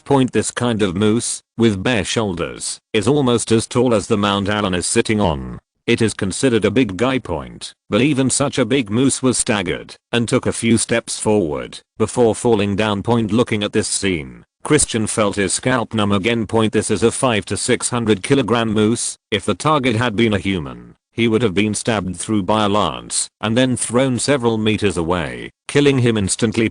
This is too tough. I originally thought that Alan looked like an ordinary young man based on his appearance, but today, after seeing this nobleman from Great Britain, Christian was instantly in awe after such a display. This is the instinctive respect among men for the strong, and has nothing to do with anything else. If it were him, he wouldn't be able to do it. How about it? Gustav looked at Alan stabbing the moose heroically and asked Christian with a smile, very strong. Although these British guys have bad tempers, they are really capable. Haha. So, Christian, don't look down on anyone. Sometimes, some of the people you look down on might have something special about them. Uncle, I will remember what you taught me. Christian thought this was his cousin deliberately educating him. When he heard this, he thought more deeply. Could it be that his cousin wanted him to be friends with the Earl? Is there anything else about him that he needs to learn? After going around in a circle, Alan rode his horse and slowly stopped next to the moose. Although it had fallen down, the moose was not dead yet. It was vomiting blood one mouthful at a time. On the ground beside its mouth, there was a large pool of foamy blood. This was the blood that had been spit out directly from the lungs. Base. Alan pulled out a short knife from the bag on his waist and handed it to Bertel. Go and kill it with your own hands. Don't let it suffer anymore. Oh, Bertel jumped off the horse, unable to stand still, and put his hands on the ground. Then he slowly got up, took the short knife handed by Alan, held the knife in both hands, and stood beside the moose in a daze. What are you doing standing there in a daze? Don't you dare to kill. Go and stand behind it, stab it in the neck, wait until it bleeds, and when it is completely dead, put aside its belly, and take out the heart. Come on. Seeing Bertel's hesitation, Alan picked up the rifle again and encouraged, if you don't dare, then let me do it. When I go back, I will tell William and the others that you don't even have a deer. Don't dare to kill. When Bertel heard this, his expression suddenly changed, and he couldn't withstand Alan's instigation. He gritted his teeth and knelt behind the moose, with his left leg on the moose's neck. He held the short knife behind his hands, aimed at the moose's neck, and struck hard. Plunge down. Chapter 490 Encourage Temptation. A moose weighing 500 to 600 kilograms looks very big even from a distance, let alone up close. When this thing stands up and walks on the road, it looks bigger than an average family car. Bertel knelt on the moose's neck, which looked small. The short knife in his hand was inserted into the moose's neck, and he stirred it hard. The blood on the moose's neck seemed to have found a breakthrough and followed the opening. Flow outward. After a few more gentle tremors, the moose opened its eyes and became completely motionless. Okay. Will you dig out its heart? Alan feels that this Bertel is still saved. This kid is not a bad kid, and the external environment does not give him that kind of atmosphere. He is just a poor prince who is a bit stingy and has never seen much of the world. Alan asked him to do it, and he did it without any delay. I can. Bertel crossed his legs and went around the moose's neck, squatted next to the moose's belly, and made a gesture with the knife in his hand. What are you waiting for? Let's cut it. Once you do it, you will become proficient in it. It will be difficult to disembowel it when it gets cold. Bertel held the short knife in both hands, and he probably even used his strength to suck milk, and then made a small gash of more than 20 centimeters in the moose's belly. When Gustav and Christian arrived at the scene on horseback, the poor king happened to see his weak son. His whole head was almost buried in the belly of the moose, and his clothes were dyed red with deer blood. If it had been before, Gustav disliked his son's sloppiness for a while, but now, he only felt that his son had all this blood, and he had a bit of a toughness. Of course, there was still a long way to go compared to Alan B, who was sitting next to him on the horse watching the play. Dad, look, Bertel finally took out a heart that was as big as 4 or 5 fists. The pipes were cut to pieces by him, and deer blood was scattered everywhere. The child's fair face was also covered with deer blood. Very well, Bertel, you did a good job. I'll take a picture of you. Gustav was very excited, took out the camera and the side bag of the saddle, and immediately took several all-round photos of his precious son. Alan sat on the horse and curled his lips as he watched this scene. This is a country bumpkin. What the hell? If it were Boss Chap, if he saw Alan being so happy, if he hunted a moose, he would laugh to death. Hunting here in Daying is not based on the size of the prey, but it doesn't mean whoever hunts the bigger prey is more powerful. It depends on hunting skills. Take for example the famous fox hunt. Every corresponding season, nobles with good relationships would take dozens of servants and dozens of hounds, and together they would form a fox hunting team of over 100 people to go into the mountains or into the woods. The servant went to the front to find the fox, while the noble gentleman chatted leisurely in the back. After finding the fox, everyone competed with each other to see who could hit the fiery red fox dozens of meters away on a moving horse. Who is the biggest winner in this fox hunting activity? Sometimes everyone will even make corresponding bets, or the conditions for cooperation between their companies, etc. We hunted, made friends, and finally talked about business, and if among the ordinary civilians who lives near the hunting area, or if a nobleman likes an ordinary civilian and invites these people to participate in a fox hunting activity, if it happens once, ordinary people will brag about it for at least 20 years. Fox hunting is the highest level hunting activity in Britain. The people involved have high status, high class, long history, and high significance. Everyone who participates in fox hunting will attach great importance to it. And large prey like moose, which can be seen dozens of meters away, cannot show skills at all. That is, Alan's clever method of charging with cavalry and stabbing the prey to death with a lance is somewhat entertaining. At other times, noblemen would never hunt such animals when hunting. It's boring. Of course, Alan has also heard that some noble lords like to do something exciting. They will also organize groups to go to North America, Canada or the United States to do fancy hunting there. As for the prey, it's human, Christian, let's go have some fun. Alan ignored Gustav and Bertel, who were taking pictures of the beautiful girls. He pulled the reins and approached the second prince of Denmark and extended an invitation to him. Okay, I've heard for a long time that your excellency has excellent hunting skills. Let's compare. Although Christian was envious of Alan's feat of stabbing a moose to death with one shot, he couldn't do that.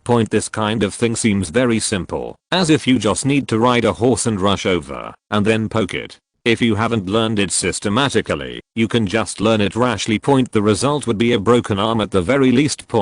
If it's more serious, I don't dare to think about it. But he can't use cold weapons, but he can't use hot weapons. It's okay if everyone compares their marksmanship. Oh.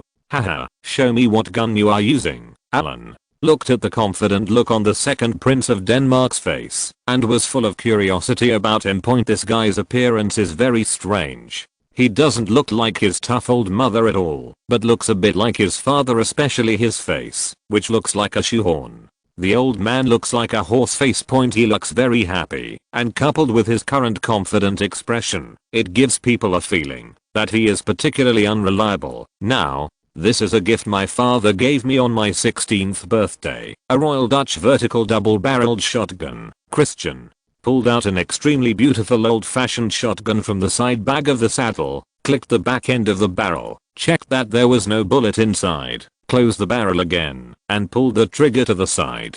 The gun was handed to Alan. After taking over the old-fashioned shotgun, Alan's intention to show off his weapon disappeared instantly. This second prince of Denmark is very talented. The handle of this gun, as well as the gun, trigger and other accessories, are full of clever patterns. This thing is made of Damascus steel, which is not only good material, but also beautiful. Of course, the price is also expensive. For the one I have, excluding all celebrity factors and history, the ex-factory price of this gun alone is about £100,000. Compared with the shotgun Wei gave him, its value is more than twice as high. Wei gave Alan a shotgun that year. The ex-factory price of the thing has reached about £40,000. It is not cheap and the shape is very exquisite. Alan liked it very much after receiving the gift and often took it out to play with. This time since he was here to fight against the local bastards. Of course he had brought all the equipment but I didn't expect Christian's shotgun to be better than his. How does this work? If this limelight is stolen by him, this guy will not act mellow today. No. Alan touched the handle of the gun, turned around and handed it to Christian.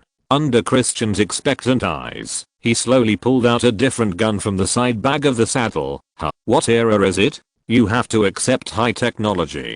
This is my gun. This time I came to hunt, and the conditions are limited. I didn't bring the big one, I only brought this little one. Look, I can hunt with this gun. Christian took Alan's gun blankly, and others were a little dumbfounded. What are these things? Do you use them for hunting? What appeared in Christian's hands at this time was a fully automatic rifle with a bullpup structure, the British Army's standard equipment, the SA-80 assault rifle.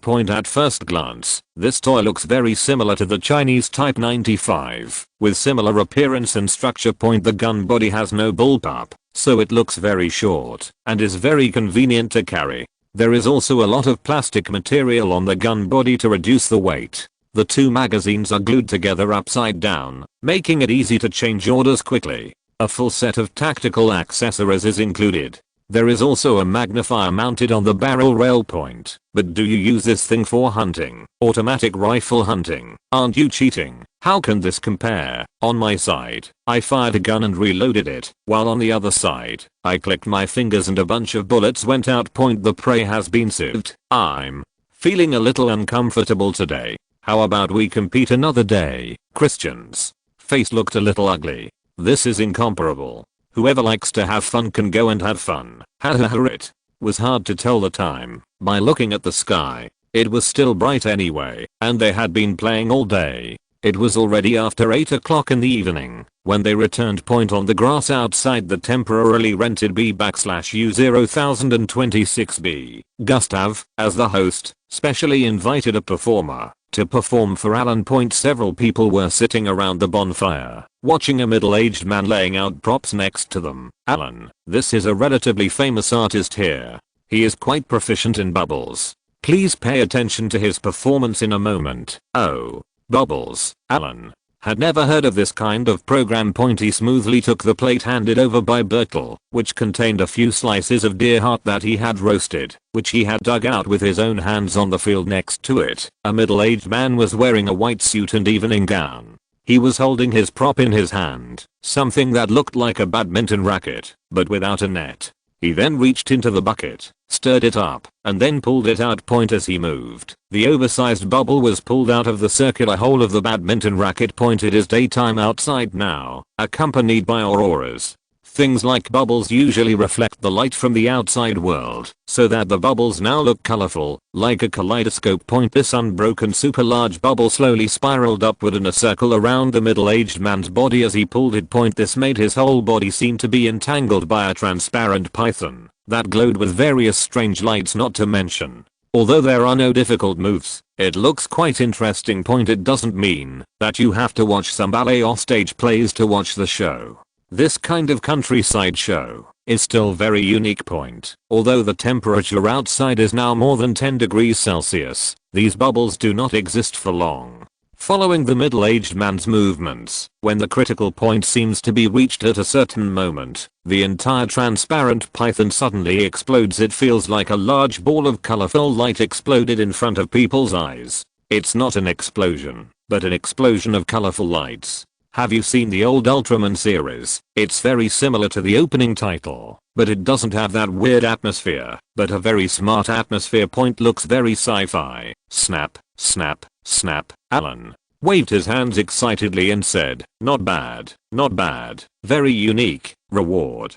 One more. Alan, I saw you right. You see, Bertel is following you today. He is very happy and can learn something. Haha, your majesty has given you a reward. Alan clinked the wine glass in his hand with Gustav. What they drank was a specialty of this area, Nordic birch sap wine. The taste was relatively light and not too overpowering, but the texture was very light. But, your majesty, Bertel's equipment is very poor in my opinion. Can't you buy a good horse here? Alan pointedly brought the topic to money. This, Gustav's hand holding the wine glass paused. He couldn't tell Alan that he couldn't afford it. Right. Alan carefully observed Gustav's expression and felt that the atmosphere was about the same. He had become familiar with the old king in the past few days, and now Alan suddenly had some new ideas. Your majesty, when we were at the nightclub a few days ago, you said they wouldn't let you do business. Gustav watched Alan keep peeling off his scars, and he drank the birch sap wine in the cup with some depression. It's not that it's not allowed, it's that the taxes are high. If our royal family does business, we have to pay 70% tax. Alan was speechless. Such a useless king is really rare in the world. Not to mention that the king pays taxes when doing business. Damn, they could rob 70% of the tax, but they actually left 30% of the profit for Leogu. They are really broad-minded. Is this such a high tax just to make you angry? Well, I have always been opposed to passing the throne to Victoria. Many people have objections to me. They want me to retire early so that they can welcome their puppet queen sooner. Victoria is Gustav's eldest daughter. Alan didn't expect the situation to be so tense. This was clearly forcing him. Leogu had been holding on for so many years. It seemed quite miserable when he thought about it. If he opposes too fiercely, his family's alimony will be cut off. If he doesn't object, he will lose everything and even have to abdicate early. All his rights will be deprived of him. Now even the last title of king is gone. Don't let it go.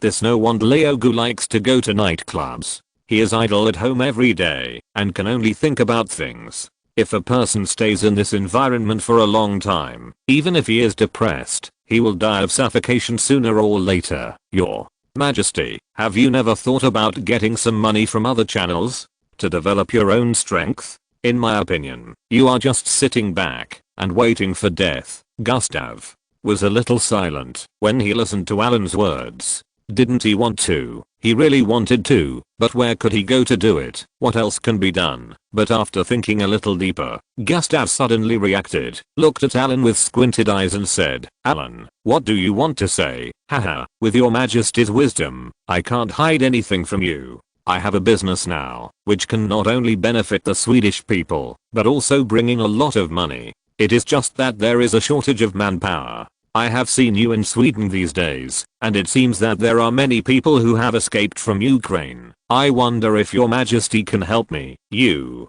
want those Ukrainians? Gustav looked at Alan a little suspiciously. What were he planning to do?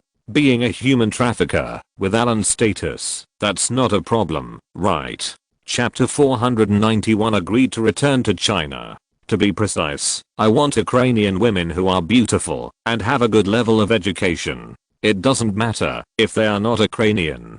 The main thing is that they should be good looking and can speak English. What are you going to do? Gustav looked at Alan with a strange expression. Why does this thing sound like a pimp? Your majesty, my business is in medicine. If I want to expand the market, I need a large number of sales representatives. Alan winked at Gustav and made a knowing expression. He suddenly discovered that Gustav seemed to be a perfect fit for his little blue pill. Middle-aged people like to live and drink. At Gustav's age, it's normal for him to be a little out of his depth in some areas, right? Then it doesn't seem impossible to let him try the medicine first. Once he gets the hang of it, let him take the lead and be responsible for being the human resources manager. Then no matter whether he is a salesperson in Europe or America, he will not have to worry. Alan also had an impromptu idea and wanted to bring Gustav together to make some money. Isn't he short of money? His life is so miserable. What if he secretly sponsors him? Not much to say. If you slowly trick Gustav into cultivating his own strength and grow stronger, then later maybe we can stir things up here in Sweden. In other words, I will help you select some people and you will recruit them as employees. That's pretty much it. Gustav and Alan looked at each other. He was a little embarrassed to ask. This job seemed very simple, but how should he cooperate with Alan on such a simple thing? You can't pay introduction fees on a per person basis, right? Isn't this the Nordic version of triangular trade? Alan glanced around. The sky was dark as usual. Christian took Bertel and the two brothers to take a bath and rest. Xiao Huang was playing alone on the grass in the distance. As soon as he came to this slightly cold environment, his blood seemed to have awakened. He seemed particularly excited and curious about everything. Today I originally wanted it to perform a show of catching rabbits or some small prey. But this stuff. It's hard to explain. After raising it for so many years, Xiao Huang only knows how to eat and sleep. As a large raptor, the snowy owl has long lost its past instincts. Maybe the living conditions have deteriorated due to the overcrowding, but it can still pounce now. It's already a blessing to fly with wings, Your Majesty. I've been learning about it in the past few days. I heard that you people here now have some preferential treatment for immigrants. Well, is this also related to your business? That's about right. We can put it into operation. A smile appeared on Alan's face and he began to encourage Gustav. Sweden has high welfare and high taxes. As long as people have money, they will be restless. The same is true in Sweden. They are not now rich, but have always been rich. With so much money in hand, some sense of superiority was unnaturally revealed. At this time, Swedish experts came up with a better plan. It seems to be called a race optimization plan.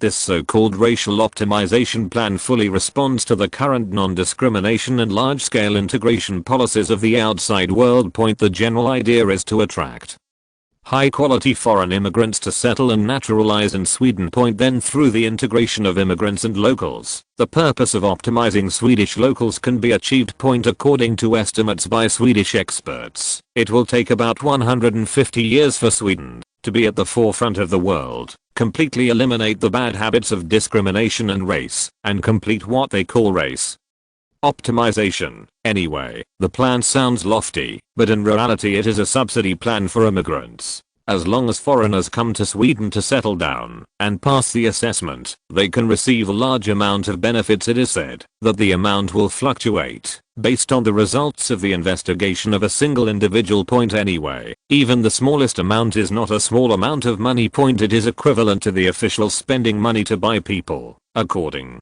to Alan's judgment. Even if Gustav has no rights now, there should still be a group of old men left behind by his grandfather, right? How long has it been since the old king died? 20 years. The affection here is far from exhausted. Therefore, Gustav must still have a few people who can be used. Let them help him select a group of people, and then mix in their Swedish subsidies. On the surface, let Gustav do it. He appeared to have given up resistance and worked hard for the development of Sweden. Secretly waiting for these people to be naturalized in Sweden. It is equivalent to having a European household registration. Sweden will soon join the European community, and the European community will be further upgraded to the European Union in the next step. With a Swedish household registration, it will basically be used in most of Europe, so Alan does not have to think of ways to recruit these people. I went to Wales to become a naturalized citizen. This return will save Alan a lot of thought and trouble.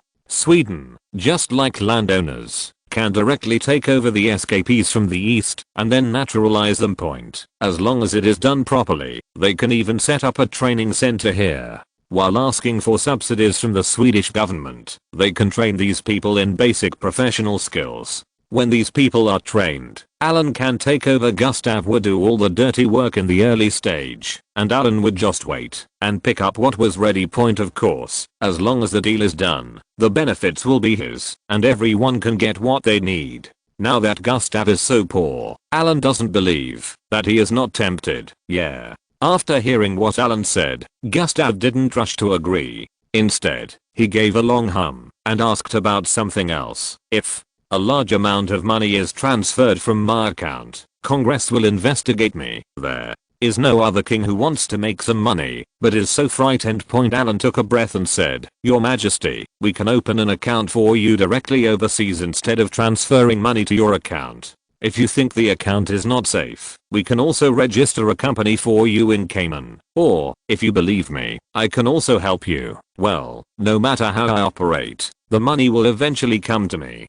How can I avoid this? It's easy to do. If you want to use this money, you can set up a foundation or a trust company. In their name, they can choose a project to sponsor you. They will directly sponsor in kind and do not handle the money. It is equivalent to you directly. When you buy things abroad and ship them back, you only need to pay a small amount of customs duties. If you are affiliated with a public welfare organization, you don't even have to pay taxes. Your Majesty, for these methods of finding people I mentioned, you can discuss with the Congress first, mix some funds into it, and use training as an excuse to transport things back from overseas. They won't say anything. It's getting late. I had a great time drinking today. I'll go back first and get back to you after I've thought about it. Gustav stood up and patted Alan on the shoulder. He did not agree immediately, but was going to go back and think about Alan's suggestion carefully. Haha, Your Majesty, I will have someone bring my product to you in a few days.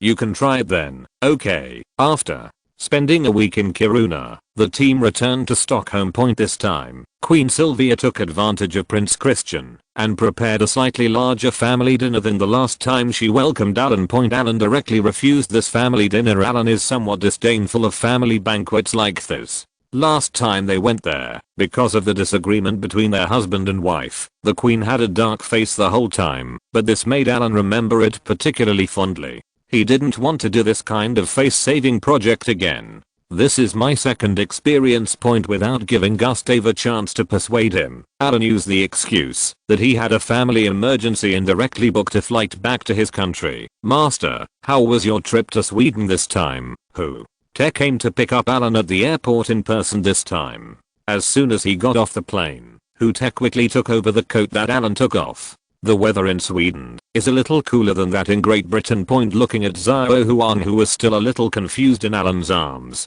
Tech smiled. Point this kind of bad will react to some extent if it takes a sudden flight. The symptoms are dizziness and lethargy after getting off the plane. It needs to be slowed down. It's not bad. I work hard. I didn't expect the Swedish royal family. Alan was just about to complain, but after thinking about it, it was better not to gossip in front of Tech. Point seeing Alan stop talking, Tech put Alan's coat on his left arm, followed Alan, and first said the most important thing recently. His Highness has sent a message. His Highness said he is coming to visit you. Oh, he wants to come to my place. What channel should he use? Alan was stunned for a moment and turned to look at Tech. Point it's not that I can't come, but that's weird about Dane. Point for example, Alan can go to London very casually. As long as the Queen doesn't ban him, he can go whenever he wants, and he doesn't need to make any preparations or reports. But it would be very troublesome for members of the royal family to come to Wales. For example, Boss Chap, if he comes to Wales openly, he must first say hello to the relevant departments here. It does not mean that he needs to get permission from someone to come, but Boss Chap comes to Wales.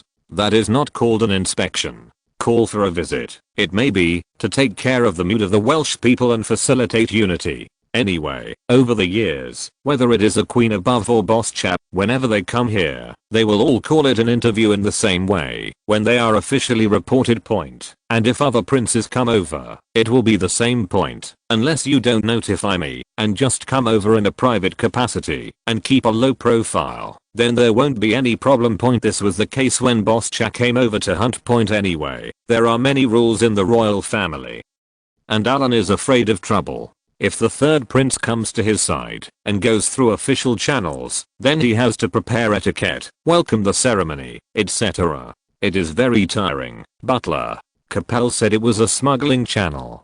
Don't you know about the Third Highness? He hates these red tapes the most. Huff opened the car door and motioned for Alan to get in the car. Okay, that's fine. What specific day will you come over? Bump. Who? Tech closed the car door gently, then sat in the passenger seat and motioned to the driver to drive first. Point. After leaving the airport, Tech continued, His Royal Highness seems to want to see your film and television company, which is the location of the crew, film, and television works, etc. I think he wants to visit the old manor. Oh, Alan. Put Zhao Huang on the seat next to him and slumped down on the seat. Listening to Hute's report, he was a little confused about the third prince whom he had not met a few times. He had only met the third prince from a distance a few times before, but the two had basically never spoken, let alone communicated. Anyway, Alan only knew that he was said to be very withdrawn and a bit strange, and even his hobbies were very strange. This guy seems to like acting in dramas. A few years ago, after the second prince made the queen sad, the queen turned her attention to the third prince. For the sake of this youngest son, she even gave him money and asked him to buy a small drama troupe in London. Hundreds of people had a great time performing dramas with the third prince all day long. Later, it seems that it was because when they were acting in a play, he thought that the other actor was not good at acting. This actor beat the other actor violently, and the paparazzi who followed them exposed the news. This time, the queen was even more annoyed. Later, the news about the third prince basically disappeared. So, since he is the youngest child of the queen, his presence is extremely low. Nowadays, many ordinary people don't know that Daying actually has a third prince. Alan was a little resistant to the third prince's visit this time, but he couldn't change anything. He could only wait until the time came to meet him. On what specific day are you coming? The day after tomorrow. I'll probably arrive right after lunch. He won't be eating with us. I've checked the itinerary. Oh, that's good, that's good. After hearing this itinerary, Alan breathed a sigh of relief. Not eating would save a lot of trouble. Now it seems that this is really like what Boss Chat said. Let's meet and get familiar with each other first. The two of them are waiting for September. When the time comes, just go to Sweden and be done with it. 3 days later, after Alan had lunch, he got in the car and went straight to the old manor. The distance between the new manor and the old manor is only a few kilometers, and it only takes a few minutes by car. Since Alan moved to his new home, some of the rooms here need to be repaired and renovated. At that time, Alan will be left with a few rooms that can be used for normal living, and other places will be converted into office areas for his secretary and other people in the company. Each leadership team has offices, and this place will be equivalent to the headquarters of all industries under Alan from now on. The rear middle door of the old manor was wide open, except for those who were patrolling. Most of the bodyguards were gathered on both sides of the door waiting. With the arrival of Alan's motorcade, everyone was here. They said they came here through smugglers and kept it secret. But Alan felt that it was still necessary to have some formalism. Who knows if this guy would be angry if he really saw that Alan didn't hold such a welcome ceremony to welcome him. It's not that Alan is afraid of him, but there is no need to have conflicts with people like the third prince over these trivial matters. Alan had just stood up when a convoy of cars with an unclear model in the distance was already overtaking them. When he got closer, Alan saw clearly that it was Yeshu's Ford. This is the first time he has seen a member of the royal family not traveling in a Rolls Royce. He is indeed a third prince with personality. Your Highness, welcome to visit the Hill family. I'm Alan. The moment the car stopped, Alan took the initiative to step forward and opened the door at the signal of the bodyguard. Sitting in the car was a real owner who was coming today, Edward Anthony Richard Lewis. Chapter 492 Prince Edward.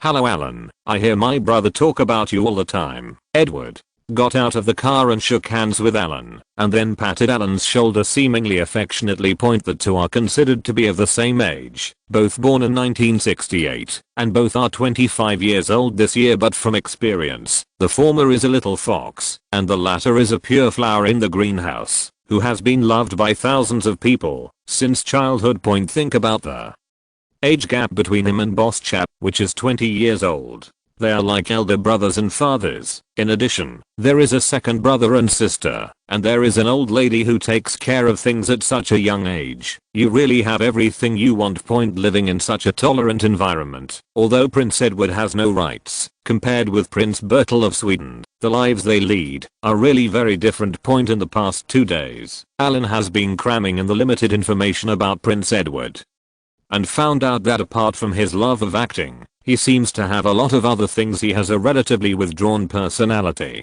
He doesn't like to show off or make things so flashy. He just makes do with what he can in life. He never lives in the palace, which is very similar to Boss Chap. When the queen's children reach adulthood, they move out of the palace, as if they are running for their lives, or they buy a big house to live alone, or they just like boss chap, get your own piece of land and build your own house. Anyway, if you die, you won't be able to live in the palace. As for Prince Edward, it is said that the house he lives in now is just an ordinary 3-bedroom and 2-living house in London, with an area of more than 200 square meters. Among all members of the royal family, he is considered extremely poor. There is only one butler with me. At other times, when something happens, I will bring a few more people with me.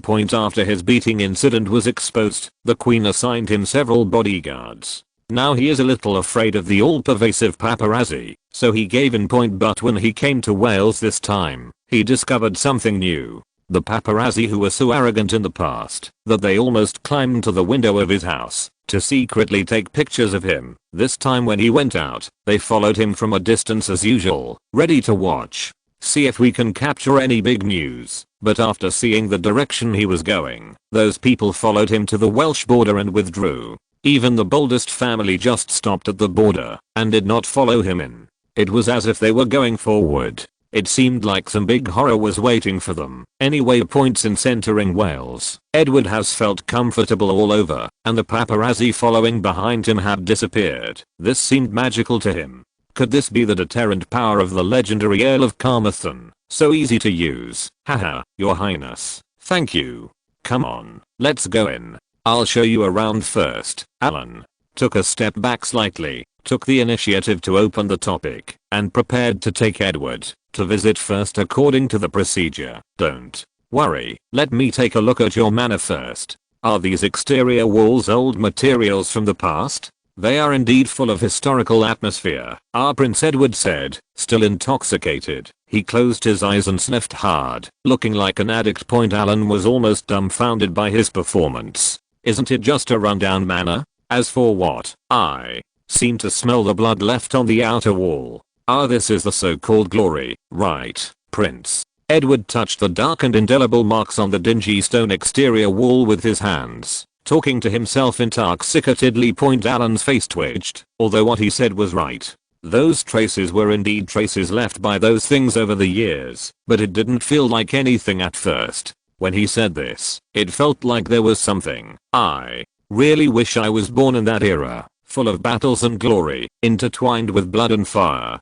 Come on, come to me. I want to fight, Prince. Edward was still not satisfied with just talking. As he spoke, he made a gesture with his right hand, as if he had drawn a long sword from his waist and was ready to fight, and then stabbed the insubstantial object against the wall a few times. My legs have long been stuck in the sea of blood, and I can't stop. Thinking about turning back is like walking to the end, which is chilling. There is no way out. The future is a swamp, making people sink deeper and deeper. Hooty and Alan looked at each other. Why are they still singing? Suddenly I felt that this third prince seemed to be more serious than what the information said. This was no longer a quirk. This was abnormal. This Prince Edward, to be honest, Alan thinks he looks like an American comedy superstar. Jim Carrey. Imagine Jim Carrey standing in front of you, touching the wall with his right hand, holding the thumb of his left hand in vain, showing you some unknown sword skills, dancing the sword, and reciting poetry at the same time. What a sense of deja vu it would be. I still fucking wish I was born in that era. The Welsh are not cabbages. They are serious barbarians, with big shoulders and round waists. With a body as small as Prince Edward, he would probably be knocked down by someone who met him, and they would return blood and fire. Alan wanted to laugh, but couldn't hold it back. He patted Hut and told him to arrange the bodyguards of Prince Edward and the bodyguards at home to welcome him first. Don't let him be embarrassed in such a public place. Let's go with him. Like a psychopath, Your Highness. Shall we go in? Okay, let's go, Prince. Edward pushed back a handful of his hair with both hands, gave his half-length blonde hair a slicked back style, and strode into the manor with his hairstyle flowing in the wind. Alan followed behind and looked at his weird concave shape and suddenly thought, if this Prince Edward comes to celebrate the 20th anniversary of Gustav's coronation, will he steal his limelight? It seemed unreliable to bring such a conspicuous bag to Sweden.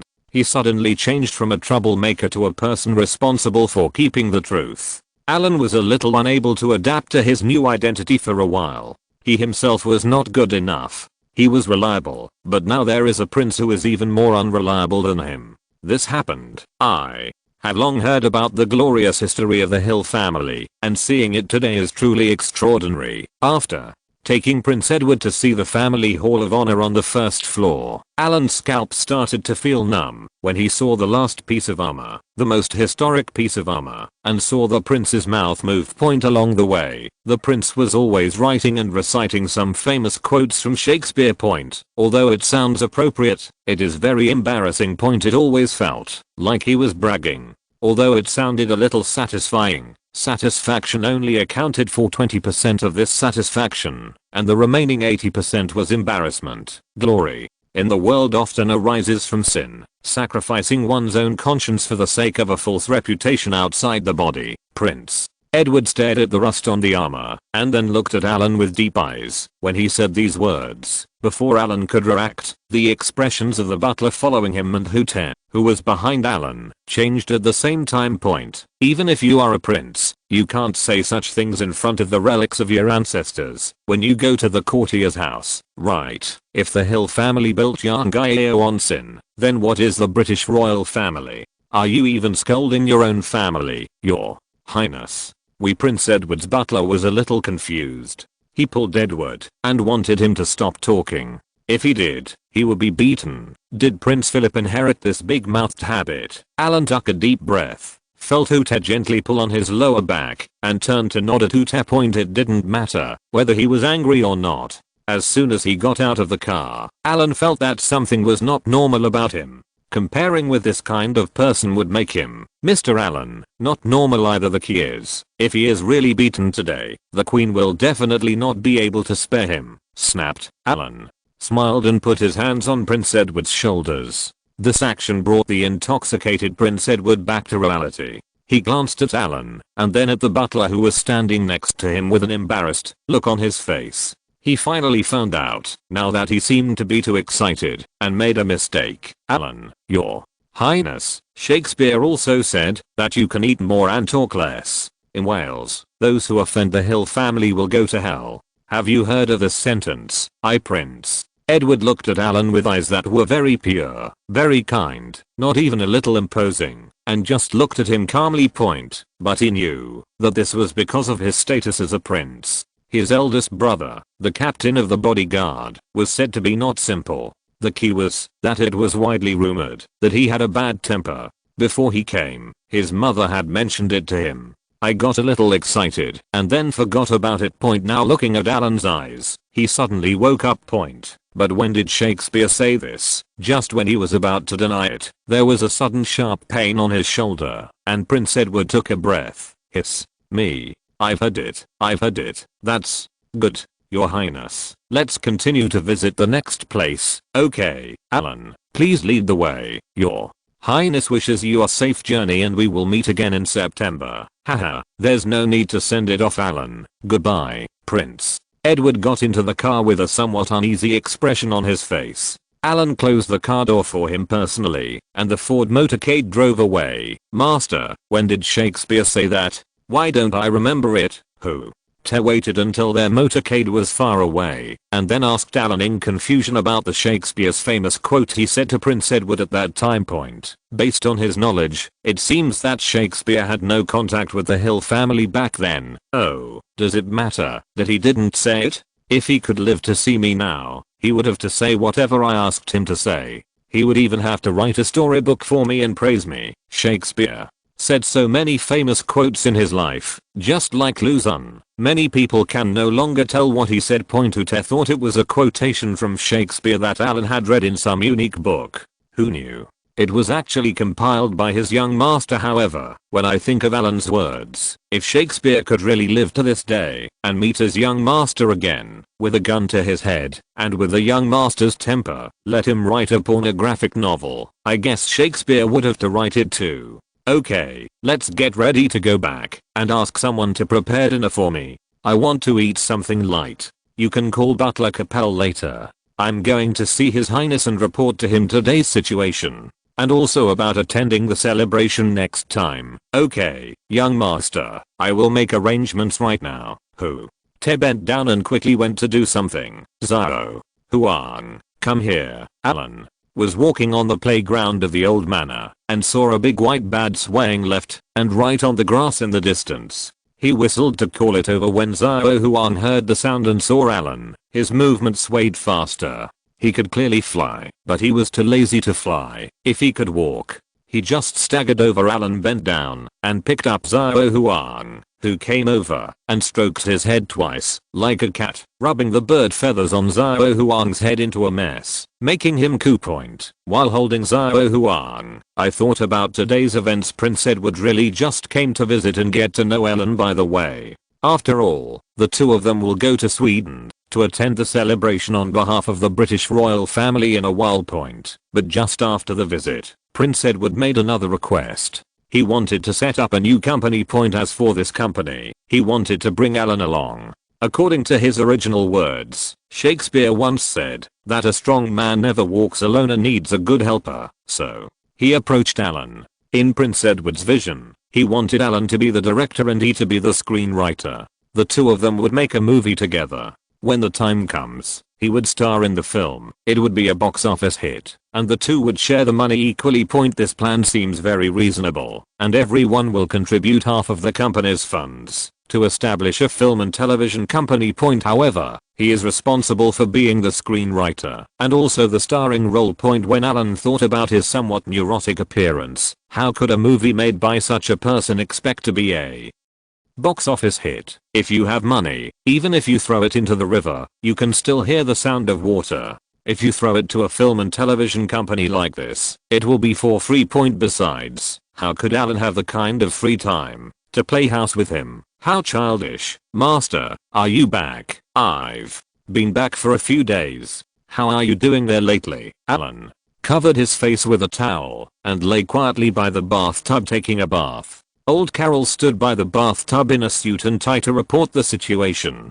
He had just been called back from Swansea. Well, everything is fine. We caused a few accidents, got rid of a few people who were not too important, and provoked conflicts. The Russell family and the Ford people are not very easy to deal with at the moment. I'm pushing forward with this plan. Ford people. The American Ford. Hearing Old Cowl's voice, Alan pulled off the towel from his face, wondering why Ford's people were in Swansea. Master, have you forgotten? Ford has a large parts production base in the Swansea development zone. I sent someone to secretly visit one of their warehouses a few days ago. They were a little bit hurt by the loss this time, so I approached Russell family. Oh, so that's it. These Americans, why don't they attack their people directly? They are cowardly, and they will be honest if they kill a few people. Hey, young master, attack their people directly. I'm afraid it will attract too much attention, and it will be difficult to operate.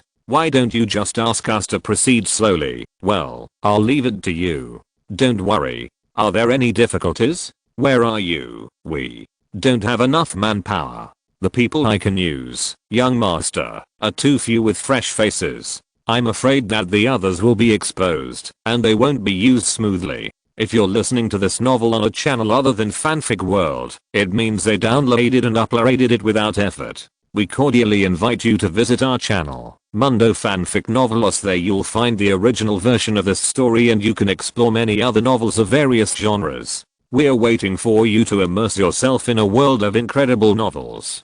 Chapter 493 Wales Television Shareholders Meeting. Not enough people. This is a problem. Although there are many employees involved in the family business, people who can really do this kind of thing will only know the scarcity when they use it. If Carol Leo is asked to transfer people back from the United States, the goal will be too big and the risks will be high. For people from other places, the only people left who are suitable and trustworthy for doing this kind of thing are a group of people from India. If you want to transfer people there, you have to add a group of trustworthy people to bring them back. Replace people. But there is no need to tell old Carol about the trouble here. Okay, I understand. I'll arrange the manpower issue in a few days. Where's the TV station? How's it going? There is no problem with the shares. At the beginning of next month, the TV station will hold a shareholders meeting. At that time, they will further discuss the sale of the TV station. Okay, I'll go there myself then. There are only a few days left until the beginning of next month. When Alan thinks about it, what kind of expressions will those old people think of him when they see him appear in the conference room at the Welsh TV station's shareholders meeting? Shock, surprised, panic. Suddenly a shareholder was replaced at the shareholders meeting, and it was an unexpected person. Are you surprised or surprised? In Cardiff in early August, the weather was quite normal, and the temperature of more than 20 degrees in the morning was not too hot. Alan deliberately changed to a few very low-key cars, and did not run any convoys. This time he came to join. Husband, the main thing is to be low-key point. Although he often passes by here, Alan rarely observes the situation in Cardiff, and he doesn't care what happens here. Point most of the reasons are due to getting used to it.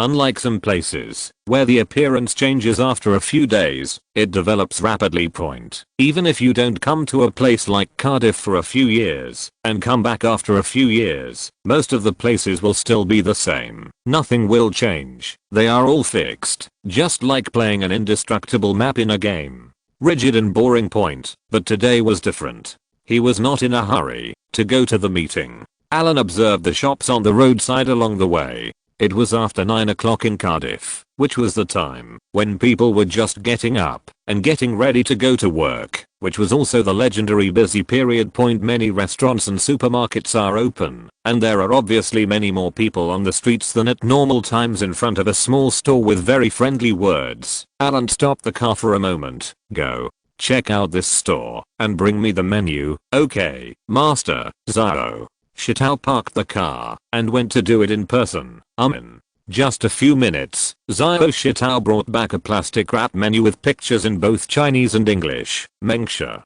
Specialty breakfast cha-cha noodles. £5 oyster omelette. Small £4 British. Large £6 British. The price is a little higher than other breakfasts in Wales, but because of the exotic label, it doesn't seem too expensive. Point. But it was strange for Alan to see this in Cardiff. Master, the owner of this shop is from Mengsha. He has only been here a few months. He only serves breakfast and late night snacks. He said that there are people in Swansea and our county who have opened such shops, and the competition is a bit fierce. He found another way to open a store in Cardiff. Oh, speaking of this, Alan remembered that in the past, when he asked people to invest in China, the first place he went to the south was the city of Mengsha.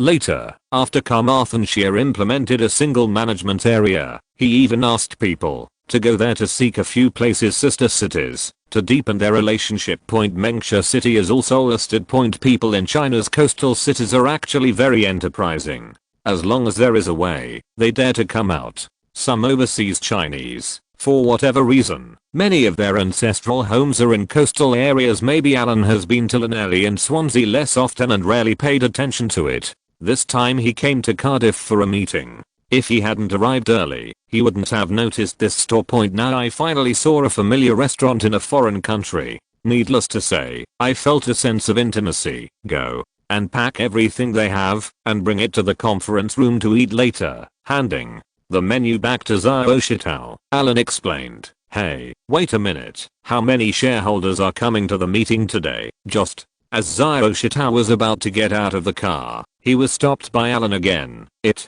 seems like 15 people." "Then pack 20 copies. Pack one for each of them." "Okay." Wales Television, formerly a radio channel, was transformed into a television station after post-war economic reconstruction and restructuring. Point. But the TV station was not doing well at the time, and it later changed hands. This is a TV station that has passed through several hands due to differences in business philosophy. Welsh TV's profitability has always been very poor. In the past, it would receive some subsidies and could barely survive. Point. Later, as each shareholder gradually got older, the business philosophy changed again. Point. When some shareholders were young, they were passionate about trying to save the country through TV stations, hoping to promote Wales and revive the glory of Wales, chasing the Celtics. Later, as I got older, I realized how ridiculous their thoughts back then were. Point. Most of today's people don't even speak Welsh. Who cares whether you want to revive Wales or not? The economy is so bad. How can we talk about culture? The programs broadcast by the TV station are not novel and have some political overtones. It was expected that few people would watch this kind of program, and later even the advertisers gave up, leaving only some fodder advertisements. I would like to insert these advertisements during my spare time. The entire Welsh TV office building is full of historical atmosphere. Their headquarters is not an old building, but a replica retro building, which is a branch of Victorian architecture, a red brick building. Most of the characteristics of this type of building are literal. The appearance of the building is red, which means it is a red brick building. However, most of the buildings using this kind of building are teaching buildings such as universities. The office building they later built had a sense of borrowing objects to express emotion, but Alan couldn't appreciate it anyway. As for Cardiff, the overall population is not large, the plot of land is large, and the Welsh TV station is not in the city centre, so their office building is quite large. For those who don't understand, it is quite bluffing at first glance. If I don't find a new owner to take over, or bringing new shareholders, the value of my shares will keep shrinking. Now the economic situation is so bad that dividends have been stopped for how many years? I firmly agree to sell the TV station. I also agree. If you still want to keep your shares, I will find someone to trade with you privately. What was your ideal before? When you acquired the TV station, you were the first to support the idea of the TV station, right? Now that the TV station is no longer profitable, you are the fastest. Now and then, who can have trouble with money? I'm getting older and I also need money for retirement. You are so short of pension money? Okay. Ross, you are opposed to selling the TV station. Isn't it because your shares are sold at a low price now? It is a bit lower than when you acquired the shares, but if you sell it earlier, you will lose less. I don't even see a glimmer of hope right now. You fart. Do I care about money? I care about the future of the TV station. If the TV station is sold, will there be another TV station that will broadcast Welsh language programs in the future? You don't understand English. You are making excuses. In the large conference room, around the long conference table, a dozen old men in suits and leather shoes were noisy. Why hasn't Leipzig arrived yet? He holds the most shares. What does he say? Someone was acting as a peacemaker, and seeing that there was going to be another quarrel, they changed the topic by mentioning Leipzig, which had not yet arrived. HMPH. Leipzig must have asked his backer for instructions again. He's so mysterious. Don't talk nonsense. That old guy from Leipzig. Bump. Several old men were taunting each other. There was a bang and the door of the conference room was suddenly opened, as if it had been kicked open. A group of big men in black filed in and quickly occupied both sides of the door of the conference room. This posture caused everyone in the conference room who had been arguing just now to silence themselves and look at this group of uninvited guests with vigilance. Tap.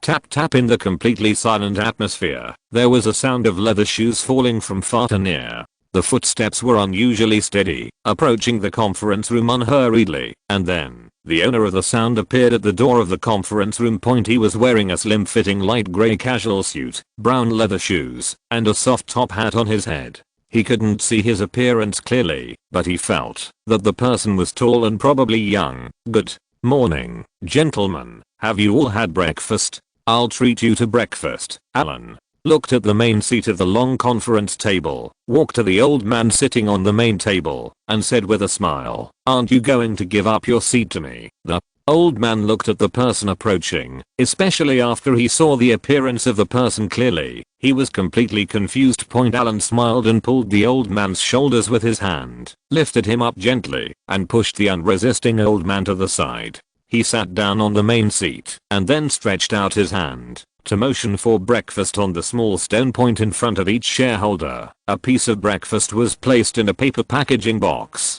The tea noodles came in a packaging box like an instant noodle bucket, and the oyster omelette came in a flat paper box with a plastic knife attached next to it. Forks and cutlery placed in front of Alan were the disposable chopsticks Zio Shitao specially asked for. "You guys continue talking. I came out early and haven't had breakfast yet. We can talk while eating." Alan took off his bowler hat and put it next to him. Now all the shareholders in the room could see his appearance clearly. The already silent conference room was so tense that no one dared to breathe. The sounds of plastic bags being needed, boxes being unpacked, and disposable chopsticks being opened all came from Alan and could be heard clearly in the entire conference room. Shacha noodles are the first thing Alan eats. Regardless of the taste, the appearance is very similar to the malatang he used to like. The kind of malatang with Majang in the northeast. It's thick and sticky, and it looks delicious. According to Xiao Shitao's introduction, the boss said this is their family's ancestral sand tea sauce recipe, which is absolutely authentic. Before eating the noodles, I took a sliced oyster and fried it. Different regions have different names for this thing. Compared to oysters, Alan prefers to call this thing oysters. They are almost the same. They are thick pancakes made with a lot of oysters and some other ingredients outside of town. Cardiff is also a coastal city, and the ingredients used are quite generous. Basically, every piece of fried oyster contains a whole oyster. How can I say the taste? It's really charred on the outside and tender on the inside. Alan picked up another piece and dipped it in the satay sauce on the satay noodles and ate it. This time it tasted even better. It went well with it. Why don't you eat? Have you already had breakfast? After tasting the sand tea noodles again, Alan raised his head and looked at the group of old men who were silent, all watching him eating noodles. The atmosphere was not very lively. Silent. Still silent. A group of old men just looked at him. Some were confused, some were puzzled, some were confused, but they didn't say anything. You waiting for Leipzig? His shares have been transferred to me. I'm now also a shareholder of Welsh TV. As a new shareholder, I just want to treat you to breakfast. Is there any problem, Your Excellency? The old man, who had just been pulled up from the main seat by Alan, finally spoke, but he was interrupted by Alan just after he said a few words. I'll let you have breakfast and let you talk. The old man was confused by Alan's question. Opened the window. Alan glanced at the confused old man and ordered the bodyguard to open the window. In the conference room located on the 4th floor, as the window opened, the hot air from outside rushed in. Throw him down. You let me go. What are you going to do? Help. The old man's struggle was very weak, and he was held by the window by 2 bodyguards. With a muffled sound, the conference room became quiet again. Several old men took out handkerchiefs, as if wiping sweat. Alan sat on the main seat and continued to say with a smile, "Go on, have breakfast." His words were much easier to use this time, and a group of old men began to shiveringly unpack the plastic bags and prepare for breakfast. Sparse sounds filled the entire conference room. Alan suddenly turned his head and looked at an old man with a frown. He had been paying attention to the people on his side with his peripheral vision. When he saw him turning his head, he stopped what he was doing. I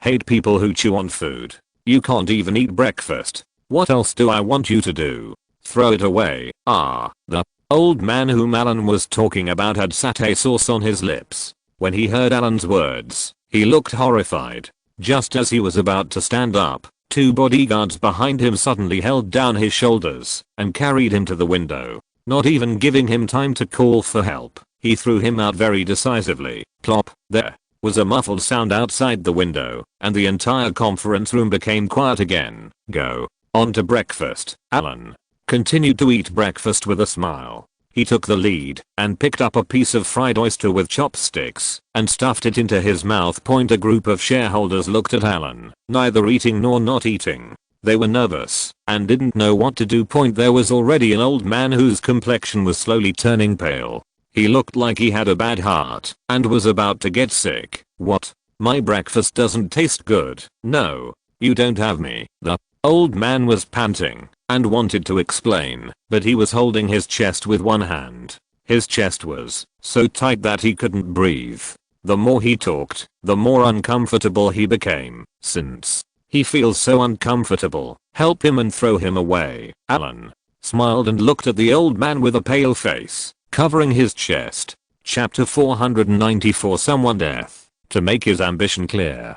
Damn. According to the information, even though this old man looks pitiful now, when he was young, he was one of the top TV stations. Many female employees, and even male employees, were harassed by him. Later, when I got older and couldn't play anymore, I changed my methods and started to like those jobs that were good and could serve others. But this kind of thing always comes down to something.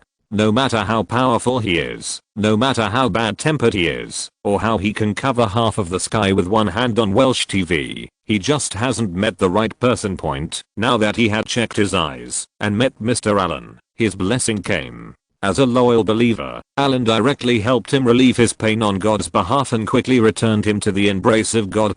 With the sound of heavy objects falling to the ground outside the window, the atmosphere in the conference room became even more tense. At this moment, Allen felt that he was like a lion, and these old men in this conference room were like a group of lambs surrounded by him to be slaughtered. He would bite anyone he didn't like to death, leaving only those who were honest and obedient. Just keep it slowly, and wait until you are hungry before eating. Keep eating. Allen glanced around, as if the few people who had just been left behind did not affect his breakfast at all, and continued to pick up chopsticks to eat his satay noodles. Although Master Zahn could cook Chinese food for him in the past, it was a family favorite. Master Zahn was a Hangzhou cuisine cook. In order to satisfy Allen's taste, he made some localized improvements in his cooking style. But the owner of this kind of roadside stall just came from China. This is called wildflower, after trying it fiercely, not to mention whether it was the freshness or the psychological effect. Allen thought it was delicious anyway.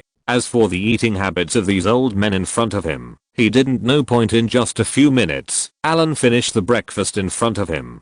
He always had a big appetite. He only ate 2 portions, so he was less than 70% full, which was barely satisfying. Putting down his chopsticks, Xiao Shitao quickly stepped forward to help Allen put away the packing boxes and plastic bags in front of him. Allen just watched Xiao Shitao busy. After he finished packing, he smiled and watched him eat breakfast. Just now, shareholders. Okay, gentlemen, breakfast is finished. Stand up now. Following Allen's order, the bodyguards standing at the door, one each, stood behind the remaining shareholders present, gesturing for them to stand up and leave the conference table. This group of shareholders didn't understand why. Looking at the smiling Allen, they could only stand up and stood in a circle around the conference room. Take out the electronic scale and weigh them one by one. Whoever has the most leftover breakfast will be thrown away. Allen's sudden words made most people a little confused.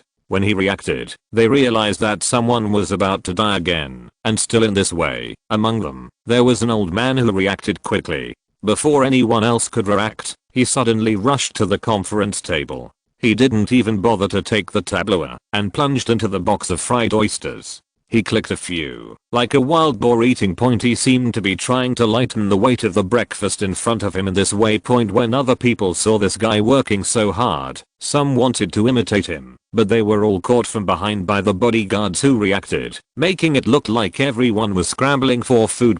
Allen stared coldly at the shareholder, who was still trying his best to swallow, even though he was pulled away. Seeing Allen looking over, he swallowed hard, showed the most humble smile he had ever seen to Allen, and said, "Sir, I'm not full yet. This breakfast is so delicious. You can eat when I'll let you eat, but who gives you the courage to let you eat when I don't?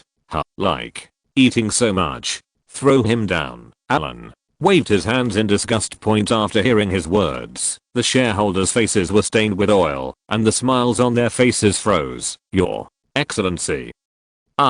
Without giving him time to defend himself, he felt his arm being grabbed by the big man in black behind him. The old man couldn't bear it anymore, and struggled while shouting for mercy. "Excuse me, Your Excellency. I have a very good relationship with Congressman Phyllis, Your Excellency." Plop. With the sound of another heavy object falling to the ground, someone in the conference room was so frightened that they couldn't stand still and collapsed to the ground. This is so cruel. Some of them have lived for 60 or 70 years. In their many years of life, some of them have seen the old Earl before, and some of them may have seen Allen from a distance before, but like today, this is the first time for most people To have such close contact. We knew that the Hill family was cruel, but no one could have imagined that they could be so cruel. This is in public, and human life is really treated as nothing. This is the first time they have felt the power of the Welsh Hill family. No wonder there have been rumors since they were young.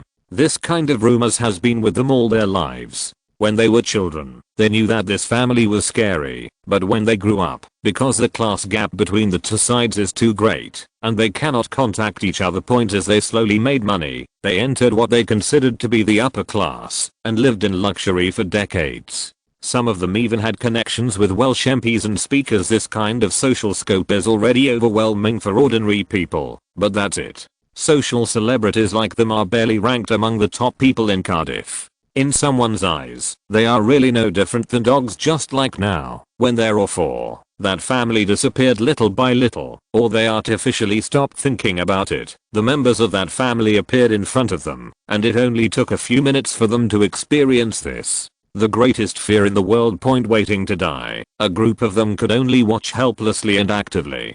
Two big men in black, one holding an electronic scale to weigh, the other responsible for recording. There were only about a dozen people left in the audience, and the weighing of a dozen breakfasts didn't take much time. After a few minutes, the results came out. Alan held the small book in his hand that recorded the remaining weight of everyone's breakfast, and looked at all the shareholders present with a smile. Feeling Alan's eyes glancing at him, the shareholder who was looking at him was so frightened that he peed. He really peed. People around him could smell the strong smell of urine. He himself knew very well that he couldn't escape this time. The breakfast in front of him was the only one left unopened among the people in the audience. I invited you to have breakfast, but you didn't even want to open it, so send him on his way. Yes, Your Excellency, give me another chance. I have a bad stomach. Give me another chance. Your Excellency. Alan looked at the shareholder who couldn't even walk and was dragged to the window by the bodyguard like a dead dog. Seeing how miserable he was begging for mercy, what did he just do? There was another scream accompanied by the sound of heavy objects falling to the ground, and the conference room became quiet again. This time no one dared to speak. They were afraid that, if they made any noise, Alan would use it as an excuse and throw him away. Okay, gentlemen, there are a few people missing. Sure enough, the air is not that hot anymore. Please sit down, and let's move on to the next item. All the remaining shareholders, with agility that did not match their age, quickly sat back in their seats. After sitting down, they looked at Alan honestly. Shitao, call the police, and tell them that Wales TV is holding a shareholder meeting and someone committed suicide by jumping off the building. Ask their director to bring someone over here within 10 minutes. Yes, Zaro. Shitao took out his mobile phone and nodded, then went out to make a call. Alan waited for him to leave and continued, while waiting for the police to come. Let's look at something interesting, and bring it out. Following Alan's order, a young bodyguard who had been standing behind Alan reached out and picked up a flower pot from the middle of the conference table. There are several such decorative flower pots throughout the conference room. I saw that he didn't mind being dirty, so he dug the soil with his hands and dug out a small tape recorder from the flower pot. Then he took out the tape inside and placed it in front of Alan. Then he bowed and went out carrying the remaining equipment and flower pots. Seeing the actions of this bodyguard, many shareholders began to become nervous subconsciously. Only when their nervousness had already begun subconsciously did they feel fear right under their noses. In this unobtrusive flower pot, there was actually a listening device. How long does this hand extend? No wonder it is always said that the Hill family is responsible for monitoring the place. Some people didn't understand what this surveillance meant at all. Now looking at the small tape placed next to Alan, they finally understood. Today he could take out such a thing directly from the conference room in front of them. But do they have such a thing at home? Do they have any so-called privacy in front of this excellency? Is there any so-called secret? Moreover, who put this thing in? Is it an employee, or someone among them? Once mutual suspicion arose, some people looked at each other. Alan picked up the small tape and without listening, he pulled it out and smoked the small tape into a mess. Then he threw a coil of tape string into the ashtray and lit it directly with the help of his cigarette lighting skills. The smell of burnt plastic permeated the entire conference room. The slight smoke along with the white smoke brought by the smoke itself, made Alan's figure slightly looming, but his voice was still so calm that it could make the whole audience. Everyone can hear it clearly. I want to know what you usually say and do. I can know it at any time. The only difference is whether I want it or not. Don't you want to sell Welsh TV now? I agreed. I remember that one of the items in the original agreement was shares. Should we give priority to selling it to other shareholders who are interested in acquiring it? The shareholder who was sitting closest to Alan and who felt the most pressure replied while wiping sweat with a handkerchief, yes, there is such a rule. We originally wanted to prevent hostile takeovers from outside parties. Very good. I have collected all your shares. They will be purchased at the market price and the original price. Those who jumped will also be purchased at the original price. I will finally give the money to their families. This proposal. Alan took a puff of cigarette, glanced around and said, does anyone have any opinions? The whole place was silent, but I thought they were here to rob, but in the end, they actually bought it at the original market price. With this result, some people who were already desperate have given up their thoughts and breathed a sigh of relief. Although Your Excellency is a little cruel in his approach, he is still very disciplined in doing business. Well, point as for whether to sell it or not, does anyone dare not to sell it? Dang.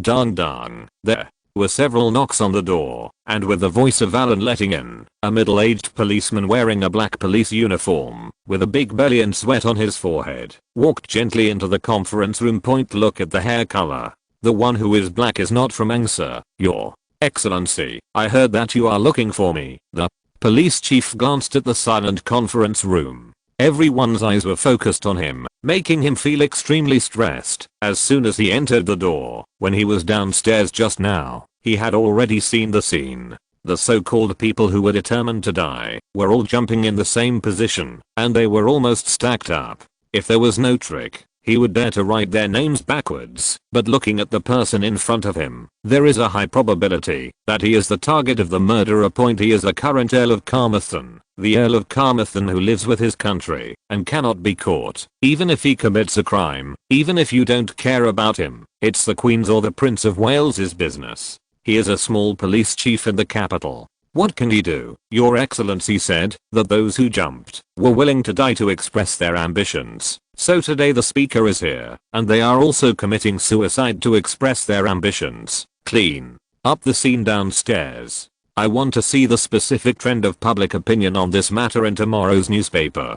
Do you understand? I understand. I understand, sir. What should I say specifically? Welsh TV has poor profitability. Some shareholders suggested selling the TV station to stop losses immediately. However, a few shareholders were very honest and determined to die and did not want to sell the TV station. Therefore, we made an internal decision not to sell the TV station now. All problems have been solved. It will be resolved internally by Television Wales. Understood. Shall I go now? The police chief didn't want to stay here for a second longer. He was almost suffocated by the oppressive atmosphere. Okay, then go ahead and do it. Alan put out the cigarette butt, raised his left hand, and waved the smoke in front of him, and then said with a smile, okay, now that all the problems have been solved, how about signing the share transfer agreement? Sign. Some people have already thought about it. In front of this person, as long as you are obedient and let him get what he wants, you will be fine. Moreover, it should be purchased according to the market price. If you sell it early, you can save your life. Some people already feel pity for those few people who just died to make their ambitions clear. If I had known this, I would have been honest. Why would I do this? Ross, who was bald and shiny, looked at the share transfer agreement in front of him and was about to sign his name, but he still glanced at the agreement subconsciously. Points, especially the price in the agreement. As for why it is so clear in this agreement how many shares he holds, is it difficult for someone to take out the bug in the conference room in front of them and find out how many shares he holds? But looking at the purchase price, Ross frowned suddenly. There was something wrong with this price. He even rubbed his eyes suspiciously. Point, didn't Your Excellency just agree to buy it at the original price? Why is the price in the share transfer agreement so much lower? Chapter 495 Preferential Treatment Agreement. With some caution, Ross asked the doubts in his heart, "Sir, isn't there something wrong with this price? Don't you think so?" "Oh. What's wrong?" "There's something wrong with the contract." "Let me take a look." Alan stretched out his hand, motioning for Rose to hand over the contract, and took a few glances at the contract. "No problem. Isn't this written clearly? Do you have any questions about the price? I asked someone to check it. When you jointly purchased the then Welsh TV station in 1961, wasn't it the same price?" 1961. Rose's mind couldn't turn around for a moment. After being confused for dozens of seconds, he realized with some hindsight that the market price mentioned by this gentleman refers to the market price of Welsh TV in 1961, not the current market price. From 1961 to 1993, 32 years have passed. What is this market price? This Ross lips are trembling. Every economic depression is accompanied by inevitable price increases and currency depreciation. Although the pound has been one of the strongest currencies in the world for nearly 100 years, the currency depreciation for more than 30 years the increase has at least increased several times. And what was the scale of Welsh TV back then? To put it bluntly, it is a small local radio station and a small local TV station that did not even have complete equipment at the beginning. After so many years of development, it has developed to this point. In the past 30 years, a new office building has been built in Taylor, so many equipment and departments have been added, and the number of personnel has increased many times. Coupled with the rising commodity prices, now we are going to engage in market price acquisitions 30 years ago. What's the difference between this and Minky Yang? The price given now is only enough to buy a gatepost, right? What's wrong? Do you have any questions? Alan looked coldly at the old man, who was reluctant to sign. He has always been a kind-hearted person, and when doing business, he is also responsible. If he says he will give the market price, he will definitely give the market price. Don't worry about which year the market price is given, just ask whether it is the market price, right? He did not give the Angsa people the market price when they entered the customs, which was already a sign of conscience. If Alan hadn't found written information on how much money was spent on the establishment of Welsh TV, he would have liked to buy it at the market price at that time. As a reputable person from Wales, you must use fair means when doing business. It just so happened that Alan was strapped for money this year, and there was a Welsh TV station just outside his door in Cardiff that wanted to sell it. It just so happened that Alan was lacking a media department. Isn't this a coincidence? Such a big piece of fat fell in front of his eyes like a pie from the sky. Wasn't this tempting him, Mr. Alan resisted the temptation to rob them without knowing it, but also used legitimate channels to buy their shares with money. Isn't this noble enough? He is already like this, yet these old men in front of him are still unwilling to sign a share transfer agreement. No, I'll sign. Seeing Alan's face turn cold, Rose's heart suddenly thought of those old guys who just jumped off the building in a high-spirited manner. It seems that this word must be signed today. It doesn't matter whether you have money or not. Sometimes, in the face of power, survival is the most important thing. Okay, thank you very much gentlemen for your cooperation. Since you have all signed, we are our own people. I have always been very friendly to myself. In order to thank you for your hard work for Welsh TV over the past 30 years, I will give you a preferential treatment, let you take care of yourself, and take your things over. Alan watched the bodyguards collect the signed share transfer contracts. At this moment, the Welsh TV station officially changed its name. From now on, it can be called the Welsh TV station, or the Hill family's TV station. From now on, this TV station will belong to Alan alone. It's private. In order to repay these shareholders who have worked hard for decades, Alan decided to give them a small preferential treatment to prevent outsiders from saying that Alan was not considerate of the elderly.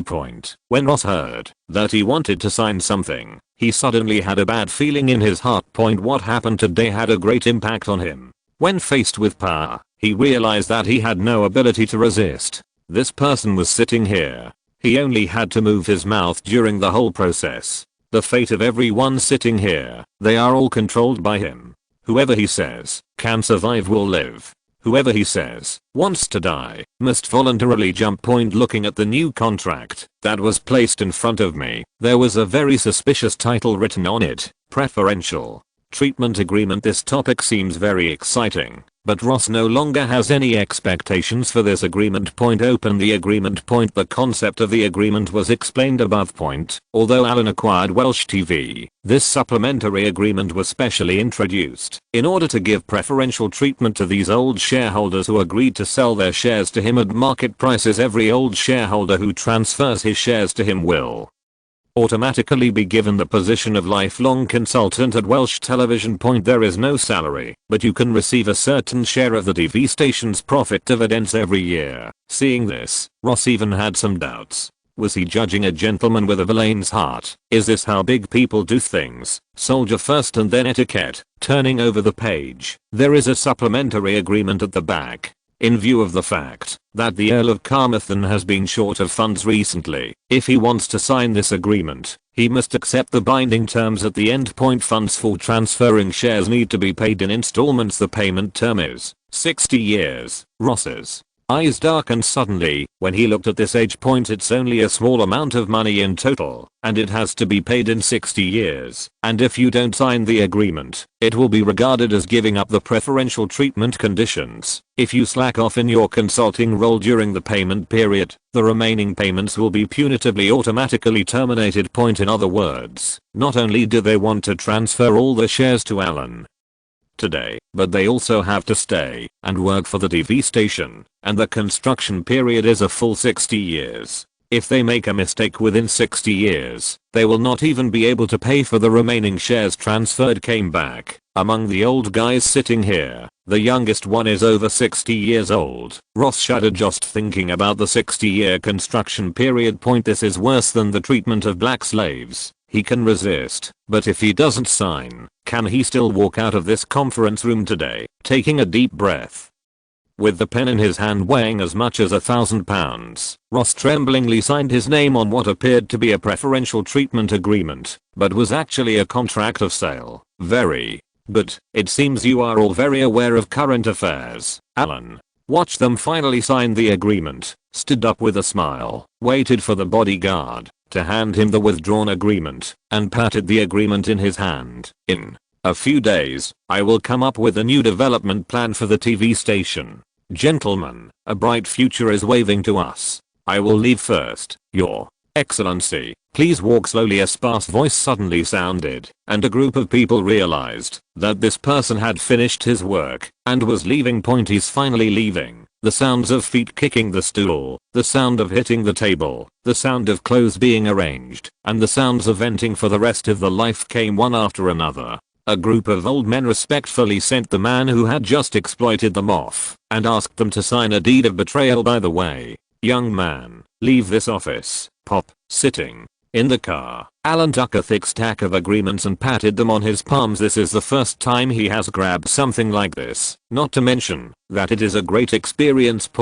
When it comes to the outside world, Alan can still behave a little bit, but if it's Wales, why should he behave? The Welsh should be dealt with a heavy blow. This is in line with his style. Whenever he is weak, he will be looked down upon by others. Bullying others like this is a style he should have. In this way, in the eyes of outsiders, he will look like a little Welsh bully style.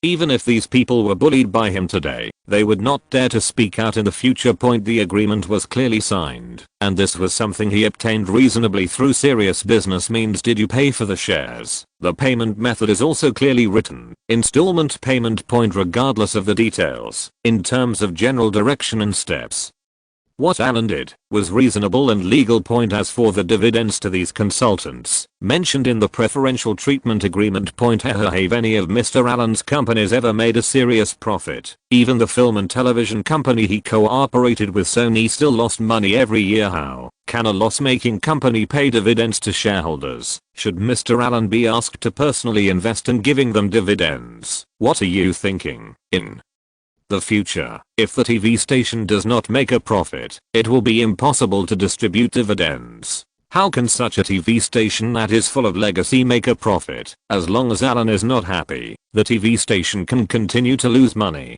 As for why he wants these old shareholders to be his consultants, of course it is to squeeze out the last bit of value from them. If such a big TV station has no one to take over, when will it get back on track? These experienced old guys must be the guides and lead the newcomers under Alan to take over the entire TV station point after their final value is squeezed out. The rest will depend on whether they are on the road. If they are honest and obedient, Alan will slowly support them. For the shares of a dozen shareholders, the annual installment payment will be as little as just tens of thousands of pounds. If they don't like someone, they will be labeled as slacking off, and as soon as the consultant's position is dismissed, they will not be able to get even a hair of the remaining arrears point after robbing you. I will not only eat and wipe them clean, but also enslave them and let them work for free for themselves. This is what a robber does. Haha, your highness, I haven't seen you for a long time. Alan arrived at Highgrove Manor just before lunchtime. He hadn't gotten a meal here for a long time. He didn't believe that this time it was lunchtime. Boss Jack had sent him a meal, really, after being led directly to the restaurant by Capel. Alan saw Boss Cha, who was dressed in home clothes and wearing suspenders. Even at home, Boss Cha was still wearing something straight point. It's just that I haven't seen Boss Cha for a while, and the hair on his head seems to be a lot grayer. After receiving Prince Edward some time ago, Alan applied to meet Boss Cha, but he refused because he was busy with work, and he has delayed making an appointment until now. Sit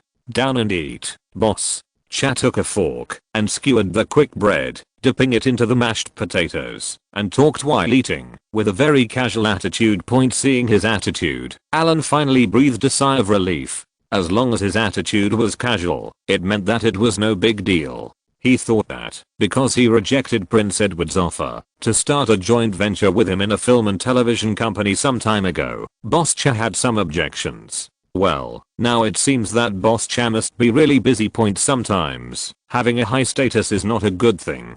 The boss is much busier than the younger ones. I don't know why the boss has so much career ambition all day long. This is because the throne cannot be expected in a short time. Turning sadness and anger into strength. Put your head down and work. After the servant set the tableau, Alan looked at Boss Cha's lunch. It was very ordinary, a stew with a few snacks left, a very simple lunch point. When he thought about this guy living here alone, with no wife or children, and farming all day long, or flying around the world, and participating in various activities, Alan felt for a moment that Boss Cha was quite miserable. Have you met Edward? Putting down his fork, Boss Cha wiped his mouth with a napkin, picked up the wine glass, and took a sip. Alan looked at the color of the wine in the glass. It seemed like whiskey. I've seen it before. The Third Highness went to my place some time ago. Well, after a while, someone will prepare the gifts for you. Just take them with you when you go to Sweden. Your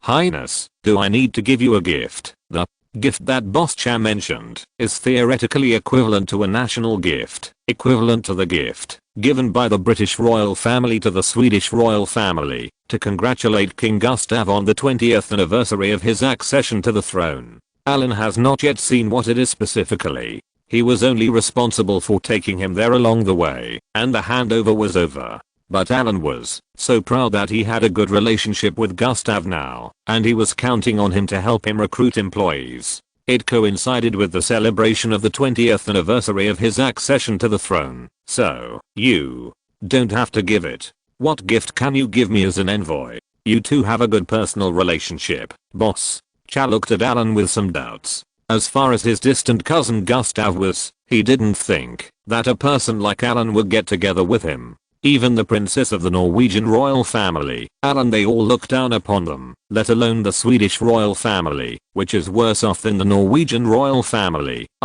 His Majesty Gustav and I have some friendship. Then you can take care of it yourself. This is the first time you have led a team to participate in such diplomatic matters between the two countries. You have to pay attention to yourself. You don't have to worry so much about Edward. After finishing speaking, Boss Cha took another sip of wine, stared at Alan for a long time, as if he just remembered, and reminded, have you had any big business activities there recently? Pay attention to yourself. In a few days, there will be some fluctuations in the pound. If you want to do something now, you should think about it yourself. Alan blinked and thought for a few seconds before he remembered what boss chair meant. The secretary he left in France seemed to have told him about this. After months of talks on the British side, it seemed that something was going to happen in the near future. Exit.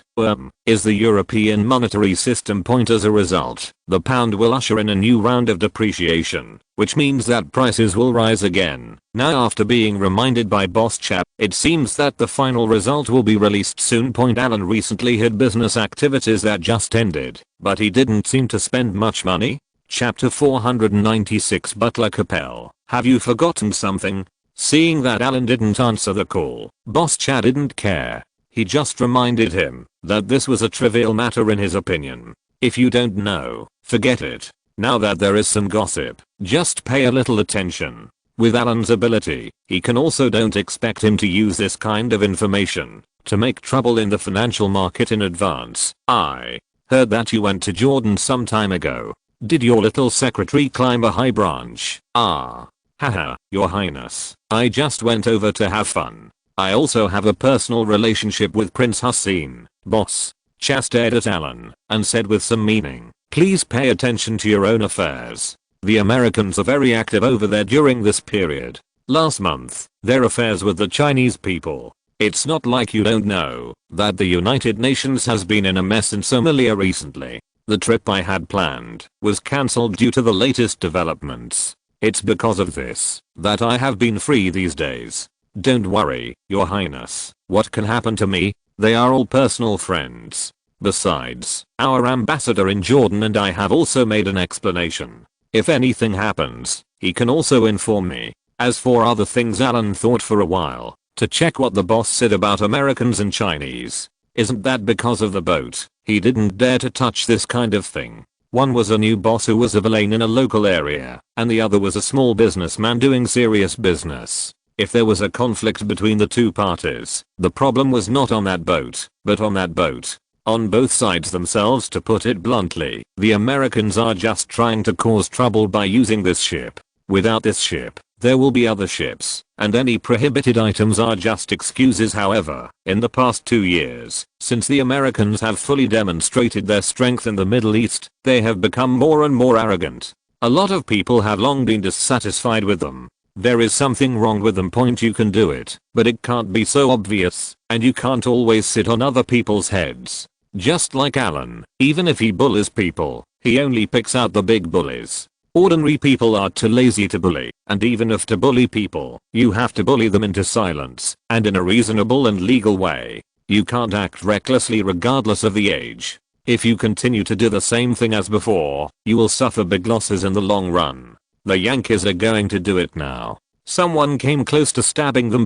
According to what boss chat said, the situation in Somalia has been tense recently, so it is estimated that the Yankees will stumble here sooner or later, and Alan is ready to watch the show. By the way, you and I will go to Australia early next year. Going to Australia. Alan didn't care what he was going to do, but if boss Cha said he was going to go, he would go along and hang out. Anyway, it wouldn't be bad for him to hang out too much. Well, participate in their national day and invite me to give a speech. Boss Cha looked at Alan as he just immersed himself in eating and didn't even raise his head when he spoke. He frowned and glared at Alan. Eat, eat, eat. Did you hear what I said? I heard, your highness. Where are you going? I'll be at your call anytime. Your highness, I haven't seen you for a long time. What's wrong with me eating something from you? Get out of here after you finish eating. Boss Cha looked at Alan, who was such a meathead, and waved his hands a little irritably. After talking about the business, he started to chase people away. Alan put down his fork and wiped his mouth. After half full lunch, he started to chase people away. Boss Cha has become more and more irritable during this time. This temper is bad. Is this how you treat your loyal ministers? Seeing Alan salute and almost walk out of the restaurant, boss Cha always felt that he had said something less, but he was just too angry and couldn't think of it for a while. Going downstairs and walking to the car, Alan glanced at the smiling Butler Capel. At this scene, should he get something before leaving? Butler Capel Have you forgotten something? Oh, sir, what are you referring to, butler? Capel was a little confused, and the smile on his face disappeared. Suddenly, his expression became a little unnatural, as if he had remembered something. Haha, since you can't remember, I'll do it myself. It's up to you to catch me a few chickens according to the quantity last time, and tell His Highness that I didn't have enough to eat today. Alan stared at the somewhat familiar guard, who was still the unlucky guy from last time, and ordered him again to help him catch the chicken. After finishing today's trivial matters, the TV station was taken down, and the report to the leader was completed. Not only was the business done, but the schedule for the beginning of next year was also determined. Seeing that the new year was only a few months away, Alan felt relaxed. All that's left is to go to Sweden on a business trip next month to give a gift, and that'll be fine. A good life is beckoning to him. As for whether the pound depreciates or not, Alan doesn't care at all. The living environment is different. In the place where he lived in his previous life, although prices have also risen, it was still boiling frogs in warm water. There is no big fanfare from the outside world. In addition, in the early years, everyone was poor. Does it matter whether prices rise or not? Does it matter to ordinary people? In the 1980s and 1990s, the worst TV set could cost hundreds of dollars. How many ordinary families could afford it, with a salary of just a few dozen yuan a month for ordinary people? Isn't that what they should be doing at that time? Who would have thought that a few decades later, housing prices would be spiraling into the sky? Could people at that time have imagined housing prices of several thousand per square meter or tens of thousands per square meter, unexpected after resting at home for 2 days?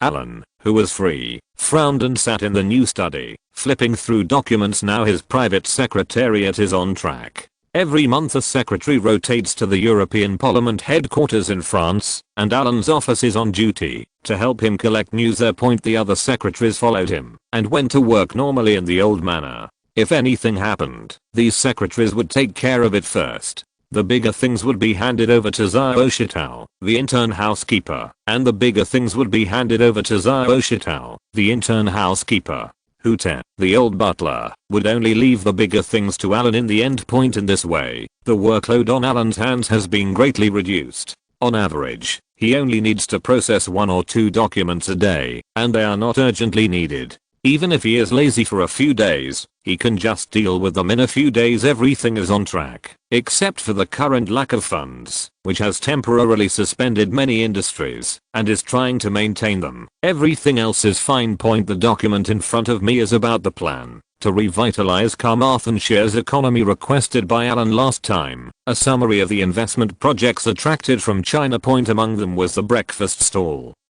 that Alan had seen in Cardiff a few days ago. These are the people who came over there. They felt that the development of Carmarthanshire was a bit too competitive, so they dispersed spontaneously. The rest also shipped the first batch of small commodities, which are not very high end even in China. The main thing is that they are cheap. Some samples of these things were placed on Alan's desk for him to review. The red iron sheet has peonies, mandarin ducks and other patterns on it. It is this old-fashioned thermos bottle. It is said that it is still China's top export product. Alan took the thermos bottle. It felt very solid in his hand. This thing is not comparable to the plastic thermos bottles that would be used a few decades later. Nowadays, Chinese people are still very simple. The idea behind the products they produce is that the quality can be as good as they can be. What? The plan to scrap it was never thought of. Both the external and internal materials are very solid and of good quality. There are no other shortcomings, except that the appearance is a bit earthy. Looking around the world, it seems that only Chinese people like to drink boiled water or hot water. People in other places like to drink cold water, except for making tea. But things like thermos bottles don't necessarily have to hold drinking water. They can hold hot coffee or hot milk. As long as they are cheap, they are very popular even in Wales. In addition to thermos bottles, they also obtain 2 other key products exported by China: towels and quilts, and enamel basins. Needless to say, the towel quilt is no worse than the same type of products produced in Britain in terms of craftsmanship and materials, but the key point is that, even if this thing is imported, it is much cheaper than the stuff here in Britain. This season, is the time to sell these things. As for the enamel basin, let alone it. This thing is durable, and the most important thing is that it looks good. Even if the pattern on it is a little bit earthy in Alan's opinion, but in the eyes of others, this is called full of exotic atmosphere. After looking at these 3 flagship products one by one, there were still a few plastic bags left on the table, which contained packaged clothing samples. Alan opened the plastic bag and found that the packaging inside was very crude.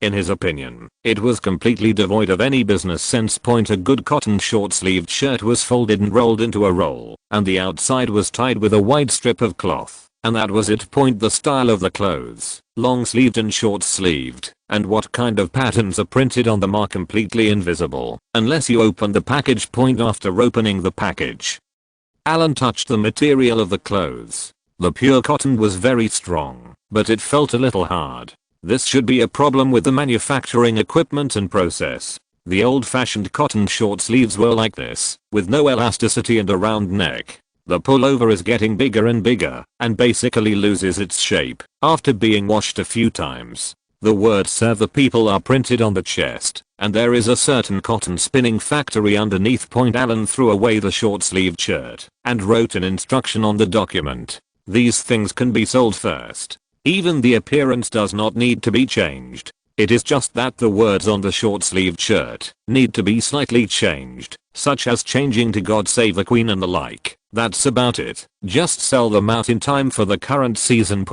After putting down the signed documents, Alan yawned and looked at the time on the wall clock. It was 3:40, and it was tea time. The old-fashioned pull cord rattle has been replaced by a new electric bell. There is a hidden one on Alan's desk, like a power strip. You can usually press it down to hide it and keep the desk flat. When needed, press down lightly with your finger, and the row in front will rise up like a roadblock. Above it is a row of buttons in different colors with text. There is a call button to directly call the person on duty, a button to call for food when he is hungry, a button to call someone for a massage when he is tired, a button to take a shower, and a button to call the secretary. In this way, you don't have to do the process of asking people to come in first and then telling them what to do. It's more convenient to express what you want to do. The servants on duty outside the door can also save a lot of trouble. They're usually just 2 people sitting in the duty room at the end of the corridor watching the surveillance and waiting.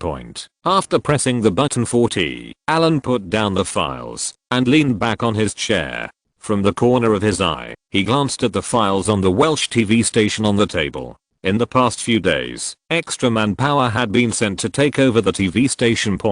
When I think of Welsh TV, Alan has his own arrangements. First of all, we definitely can't do what we did before. From time to time trying to create some reactionary messages, but not doing it thoroughly. There is no other benefit besides making people laugh. As for bilingual programs, all of them should be cancelled. What kind of bilingual program is this crappy local TV station trying to make a fool of itself on? Normally, daytime programs should return to the main topic. In addition to normal news reports, they should create more serious TV programs. The ratings don't matter, as long as there are enough programs sitting among the junior students from Cardiff University's Department of Journalism and Media. Alan planned to have people report more big and small news throughout Wales, recruit more college students, use internships as a temptation, trick them into working first, and then let them go. Go out and let these people visit every corner of Wales for the purpose of doing rural programs and reaching out to the masses. This will also make it easier for Alan to spy on the place secretly. In this way, he not only saves money, but also increases his control over the entire Wales. TV stations don't have to make money by producing programs, but they must give Alan the benefits of other places. As long as he started doing this slowly, he would have to know whose chickens laid eggs in the whole of Wales. As for the tape recorder that Alan had people take out in the TV station conference room that day, that thing was put in secretly one day in advance by someone who made a show of it. With today's technology, eavesdropping is very expensive. It's just such a small tape. How many hours can it be recorded at most? If every household does this, Mr. Allen will not be able to spend enough money. No matter how much money he has, they are all used to bluff people, to scare those old people who don't know the ropes. They look high-end, but are actually useless. If you really want to monitor a place, this seemingly above-board method is more effective and saves money. As for profit-making projects, TV stations already broadcast serious programs during the day, so they have to be changed at night. They can't be like before, showing some scummy old movies from decades ago at night. That's too boring. The large-scale wilderness survival dating program that Alan produced last year has not yet been negotiated with the BBC. He plans to broadcast it directly on Welsh TV. In the future, Welsh TV stations will have to be pure and clean during the day, with no shortage of news of all kinds. At night, they will have to take a different route. We will show whatever the people like. It's different at night. Who likes to watch the news before going to bed at night? Don't you want to watch some exciting programs? And as the time period changes, the later the show, the larger the scale of the program. Create a new and different Welsh TV. Chapter 497, waiting for you to wear the yellow robe. Thinking of this, Alan still felt like something was missing. It's not enough for a TV station to have these. They need to have a fixed program that can be justified to the outside world. A TV station may not be good in terms of its overall size. This is a matter of funding and development, but it cannot be bad in all its programs. This is a matter of capability. Nowadays, TV programs are classified in very detailed ways. For those who like sports, there is Sky TV. For those who like news, there are various BBC channels. Even if you like to watch serious programs, there are also adult channels. You can get whatever you want. Among so many competitors, competing for first place was out of the question. It would cost too much, and Alan didn't have the interest to spend so much energy on it. But it didn't have any special features, and the TV station couldn't achieve the effect he wanted. He wanted a small steel cannon TV station, the kind that usually seems to be tepid and has no big budget programs. It doesn't seem to be very profitable, and it won't go bankrupt. It can be self-sustaining, but it needs to have a fixed program. You can take it out from time to time to show your face and show your presence. A program like this must be serious. You can go in a wrong way, but it cannot be based on this. If we follow this idea, a program like this, make an interview show, invite some celebrities from all over the world to come over and do a talk show or something. Alan frowned, and just when he had some thoughts, there was a burst of soft music in the study, which was the electric doorbell. Alan reached out and pressed the switch, and the study door unlocked with a click. This is much more convenient than before when he had to say come in. The valet in uniform pushed the dining cart, walked to Alan's desk, and brought the largest snack rack to the table first. Even if Alan doesn't like to eat these snacks, he still has to have them, even if they are just comfortable to look at. A waste would be a waste. Today's afternoon tea is a pot of pour. Serving this pot, there is also a pot of iced lemon tea with ice, one cold and one hot. At the end, the maid brought down a plate of small meatballs. Zhao Huang, who was sleeping next to him, heard the special sound of the silver plate with meatballs touching the desk. He was startled, and his big head suddenly turned 180 degrees. His brown eyes stared at the dish that had just been put down in the maid's hand plate. After the things were loaded, Alan nodded. The maid put his left hand on his chest and saluted, and then pushed the dining cart out. Reaching out for a meatball, Zhao Huang stood up impatiently, swaying his wings on the desk. Eat, eat, eat. Just know how to eat. Remembering what Boss Cha liked to say about him, Alan told Zhao Huang again. Zhao Huang didn't understand either, so he stared at the meatballs intently. It has grown up with this thing, so it has become accustomed to eating it. It rarely eats anything outside, unless it is curious, and will peck a few times. I waved the meatballs in front of Zhao Huang's eyes for a few times. He wouldn't eat anything that didn't move. If you wanted to feed him, you had to wave something in front of his eyes. After teasing Zhao Huang, Alan suddenly threw the meatballs in his hand on the ground and asked Zhao Huang to chase them. He poured a cup of tea, took a sip, and continued to think about the TV station.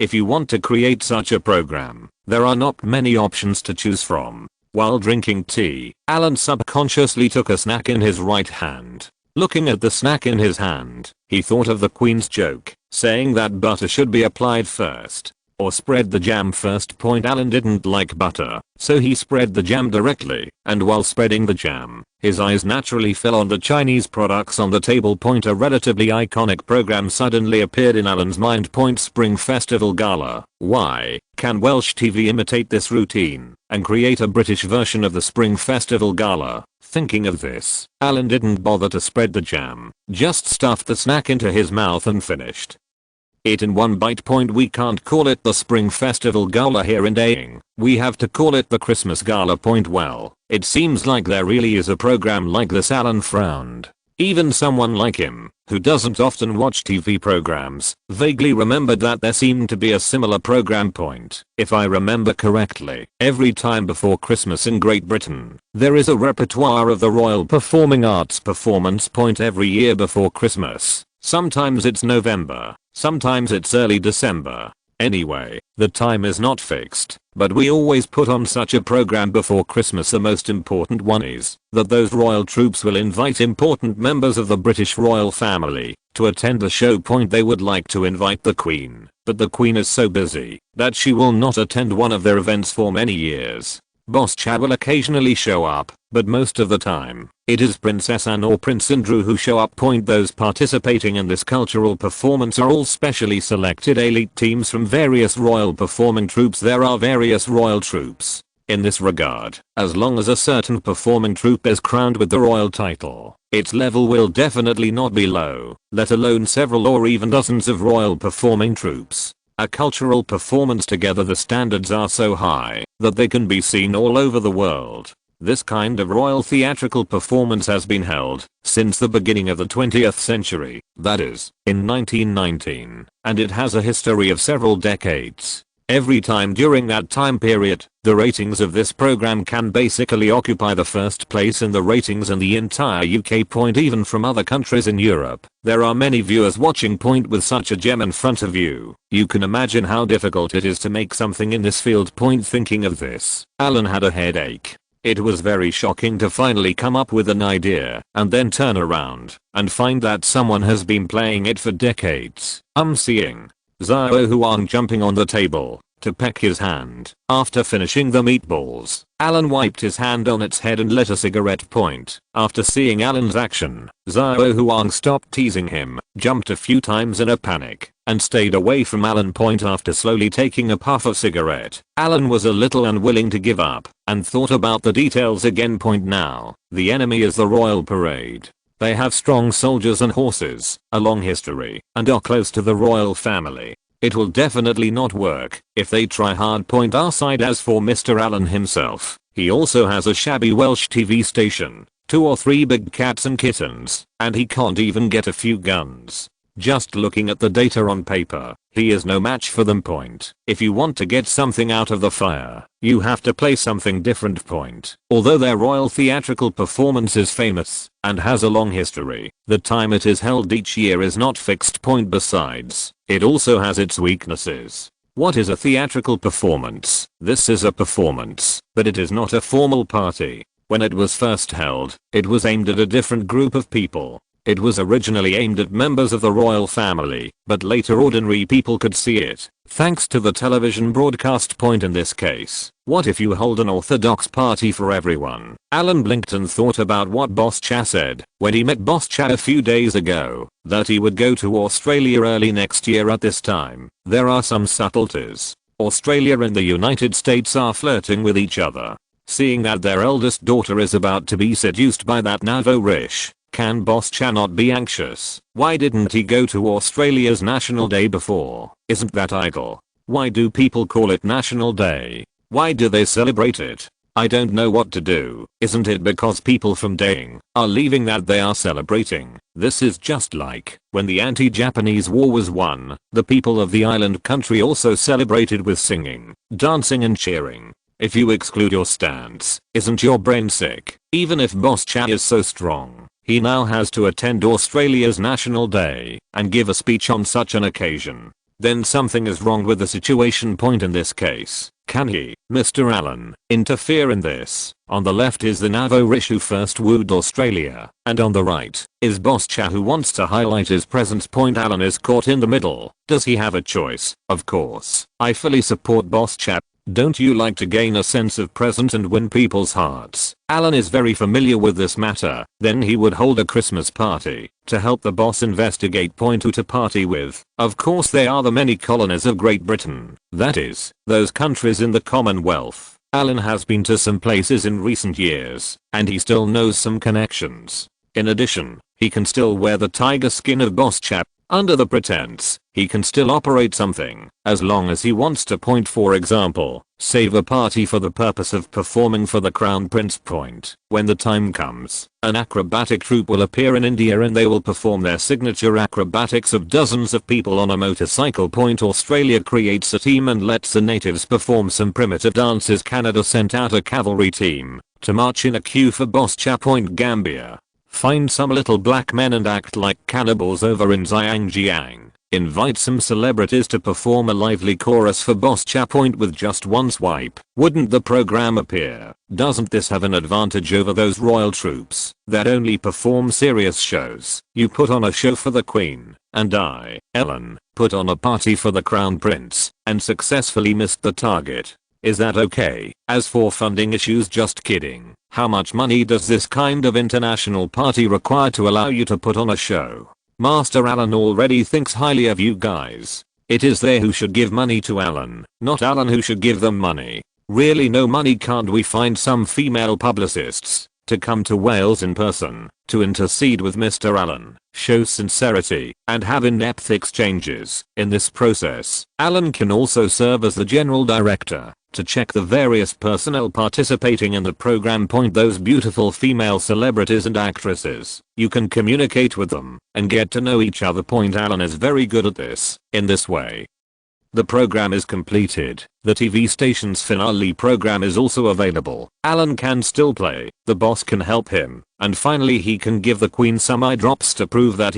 Master Allen, he's not completely useless. He's still very good at doing some literary and artistic activities. I just don't know if the Queen will like these things that Allen does in the name of Boss Cha. Point. If that doesn't work, then he has another trick. Point. When the time comes, he can fool Boss Cha and go to garrison troops overseas to express his condolences. Shoot some footage. For example, the British troops stationed in Gibraltar said Merry Christmas to the Queen and Merry Christmas to all the British people, and then made some tearjerkers, saying they were homesick. But for the Queen and the Empire, we were not afraid of hardship or fatigue, and we still fought hard on the front line. Why? Point after taking pictures of the garrison, take pictures of those on the warships, and even people from other federal countries can also take pictures. When the time comes, I will invite Boss Cha to Wales, watch the party together, and have a drama of harmony between kings and ministers. By the way, I would like to wish the Queen in London a Merry Christmas. Just tell me if it tastes like that. In this way, he can not only fool the Boss Cha, but also fool the Queen. Allen can also follow the relationship, gain connections, show his face, and finally make money. Isn't this a multi-purpose thing? This TV station program has great potential. After a few years of regular itineraries, this will be a large stage, one that will cover the entire Commonwealth. Those federal countries that are relatively poor and not well developed can use this stage to showcase their countries, just like an expo. They all come to show their faces and look familiar in front of Boss Cha. Come to Mr. Allen. If you make an offering, the money will come. Point thinking of this, Allen pressed out the cigarette, but fiercely, and decided on this. It was already August, and there were only a little more than 4 months left before Christmas. He had to perfect the plan first, and do it quietly. Make a public statement, prepare a preliminary budget, and give Boss Cha a surprise when he comes back from Sweden. When that time comes, Allen will be very moved when he thinks that he is holding a yellow robe. No, he is holding an invitation letter, inviting Boss Cha to go on a trip, to shoot overseas clips, to show Boss Cha's character. Right, Allen, haha, we meet again, ha. As soon as he got off the plane, Alan looked at the Queen Princess standing behind Bertel, Victoria, with some surprise. Why did she come to pick him up at the airport? To be honest, Alan was a little unimpressed with her, mainly because she was too ugly. That big mouth looks like a catfish spirit, or uglier than a catfish spirit. Let's just say monkfish spirit. On the whole face, the big mouth is the most eye-catching. At first glance, it looks like the female version of a fat tiger. Think about that scene. A fat tiger dressed in a more feminine style is standing there, looking at you coquettishly and affectionately. Tsk. Goosebumps suddenly appeared all over my body. I don't know who she looks like. Although Gustav was not handsome when he was young, he was not ugly either. The queen was not even ugly. She could only be said to be average. German women age quickly. The size is okay, but the child born between the two of them, the eldest child, really embodies all the shortcomings of the two of them. Bertel is not ugly, and is even a little handsome, but as his sister, Alan doesn't like her. You didn't expect me to come to pick you up, did you, Crown? Prince Victoria watched Alan get off the plane. Before he could speak, the smile on his face subconsciously spread and he greeted Alan warmly. Your Highness is too kind. Just come and pick me up. As Alan said this, he looked at Bertel with doubtful eyes. Bertel looked at Alan and blinked, then pointed at his sister, then at Alan, and finally pointed at a car and said, my sister said that she came to pick you up this time and wanted to meet you on the way. Just tell me you guys can get in the same car. Alan looked at this posture and was a little confused for a moment. What are you talking about? What are you talking about? Chapter 498. Alan, listen to me. He did not come by himself this time. Although Prince Edward did not come with him, but came by himself a few days in advance, but Alan came with the envoy, and he came with something for Gustav this time. As for the congratulatory gift, I was called away by this guy as soon as I got off the plane. What kind of thing is this? Let's talk about it after we get in the car. Victoria looked at Alan with a smile. No matter how satisfied she looked in the past, due to her small social circle, she had no impression of Alan. But in July, when Alan came to Sweden, she was shocked when she first saw him. A person like this who has status, good looks, a rich net worth, and strong personal abilities in all aspects. Isn't this the legendary Prince Charming? As a woman who is destined to be a queen in the future, she must have a husband worthy of her. Right now, such a Prince Charming appears in front of her. Is this a coincidence? Or God's will? Since Alan left, Victoria has been pestering her mother, asking around, and learned more about Alan. She is only 25 years old this year, has outstanding ability and bravery, and there is no one in the family.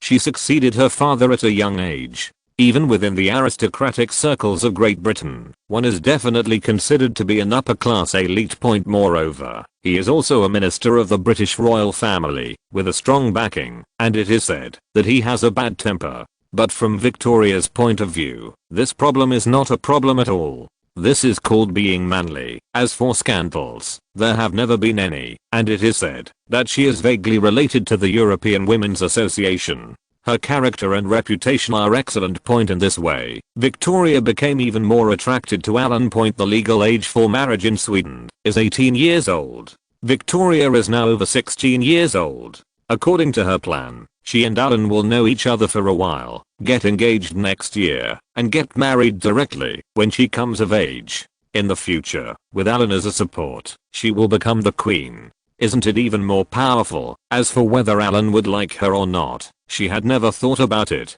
She was extremely confident in herself. Therefore, as soon as she heard that Alan was coming over again, Victoria took her brother and came to pick up Alan in person. The idea was to communicate more with Alan first and cultivate a relationship. Of course, you can't say this directly. I won't take the car. I have to go back to the hotel to settle them down later and discuss some celebration matters with the reception staff. Alan smiled and refused. He really didn't want to get involved with this Victoria and didn't have the time. The key is that there is still something serious to do. My father is going to entertain you tonight. He said he has something to discuss with you, so you won't come. Victoria flipped her hair as if she thought she was very charming and continued to invite Alan with some reluctance. Alan looked at the crown prince, and then at Bertel. The atmosphere was a bit strange, but if Gustav invited him, why didn't he tell him in advance and let his eldest daughter, who he didn't like very much, invite him? What happened? Alan is still very concerned about recruiting people, which is related to his plan to make money. Okay, let me explain a few words. Wait a moment. Alan nodded to Victoria, turned around and called a secretary, and whispered a few words. Victoria looked at Alan's serious work, and the more she looked at it, the more satisfied she became. Beauty is in the eye of the beholder, not to mention that this guy was already so good looking, so the bonus was even greater when Alan came to Victoria again. Victoria was stunned. "Your Highness, why don't you get in the car first?" "Ladies first." Alan smiled and asked Victoria to get in the car first. Since he had something to do, he would go see Gustav first to see what he had to say. It was nothing at first, but as Alan said these words, the smile on Victoria's face faded slightly, and she said in a preaching tone, "Don't you mean that you respect women? You are right to let the lady get in the car first. Is there any discrimination against women?" Alan grasped the door handle with one hand and suddenly turned his head to look at Victoria. He knew that this child was 16 years old, not very tall, but very strong. Such a female man, who in Alan's eyes is very manly, actually said this in front of him. Does giving priority to women discriminate against women? What kind of bullshit logic is this? Although Alan knows some small boxers, this is the first time he has seen anyone who dares to box like this in front of him. You call giving priority to women discrimination, isn't it? We in Sweden attach great importance to this kind of thing. Even if it is a holiday for childbirth, men and women must take a holiday together. And this cannot be called maternity leave, but childbirth leave. It is the same for both husband and wife. You are still a member of the inspection team leader. Don't you know this? Alan was almost laughed out of anger. I give you the whole gentlemanly demeanor. You said that I discriminate against ladies. This go ahead and play it yourself. He was not even in the mood to explain. At this moment, Victoria was already labeled as a psychotic woman in his heart. For such a naughty child, Alan didn't want to waste time on her. "Bertel, come and sit in a car with me." Alan hooked his hand at Bertel in the distance, then glanced at Victoria, who was holding her arms next to her, and said,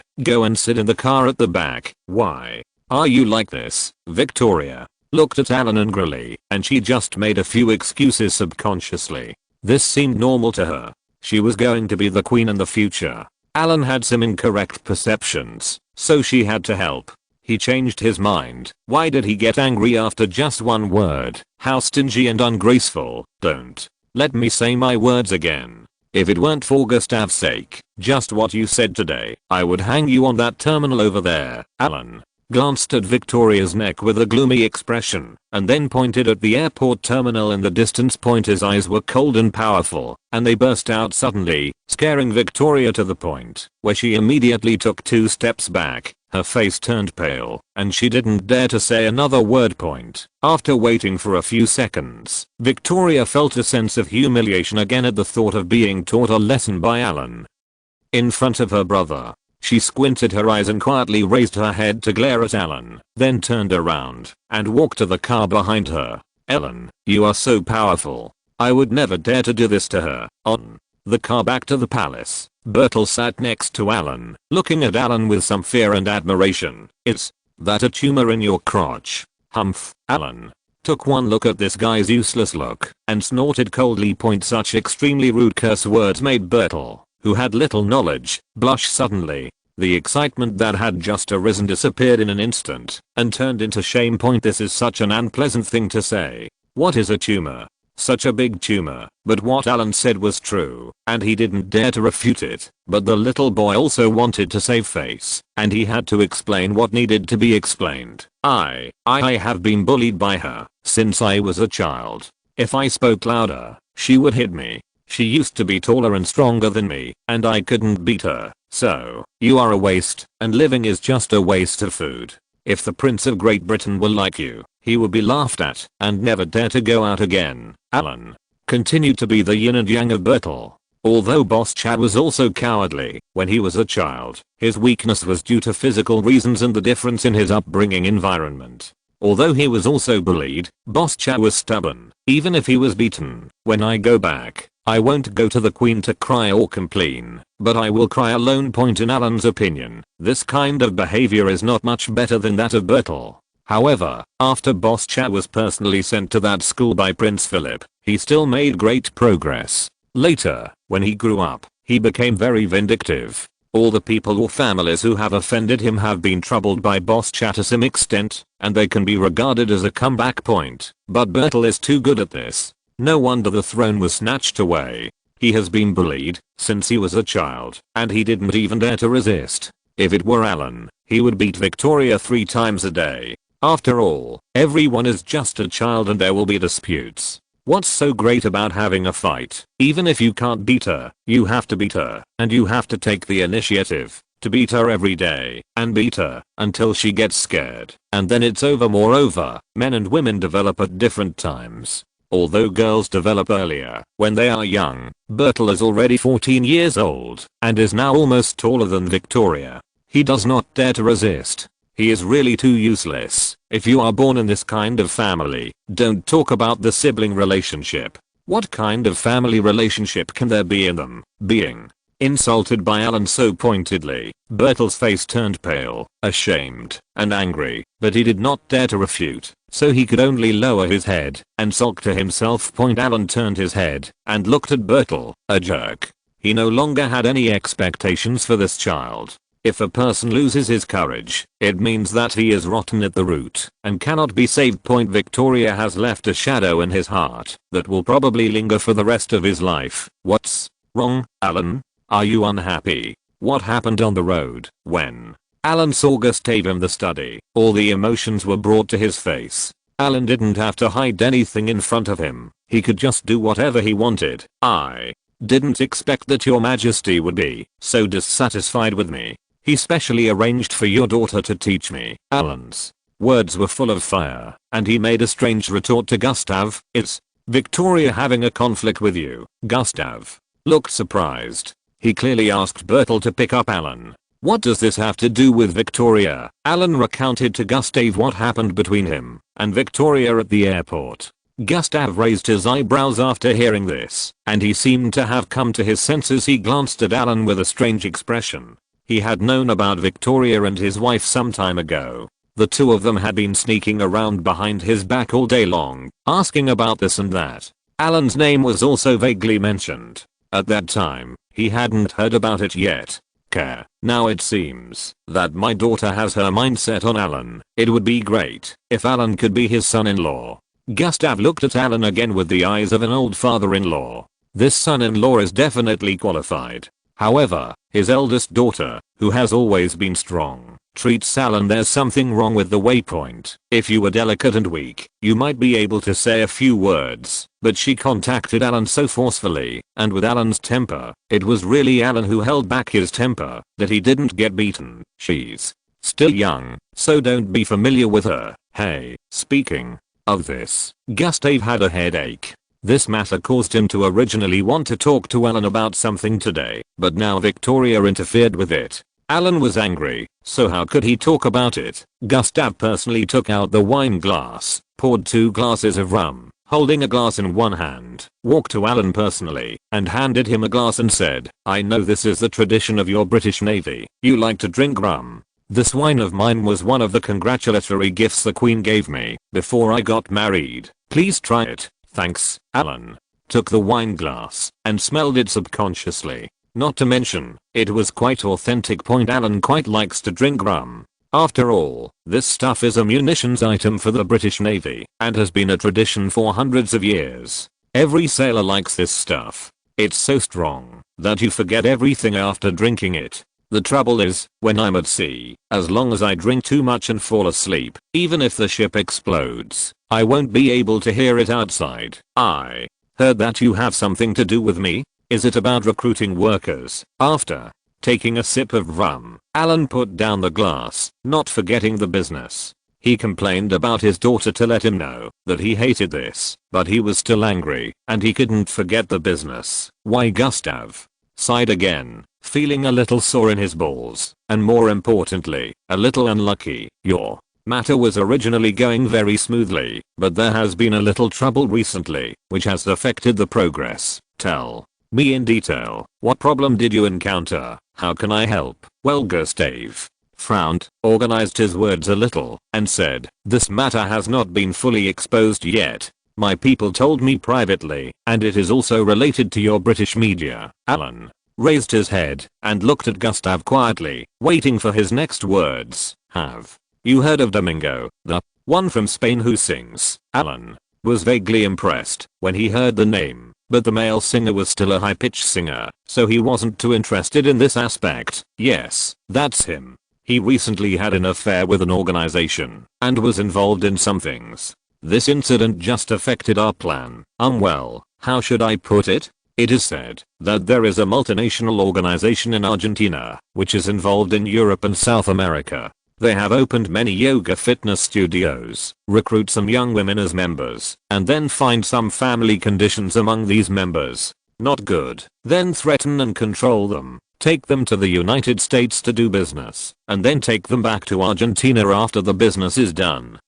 I recruited people for you a few days ago, and it happened to involve the yoga studio. Alan's head is so big. What's the matter? Can this be related? Gustav said with some embarrassment. As you know, now is the inspection period for Sweden's application to join the European community. The official site attaches great importance to this kind of thing. As soon as they received the news a few days ago, they conducted a thorough investigation in Sweden. All yoga studios in the country have been inspected, and even places where many young women gather. This period is just in time for us to catch up. You mean I've been waiting for 2 months and your plan has been ruined? Alan was a little speechless with Gustav. He came over happily to ask for someone. Did he want him to return empty-handed? No, no, no. Alan, don't worry. Just listen to me. I've made another preparation plan. Chapter 499 Stab. Preparatory plan? Is it related to the singer you mentioned? What Gustav said was so confusing that Alan still hasn't figured out what the relationship is between the British media, the Spanish tenor, and the multinational service group. Point anyway, all he knows now is that he hasn't recruited enough employees yet. It's not him. I mention him to you because he is a participant in this matter. Gustav also felt a little bit like he had suffered an unreasonable disaster. Everything was going smoothly, but because of the tenor's misfortune, the British media found out about it. People on the entire planet probably know what the BBC is like, right? Even in the face of some news about the British royal family, the BBC dares to report it. Unless the Queen personally comes forward to issue a ban, otherwise they can hardly give anyone face point. When it comes to foreign affairs, the BBC is unscrupulous. Especially foreign celebrities like Domingo, who are famous but not powerful, are the best news materials. Since this guy went to the United States to purchase services and was accidentally inquired about by the BBC paparazzi scattered in the United States, it was like celebrating the new year. First, the BBC headquarters secretly sent more people to inquire about the accuracy of the information. After confirming the accuracy of the information, further investigated a large amount of evidence, and then dug out the transnational service organization behind Domingo. This organization involves thousands of people, and all of these thousands of people are core personnel, and there are even more peripheral personnel that are unimaginable. Just think about the size of nearly 1,000 skilled ladies who have been packaged and trained by them. And you can imagine how huge this organization is across the Americas and parts of Europe. After further digging, it was found that Domingo not only consumed the money, he was also deeply involved with this organization. He was considered one of the shareholders of this organization. As soon as this news was discovered, the BBC program team went crazy. Apart from some international news, this is the biggest and most explosive news this year. Faced with this situation, the turning point has come. The BBC is not sure how many big names will be involved behind this organization. Domingo is already like this, so is there anyone more powerful behind him? So, in the end, a middleman came to Domingo himself with some materials. In one hand, there was enough material to ruin his reputation, and in the other hand, He showed that, if he gave him money, it would be an easy matter to discuss. Domingo's whole body was numb. As for the BBC, it's not that they are cowardly, in fact they are not very good people either. To put it mildly, this thing is just plain extortion. An internationally renowned tenor is very rich. If you can make some money from him, it will also be a huge windfall for the leaders behind their program group. But if Domingo refuses to admit it, it can also serve as a warning. He is a tenor, and he knows nothing. If he is anxious and finds the person behind him, then the BBC can dig out more information. No loss left. Alright. Anyway, they are used to being shameless, and they have the power of public opinion, so they can be so unscrupulous. That's what happened now. Not many people knew about it. Alan didn't know how Gustav knew it. Anyway, the news he received was that he asked someone to cause the yoga fitness center to be inspected, and the manpower was they were all dismissed, and the results of more than a month of hard work were gone. This is my current plan. This time I'm going to listen to your original opinion and set up multiple vocational training centers to recruit people of all ages. The purpose is not so obvious and the screening will be expanded. Although it will cost a little more, it's also a little slow to pick people, but it's better to be safe. Fine. Alan was a little speechless. He hated this feeling, but life was like this sometimes. There was obviously the best choice, but Gustav wanted to replan it by himself, and didn't want to follow what Alan said initially. Come on. Something happened in the end, and you regret it only after you have experienced the pain. A month or two were wasted. But with the relationship between the two of them, Alan can't give him orders, right? The two parties have a cooperative relationship, and this is just the beginning of the cooperation, so it is not easy to get to stalemate. By the way, Your Majesty, are you sure that the BBC is haunting the transnational criminal organization you just mentioned? Alan stood up and was about to leave, but after taking 2 steps, he suddenly had an idea. Gustav was not useless at all. At least he brought news that Alan was a little moved by the girls in the hands of this international organization. They are all carefully selected girls in their 20s. Since they can provide services across countries, the service prices must not be low. At the very least, when it comes to cross-border services, you can't let people go by car or boat, right? This kind of high-end gadgets pays great attention to timeliness. A certain man on top suddenly wants to play. It's easy to wait for a few hours or half a day, but it won't work if he has to wait for a few days or even longer. So the situation, this thing is all airborne. With this kind of business model, what kind of beauty is worth airborne? The round-trip air ticket between Argentina and the United States alone is not cheap, plus the profit in the process. Such a girl can definitely meet the standards required by Alan. Moreover, they have all done this, regardless of whether it was forced or voluntary. They have already done it, and have at least some working experience. In the end, the issue of language is not a problem anymore. Since we can all go to the United States for airborne services, the language barrier must be no problem. Ellen's requirements for employees were miraculously met, and the number of people who meet the requirements is thousands. Isn't this just thousands of ready-made employees? What if Mr. Allen exposes this transnational criminal organization with a sense of justice, gives them a severe blow, and then appears in front of them as a savior, and gives them a serious new job out of kindness? It's not like this can't be done. Sure, my sources are very trustworthy. Why are you curious about them? Gustav didn't think as much as Alan thought. He thought Alan was just curious. Haha, yes, I'm a little curious. Okay, these are just trivial matters. I would like to congratulate Your Majesty in advance on the 20th anniversary of your accession to the throne. I will go back first and see you the day after tomorrow. Hahaha. Okay, then I'll give it to you. Gustav put his right arm on Alan's shoulder and personally took Alan downstairs.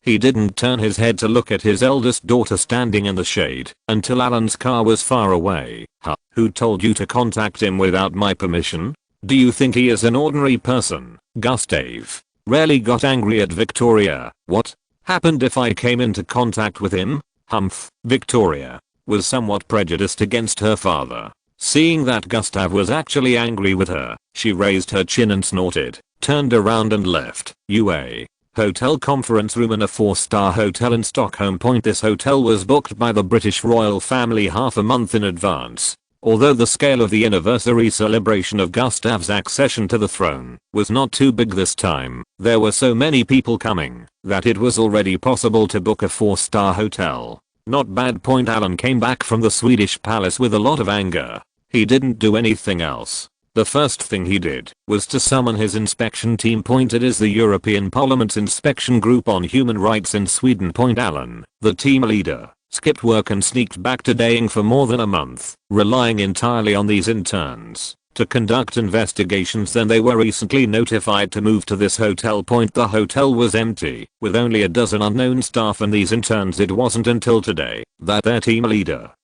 showed up and held an emergency meeting late at night. This makes most interns who have never seen much of the world a little nervous. Alan sat at the front of the conference table with a calm expression, carefully flipping through a thick stack of documents. These documents are the results of the investigations of these interns over the past month. Alan doesn't look at the details. He puts each one at the end first and reads the summary at the end. Overall, human rights issues in Sweden are basically impeccable. But if nothing happened today, Alan would have raised his hand and it would have been over. But since someone has provoked him, it is not Alan's character not to cause them some trouble. With his petty personality, even if he causes trouble, there is a high probability that the European community will still absorb Sweden. But it's his business whether to look for it or not, and it's the European community's business to accept it or not. He has the power, so why not use it? How dare a queen prince with no power show his face to Mr. Allen? Who do you think you are? Have you never seen the dangers of society? This time I'll let you see it, you idiot. This section. Alan was flipping through the pages and suddenly looked at a report. His eyes lit up. There was a good case in it. Sweden has made special regulations on the holidays for giving birth. Both men and women have the same holidays. Even the name of the holiday cannot be called maternity leave or other biased terms. They regard this as equal treatment and eliminate discrimination. So why is there such a specific policy? Women have paid menstrual period holidays, but there are no paid menstrual period paid holidays. Can this mean that they no longer discriminate against women, but have turned into implicit discrimination against men? As soon as Alan finished speaking, the girl wearing glasses closest to him opened her mouth with a dull expression. Team leader, does this man also have his menstrual period? Why not? If you don't have your period, you don't have to take paid leave. Isn't this discrimination? Alan turned to question the little girl wearing glasses seriously. This kind of question makes the girl a little more confused. This seems to make sense. Discrimination. What is discrimination? It's nothing more than fairness and justice. If one party receives preferential treatment and the other party does not, this is actually discrimination. But now, if you look at your survey, they say there is no discrimination and they pay great attention to human rights. Whose human rights are they paying attention to? Are men's human rights taken seriously? After Alan finished speaking, he glanced around the silent conference room. Everyone of you here, many of you are just doing internships. I have given you such an important job opportunity. We are the inspection team. This is a task assigned to us by the European Parliament. This is our mission. For this inspection, you must separate yourself from gender, stand from an outsider's perspective, work objectively, impartially, and strictly in accordance with the regulations. Instead of looking at these things based on your subjective consciousness. Following Alan's serious tone, most of the interns stood up one by one with some shame, lowered their heads, and endured the training honestly. The person sitting above them was older than them in terms of status and official position. He was the leader, and whatever he said was what he said. This inspection is cancelled. I will continue to apply for your travel expenses and subsidies. We will inspect it again according to more comprehensive and strict procedures. Everyone will exchange inspection areas and let the meeting adjourn. Yes, I understand, team leader. There was a sparse response, and in the entire conference room, the interns walked out dejectedly. Alan stared at their figures and sneered. Victoria is such a naughty kid. She doesn't know how big the world is at the age of 16. Alan didn't have the same experience as her, but because of her anger, he wanted to let it out. How? Let's get down to business and give Swedish officials some eye candy. Didn't you just go through the motions and join the European community? The European community will officially transform into the European Union in early November, which is still more than a month away. Even if it's just going through the motions, then you have to go through the motions, but now you need to go through the motions all over again, and it will depend on whether you are in a hurry or not. When the European Community Conference is approaching, Sweden still has to go through all the procedures to join the European community. What consequences will it have? At least it will be ridiculed by the whole of Europe, but at worst it will be unknown. Anyway, Alan is always talking about it. He said that this inspection must be repeated, so he has to do it again. Who told him to be the leader of the inspection team this time? When the time comes, the Swedish official will be like an ant on a hot pot, and he will accidentally reveal his affair with Victoria. Those smart parliamentarians in the Swedish parliament must know what is going on. The root of this matter was caused by their Queen Princess Victoria. For the Swedish parliament, which has always wanted to cause trouble for the Swedish royal family. This is equivalent to Alan handing them a knife. If he didn't stab him, wouldn't he be sorry for the master of the European Parliament? And the Swedish Parliament further suppresses the Swedish royal family. Who is the most hurt? Gustav. But even if he is injured and aggrieved, what can he do? Can he turn around and blame Alan? This is because he failed to discipline his daughter. What does it have to do with Alan? Although everyone can cooperate, not everything must be on the same stand. It is not an exaggeration to do anything for the sake of profit. On the contrary, this can only further intensify the conflict between him and the Swedish parliament, making him more interested in making money and wanting to resist. The more he wants to make money and the more he wants to resist, the more opportunities Alan will have. This is a big circle, a closed ecological loop. Alan found trouble with Swedish officials. After the Swedish officials understood the inside story, they started trouble with the Swedish royal family. The Swedish royal family was incompetent and furious, and finally wanted to drag Alan to find a way out.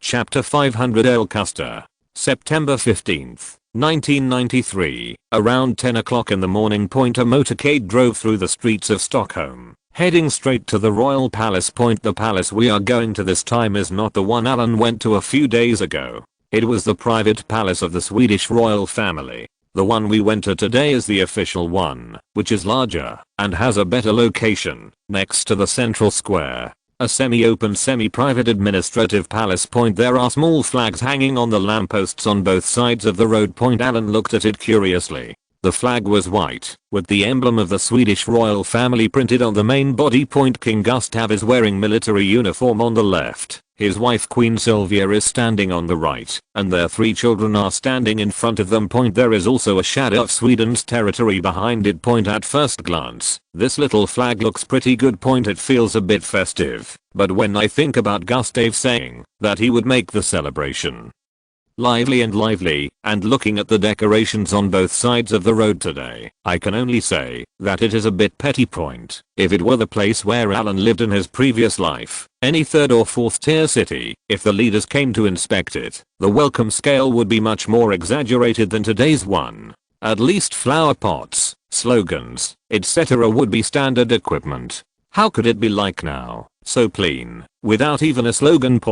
When we arrived at the gate of the palace, the team of the British royal family arrived relatively late. This was specially explained by the etiquette master in the team. The British royal family is very famous. Not to mention the finale appearance, at least they can't arrive early. That would look insignificant. Face. Just like now, Alan got out of the car first, and Prince Edward's car was behind him. The two of them were dressed very differently. Today's dress code is based on modern etiquette. If it were Daying's side, for such a grand occasion, the Queen would have to wear royal robes and a crown to show off her face. But Gustav doesn't pay attention to this, mainly because he has no rights. What is his biggest card now? He is the nominal commander-in-chief of the armed forces, so today Gustav wears military uniform and military rank, while the queen wears ordinary dress. Nobles like Alan who were born as military generals had to follow King Gustav and also wear military uniforms, but Prince Edward did not need to wear them. He only wore ordinary tuxedos. As soon as the two got off the car, there was no media, only the reception staff arranged in advance to receive them. According to the procedure, Alan registered the number, gave the congratulatory gift, and then followed the waiter into the palace. This is a formal waiter visit process, and everything must be carried out according to the process. It's really full of decay, and it's stiff and not dead. Suddenly, I heard Prince Edward's complaints again. Alan turned his head and looked at this guy. Compared with Sweden and Great Britain, who is more decadent, can't you tell the difference between big and small kings? Clatter, clatter. As Alan walked around, he put on all the formal and informal medals he had received, plus a sword, which was bumping and bumping, and with every step he took, it makes a sound of metal colliding. Regardless of the gold content of these medals, they are quite intimidating at first glance. He and Prince Edward walked together. Prince Edward was more like a follower, while Alan was like a prince. Hello. Nice to meet you. Are you the Earl of Carmarthen in Wales? You are. As soon as he entered the palace, the entire hall was extremely lively. Alan glanced at it and saw that there were at least 300 to 400 people standing in the hall. A voice saying hello came from the side. Alan turned his head. This person was relatively unfamiliar, and he didn't recognize him. Haha, it seems that I guessed it right. I heard that the Earl of Carmarthen in Great Britain was outstanding in appearance and martial arts. I have seen you on TV before, but your hairstyle was different at that time. This time I saw you. You didn't realize it, but I'm Count Custer. Oh hello, hello. Nice to meet you. Alan held his hat in his left hand, straightened his back, and stretched out his right hand to shake hands with this man enthusiastically. As soon as he mentioned Earl Custer, he knew that this was a local nobleman in Sweden. His reputation was just that. He was engaged in the timber business. When he went hunting with Gustav last time, Alan and the others were in the area. Was contracted by this Earl. The Swedish family has a king, and of course there are corresponding nobles, but their nobles are rather strange. There are two types. One is compilation, that is, the nobility of Sweden, which is personally conferred by the king. The canonization here specifically refers to the canonization before Gustav. Since Gustavus ascended the throne, he has lost all his rights, so why should he be granted a title? He could only make each of his 3 children a nominal duke, but not the others. The highest ranking nobles in Sweden end at the count. Their formal aristocratic system has a king at the top and a prince at the bottom. The duke. Unlike the duke, who evolved into a marquis like in Great Britain, Sweden does not have marquis. It goes directly to an earl, and there is no viscount under the earl, only a baron. Under the baron, there are no knights or anything like that. Only knights, a system that favors ancient etiquette and military merit. For the Swedes, the nobility class reaches the top with counts. There are still more than 100 count families in their country. But compared to the days of the nobles in Great Britain, the nobles in Sweden no longer look like nobles. Among the more than 100 count families, no more than 10 are well off and famous, and the rest are just rotten fish and shrimps. After all, their king was in such a miserable state, and the nobles below were not much better. In addition to these registered and compiled nobles, there are also many remaining nobles who have taken refuge abroad in Sweden. For example, former German nobles, former Italian nobles, former Tsarist Russian nobles, former French nobles, etc. Anyway, all kinds of nobles followed the noble fare. Nobles from all over Europe can be found here, and the aristocratic family has a very prominent history, but it is now in decline. Alan had heard Gustav's introduction before. There were dozens of noble families with the Feng surname alone living in Sweden, as well as those with the surname of Dientang. The Earl of Custer in front of him was one of the well-off families among the Swedish aristocracy.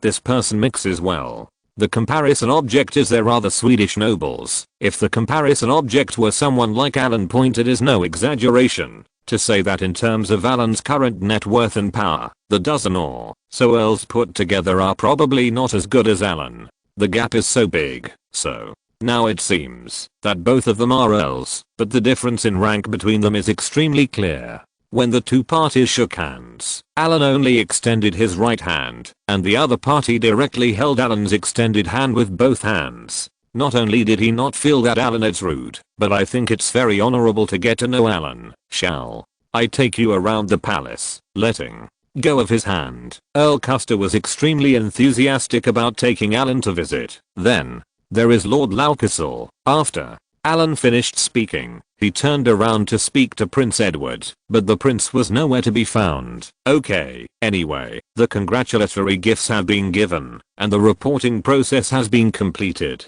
Now everyone is separated, which is exactly what Alan wants in the normal communication in the hall. The distinction between men and women is very clear. On the left are the nobles participating in the celebration, and on the right are the family members brought by these nobles. Earl Custer walked in front, starting from the door, and introduced to Alan one by one the portraits hanging around the palace hall. This is a matching portrait of the kings and queens of Sweden. It starts from the left and extends to the far right. Look at the space and Gustav's position. Alan, I went on a business trip to South America some time ago. When I came back, I heard from my servants that you visited Ike. While visiting, Count Custer pretended to chat about family matters and started talking. Well, I went there to study and visit, and it was very rewarding. Alan looked at the military uniforms of various countries in the hall, which was very novel. This scene gave him a weird cosplay feeling. The main reason is that it is too messy. For example, his clothes are navy blue, and someone else's dress is grey. You can tell it is easy at a glance. There is also a shit yellow one, which looks like it is probably a French aristocrat. When the islanders were new to learning, the first thing they stole was the French military uniform, which was still very tough. Especially the French African army. Their interests in Africa were too great at that time. There was the African Legion, and there was strong wind and sand there, so they added two, but curtains on both sides of the hat. They were used to block the wind and sand and protect the ears of the neck. But the islanders didn't understand back then, so they followed suit and made their own new uniforms yellow like the French Afrika Corps, with bud curtains on their hats. Because of this, the islanders were often laughed at by European gentlemen. Therefore, as soon as he saw a military uniform of this color in Europe, Alan knew that the other party was most likely a French noble. As for the British Army's uniform, which is also the same color, why can't it be a British aristocrat? There are only a few nobles in the British Army, and they can't appear here. They all know it. Aha, it seems that Earl Alan is going to enter the furniture industry. Will there be a chance for us to cooperate? Earl Custer had something to say. Oh, speaking of this, Alan looked at Earl Custer strangely. Who said he was going to enter the furniture industry? The industry at hand has not been regulated yet, so how can he have time to get involved in new industries? I have no such plan. How could I get involved in the furniture industry? The economy has been bad in the past 2 years and I have no energy. As Alan spoke, he returned a salute to a nobleman in the distance, who was nodding at him. Haha, Earl Alan, you are so noble and forgetful. You obviously have a furniture industry. Last year, I remember that you sent someone over to purchase a batch of high quality ancient wood, and this thing, I do not know how. Alan was stunned by Earl Custer's words. Just as he was about to deny it, Alan suddenly seemed to remember it, and asked with some uncertainty, you are talking about the people from Bentley coming over, right? Yes, that's them. They have occasionally come here to purchase wood before. I have been in contact with them before. Seeing that Alan finally remembered, Earl Custer nodded with a smile, and looked at Alan expectantly. When it came to Bentley, Alan was a little speechless. There were some things that he didn't care about before, and he didn't know anything about it, but later someone reported it to him. He was done listening to it, so that Earl Custer asked just now. He didn't even think about it.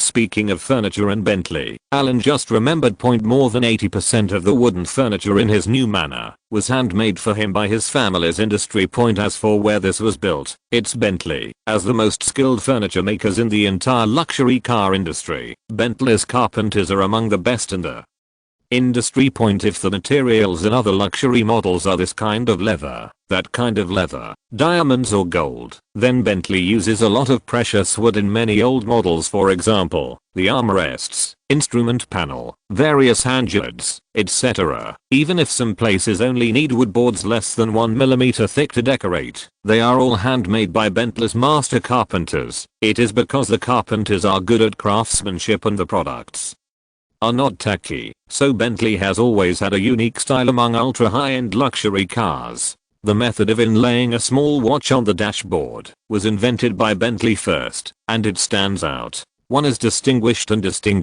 with high style point. With such a good carpenter on hand, Butler Hooter must make use of him. In the end, he gave Bentley the work of making most of the furniture in the new Manor Bentley, which had been acquired by Allen for so long, and had not achieved any results. Felt a little guilty. Now that they could build furniture for the new owner, what else could they want? Go ahead. Point: it can be said that Bentley's carpentry department worked hard to get a large amount of precious wood and use the best materials and craftsmanship to build furniture for Allen's new manor. In the process, it is inevitable that he will come into contact with Earl Custer, who is also engaged in the lumber business. This person probably wants to use this opportunity to talk to Allen about cooperation with Bentley. Even though Bentley doesn't use much wood in a year under normal circumstances, they use high-end wood. If you have such a partner, let's talk about it. It can put gold on your face. When I go out to do household chores for others, I casually say that my partner is Bentley, who makes luxury cars. All the high-end wood they need is obtained from me. Does this mean that he is a caster? The Count's strength: with this identity, he can use this identity to negotiate cooperation with car companies or furniture companies under the false pretense, which will increase his success rate exponentially. I usually don't pay much attention to things in this area. I'll ask when I go back. This time, Allen didn't agree immediately. How could he agree immediately? Socialize, talk more, go back and forth. Besides, he has to go back and understand it clearly before talking. How can we talk if he doesn't know the inside story? P.S. There have been a lot of colds recently, and it is said that this time it is very serious. If it is convenient and possible, you can go to a community hospital near you to get a flu shot in the near future. Point: I went to get a shot today. It cost more than 100 yuan. After the shot, I bought peace of mind and saved myself the trouble of being seriously injured. End of this chapter. Thank you very much for reaching the end. Don't forget to like. Looking for more exclusive content and immediate access? Subscribe to our Patreon. Remember, every like, subscription, or donation encourages us to continue. Thanks to everyone. See you in the next video.